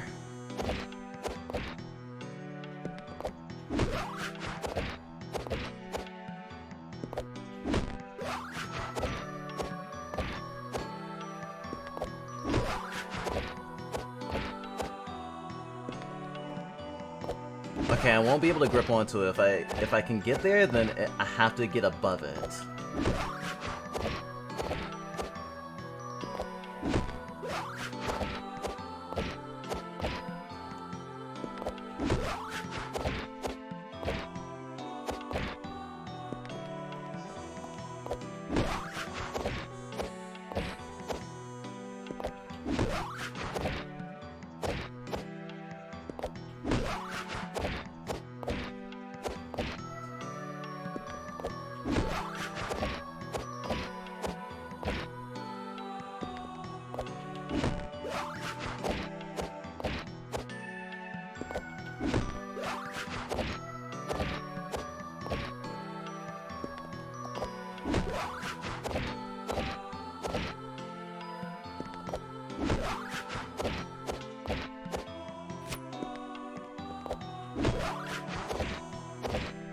I was trying to make my job a little bit easier, but... Oh yeah, I forgot about the, thingy.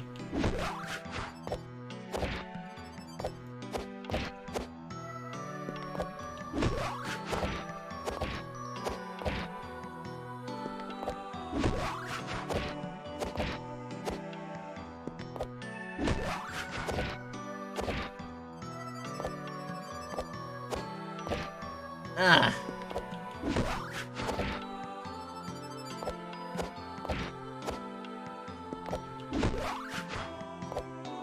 Yeah, what I'm trying to do is definitely, turning into a tech.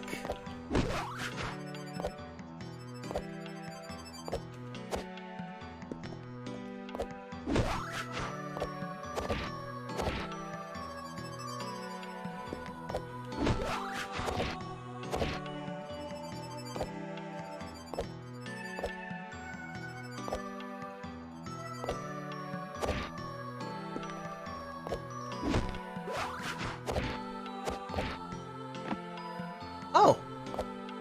I can grip it! Badass. And here I thought I was just being a doofus. Huh.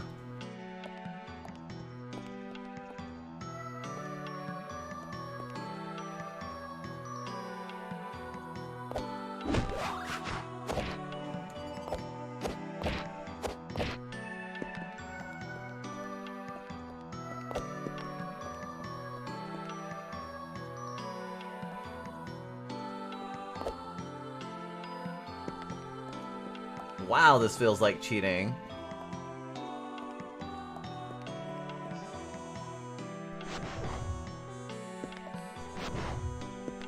Well, it doesn't seem to be out of bounds. Or maybe I am? I think I am out of bounds. Yeah, I'm out of bounds. Oh my god.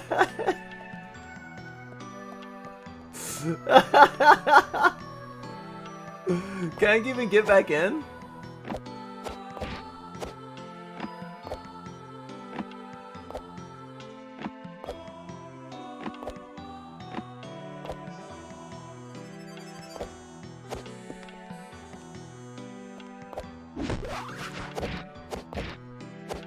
Accidentally ends up in fucking debug mode.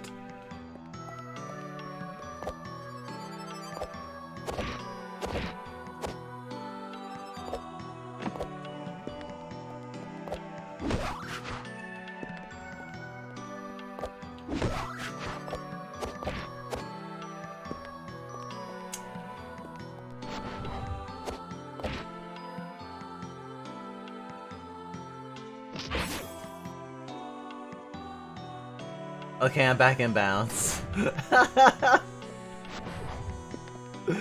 Oh gosh. That was cool though. That was cool though. I fucking broke the game. Alright, alright, alright, alright.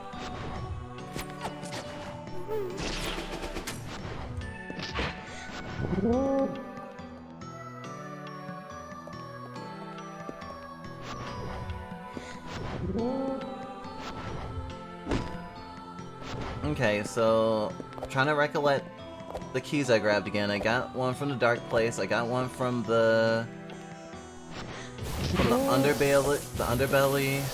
I got one from here, and I should have gotten one from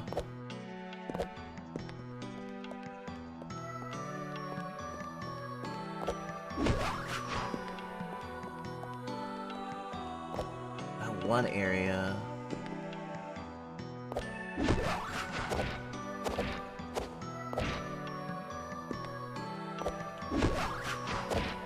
The area where I got my slide from. But actually, I may not have gotten one in the main place.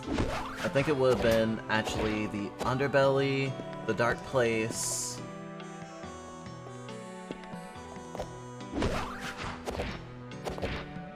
The place where I got the slide.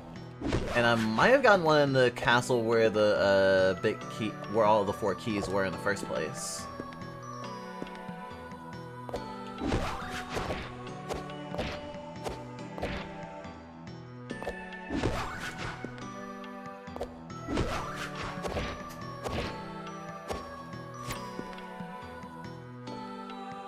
What do you like to put in your beef ramen? I haven't eaten beef ramen specifically in years, but considering the flavor profile, green onions,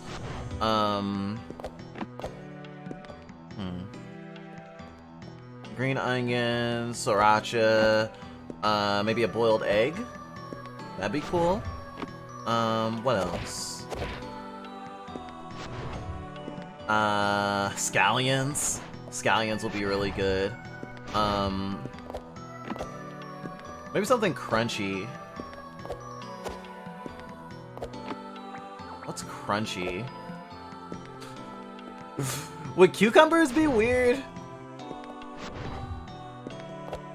I feel like cucumbers are one of those foods where either you love it or you hate it, or it's just like nothing to you because it's just water.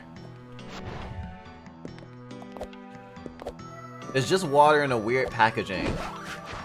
Why? One day I will find the One Piece.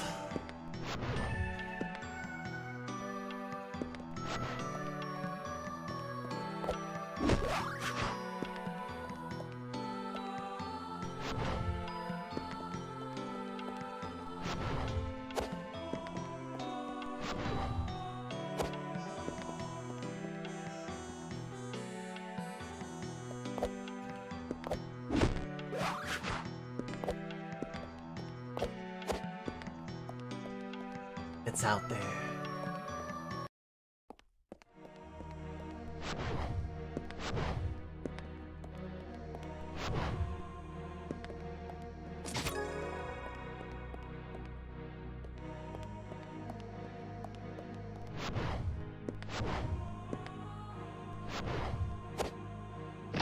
Oh, I thought grabbing the ledge would be okay, but since any part of my body touched the void, it didn't work out.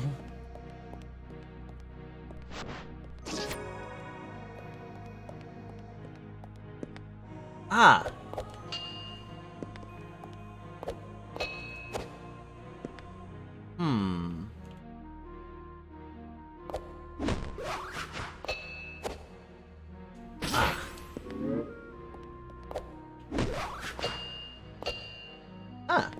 Double hit. Oh, there's some void up there! That's cheap!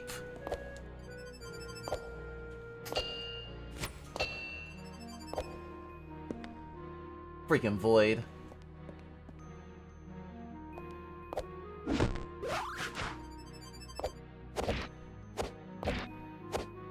Heck.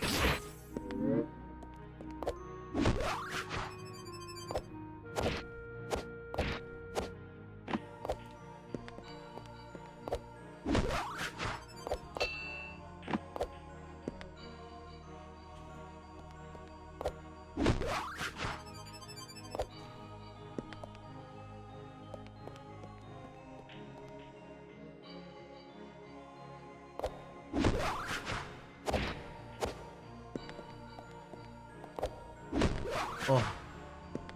I thought I was about to ground pound to the abyss again. Oh. I mean, I didn't ground pound into the abyss, at least.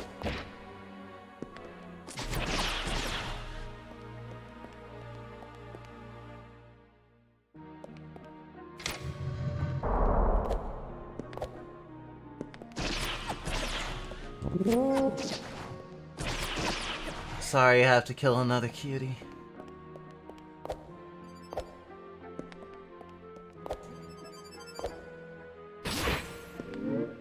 Okay, this is gonna be interesting.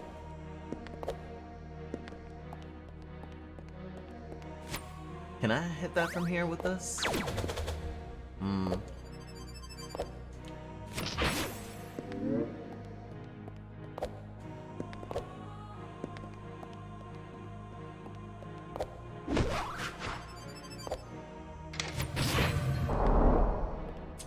Oh!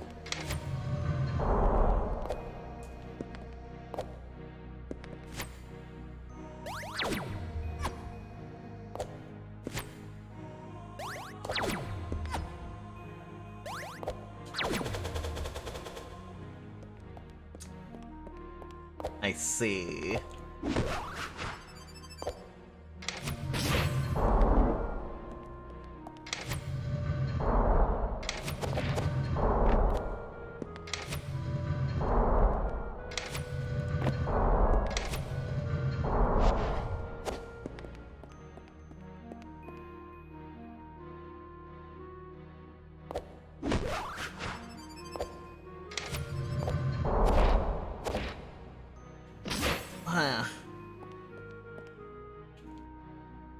Ring, ding, dong. No enemies to build meter now. Oh, the numbers of the pips for my heal. Mother fudge cake. Wait, have I not cursed? Shit.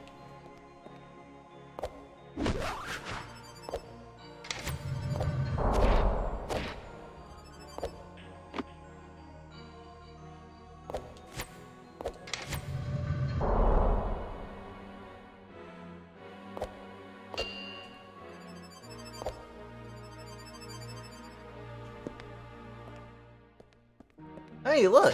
Things I used to build my meter.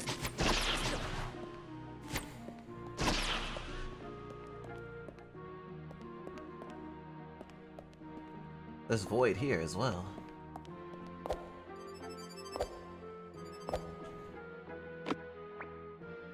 Yeah, I was like, I'm not sure about touching the ground.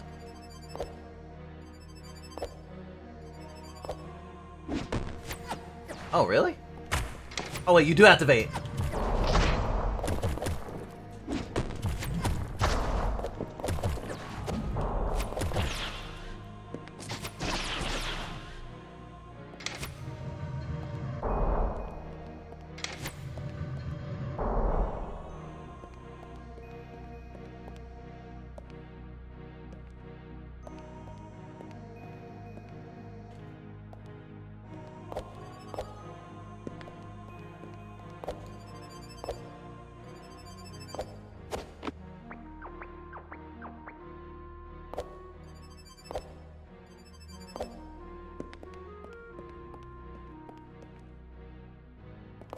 Oh boy.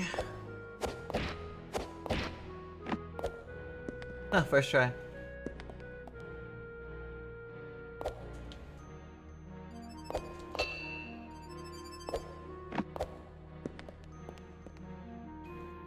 A complex tapestry. Ring. Twice. Only gonna kill enough of these to get my meter back.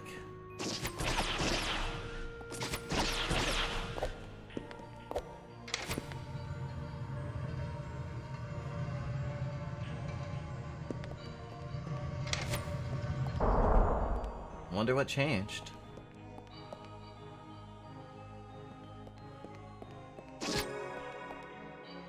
Oh. Is it this door? Yep. What's through here?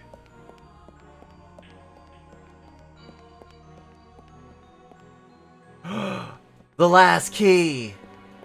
I didn't have all 4 keys. Huh. I wonder... I mean, it's obviously for a king and a queen. I didn't realize that my character had a shadow till I saw it not doing the proper shadow thing on this thing that probably wasn't intended to stand on. Damn, this got some fucking Shadow of the Colossus vibes.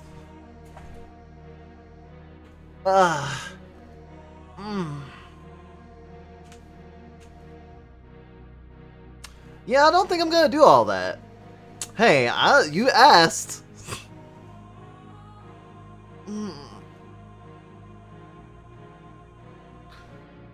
I usually use what I have on me.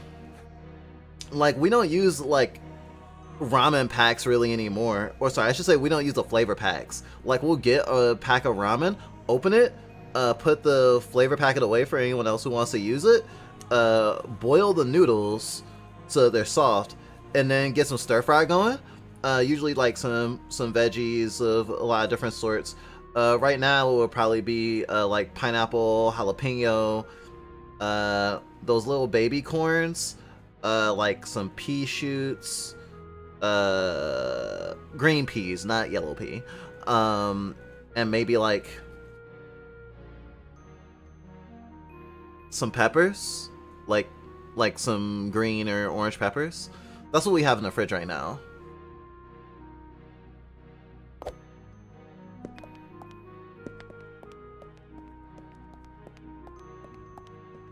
And then we usually have like, we put like some peanut butter and what's that thing called? Like fermented pepper paste, gochujang, and then we'd throw the noodles in and let it mix in and simmer.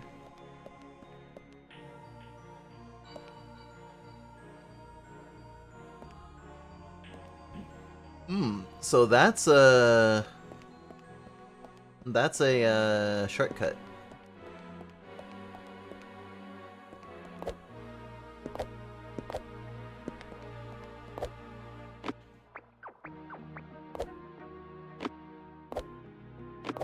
Now I just need to find a way back to the bridge. Okay, I think I'm going the right way.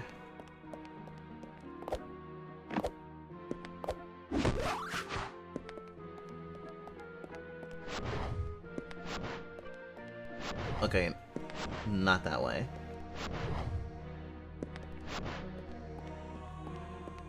Okay, this isn't the direct way, but I think I can get there from here.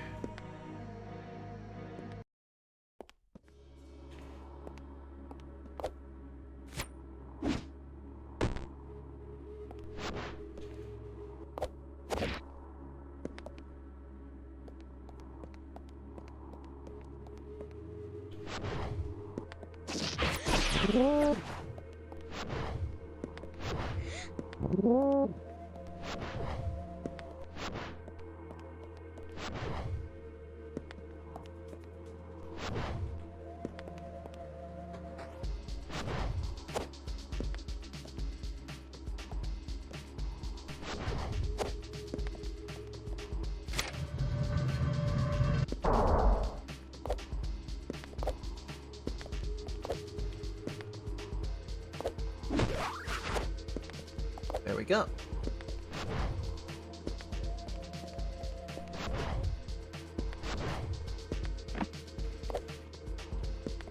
Now, if I remember correctly, let me see. Which door was it? Because it shot out on the side underneath the bridge.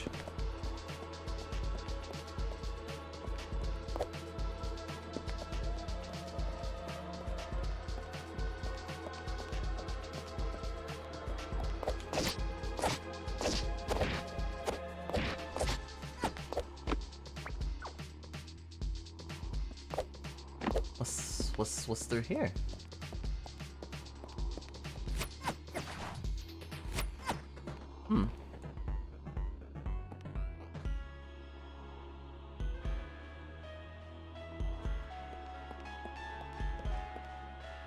Aw. Secret door is secret.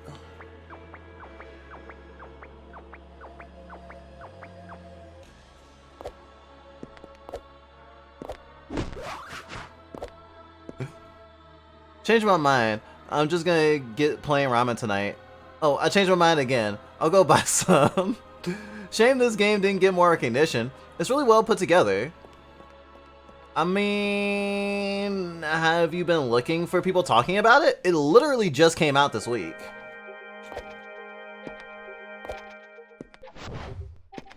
Okay, I know I'm going the wrong way now.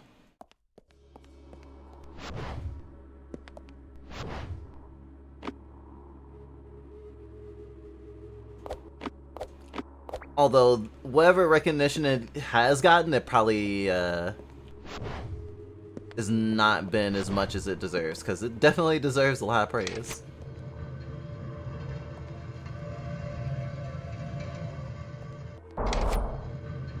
I think it came, well, sorry, it didn't come out this week technically. Today is Monday. It came out in the last week. I believe it came out like Thursday or Friday? Or at least that's when we saw that it was posted. Like, that's when we got the notification.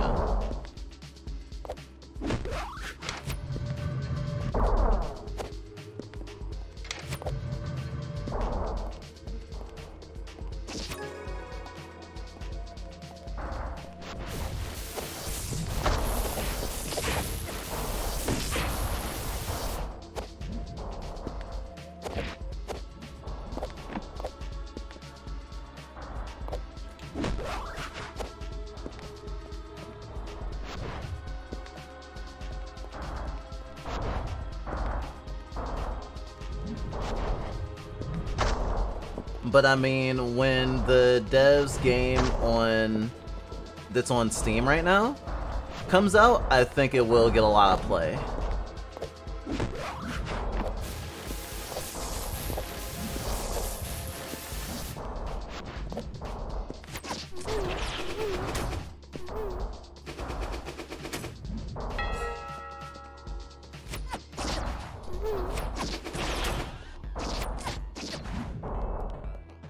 Just stealing some life, don't mind me.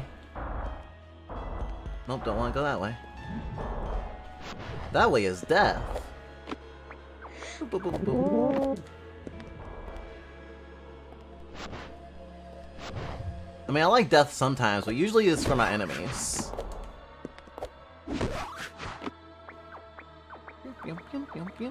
Oh, right. Whenever I find a pole, I just want to climb all the way up it.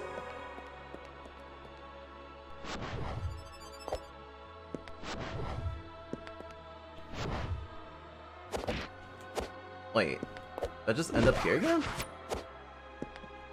That's no bueno.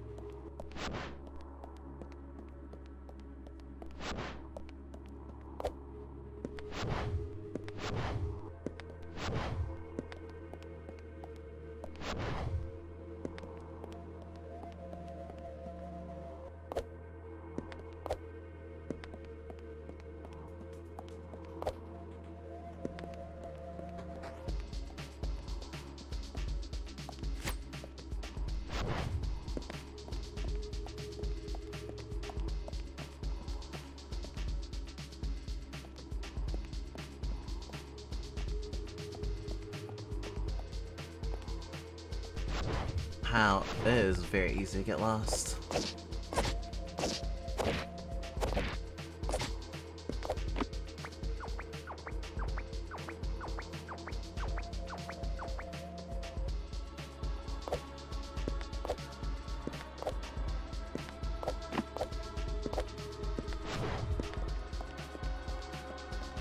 Okay, whew. Nope! Nope!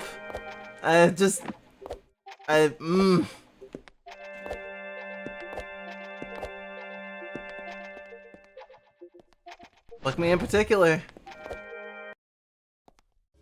I'm stuckies.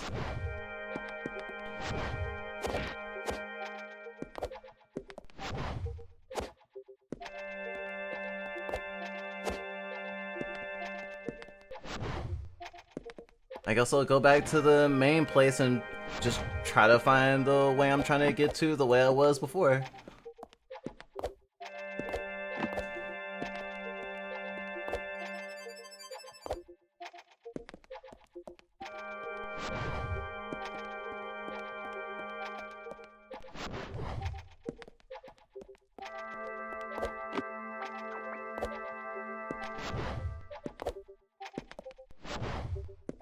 Because when I wasn't looking for it, I wound up where I'm trying to find like 3 times.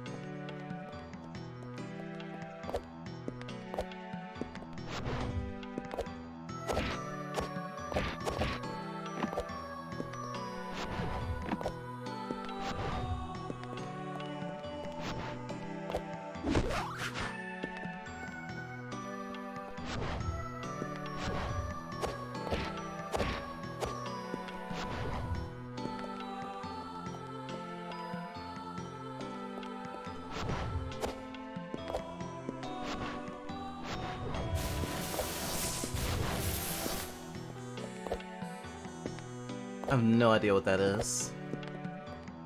And it's only there. I haven't seen that thing anywhere else.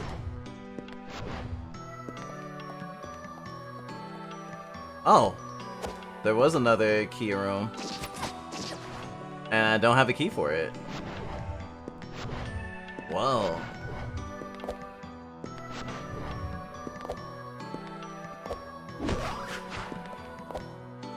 Okay, I'm pretty sure that way... There's no bueno.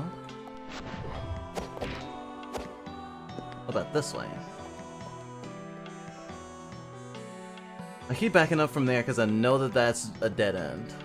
I know for a fact that's a dead end because that's where you get the kicks. The wall kicks. I remember that quite well.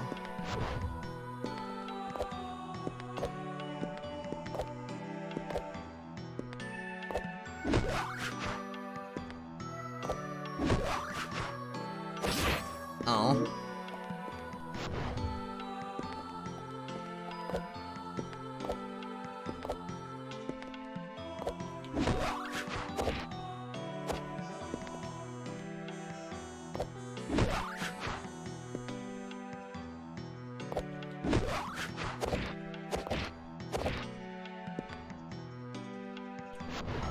There we go.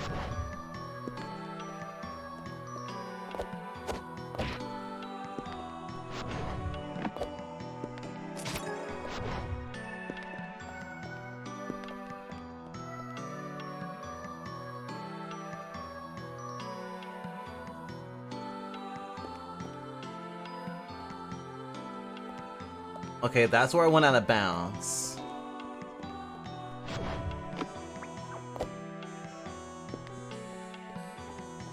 So I don't want to go there.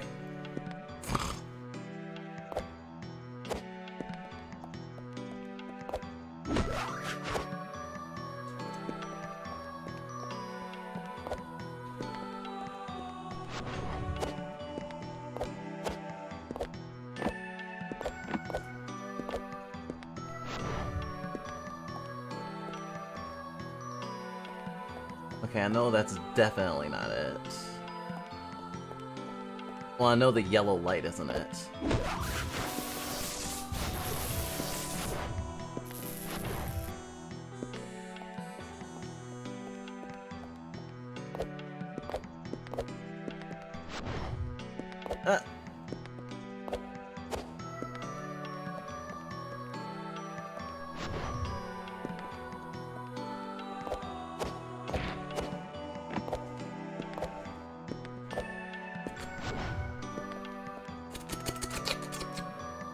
Oh. Well, that was a circle.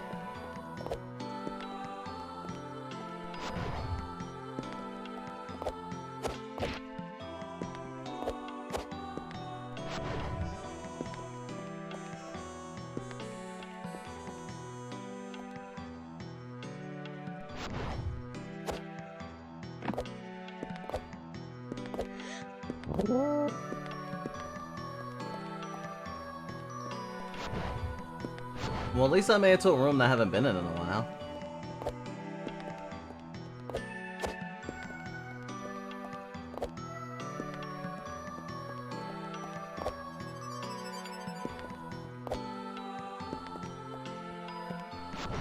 Okay, I think this might be it. Yep, empty Bailey.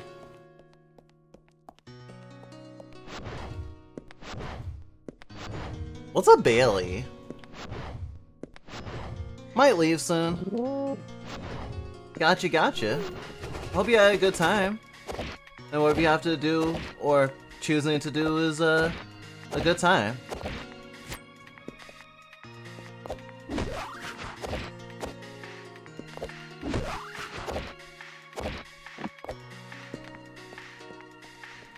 Mondays sure can suck, huh?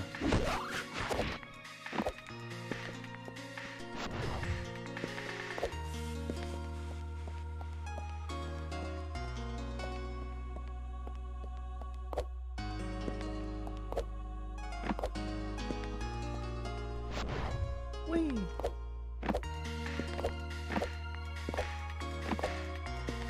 Alright. Time to finish this!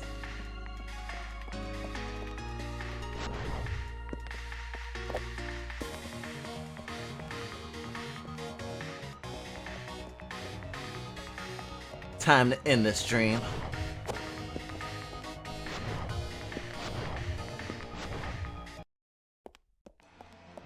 Tower remains.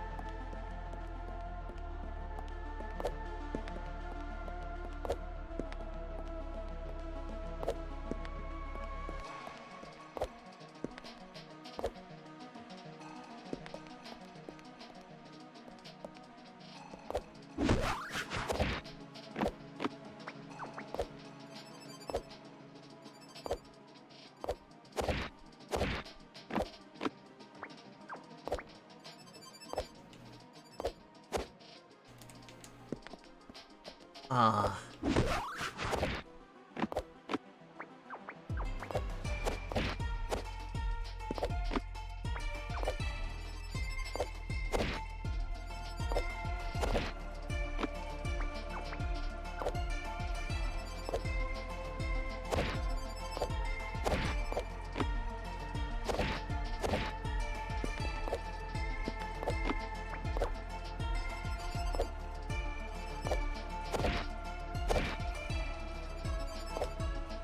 Didn't get enough height.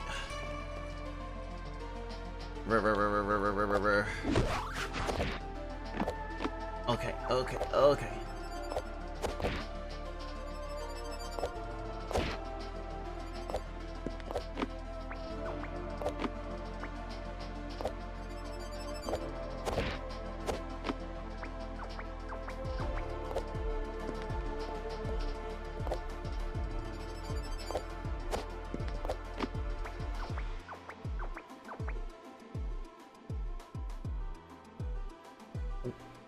Are you ready?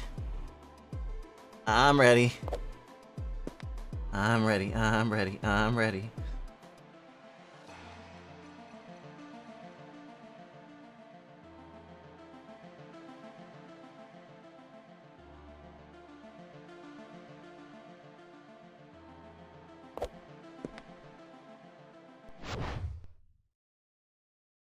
Perhaps another dream, another time.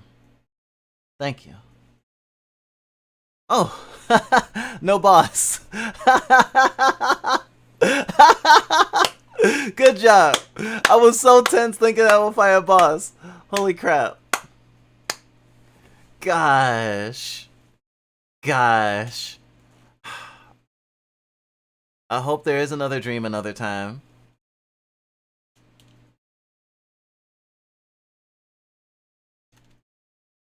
Did it freeze? I think it froze. Sometimes dreams do that.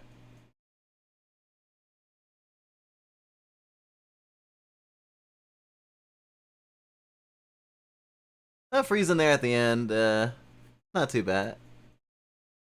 Man, 3 weeks, not 3 months. 3 weeks? Holy crap.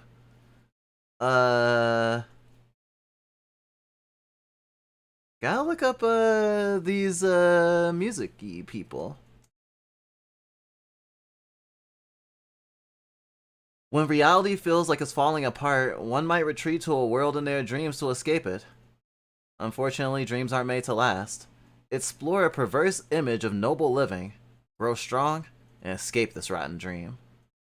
I did it! I did it, I did it, I did it, yay. Wow. The scrunkly. Peak scrunkly design. Very good. Very good. And this was part of a greater game jam called Metroidvania Month 19. So this is pretty cool. I'll write a review later, though. Well, those were some of the things I wanted to do, and we talked about the things I wanted to talk about. So I guess that's pretty much the crux of this here stream.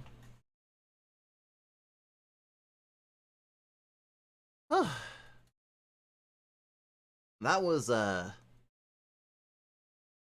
was captivating.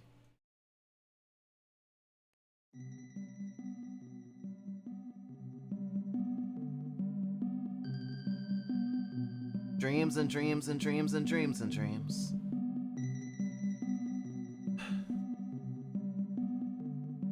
But they're only temporary. You gotta go back to reality eventually. There are things to do. You know?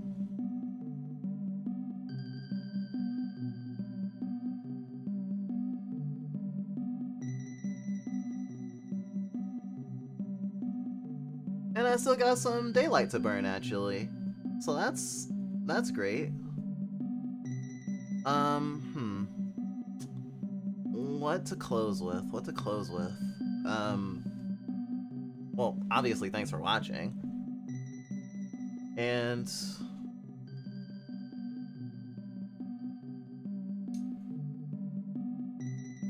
I'm hoping this year will be a better year for us than last year. But even if we don't meet our expectations, I think we'll still put out some content like worth being proud of. And in that vein, I hope that you can do things that you're proud of as well. I know things are hard, incredibly hard, especially for us marginalized folks, especially for the queer community. It's really scary. It's a really scary time right now. But please persevere, or at least try. Your life will be filled with happiness and sadness, and that's okay. I hope there comes a day where, when I say that, you'll go, yeah, and I'm getting a lot more of the former. And even if that is a long time coming, I hope the next time I see you, I can put a smile on your face. Or make you think. Or expose you to something that makes you aware of possibilities that you couldn't even imagine. That being said, thanks for watching. This has been Drizzle Bite. And good night. Or perhaps good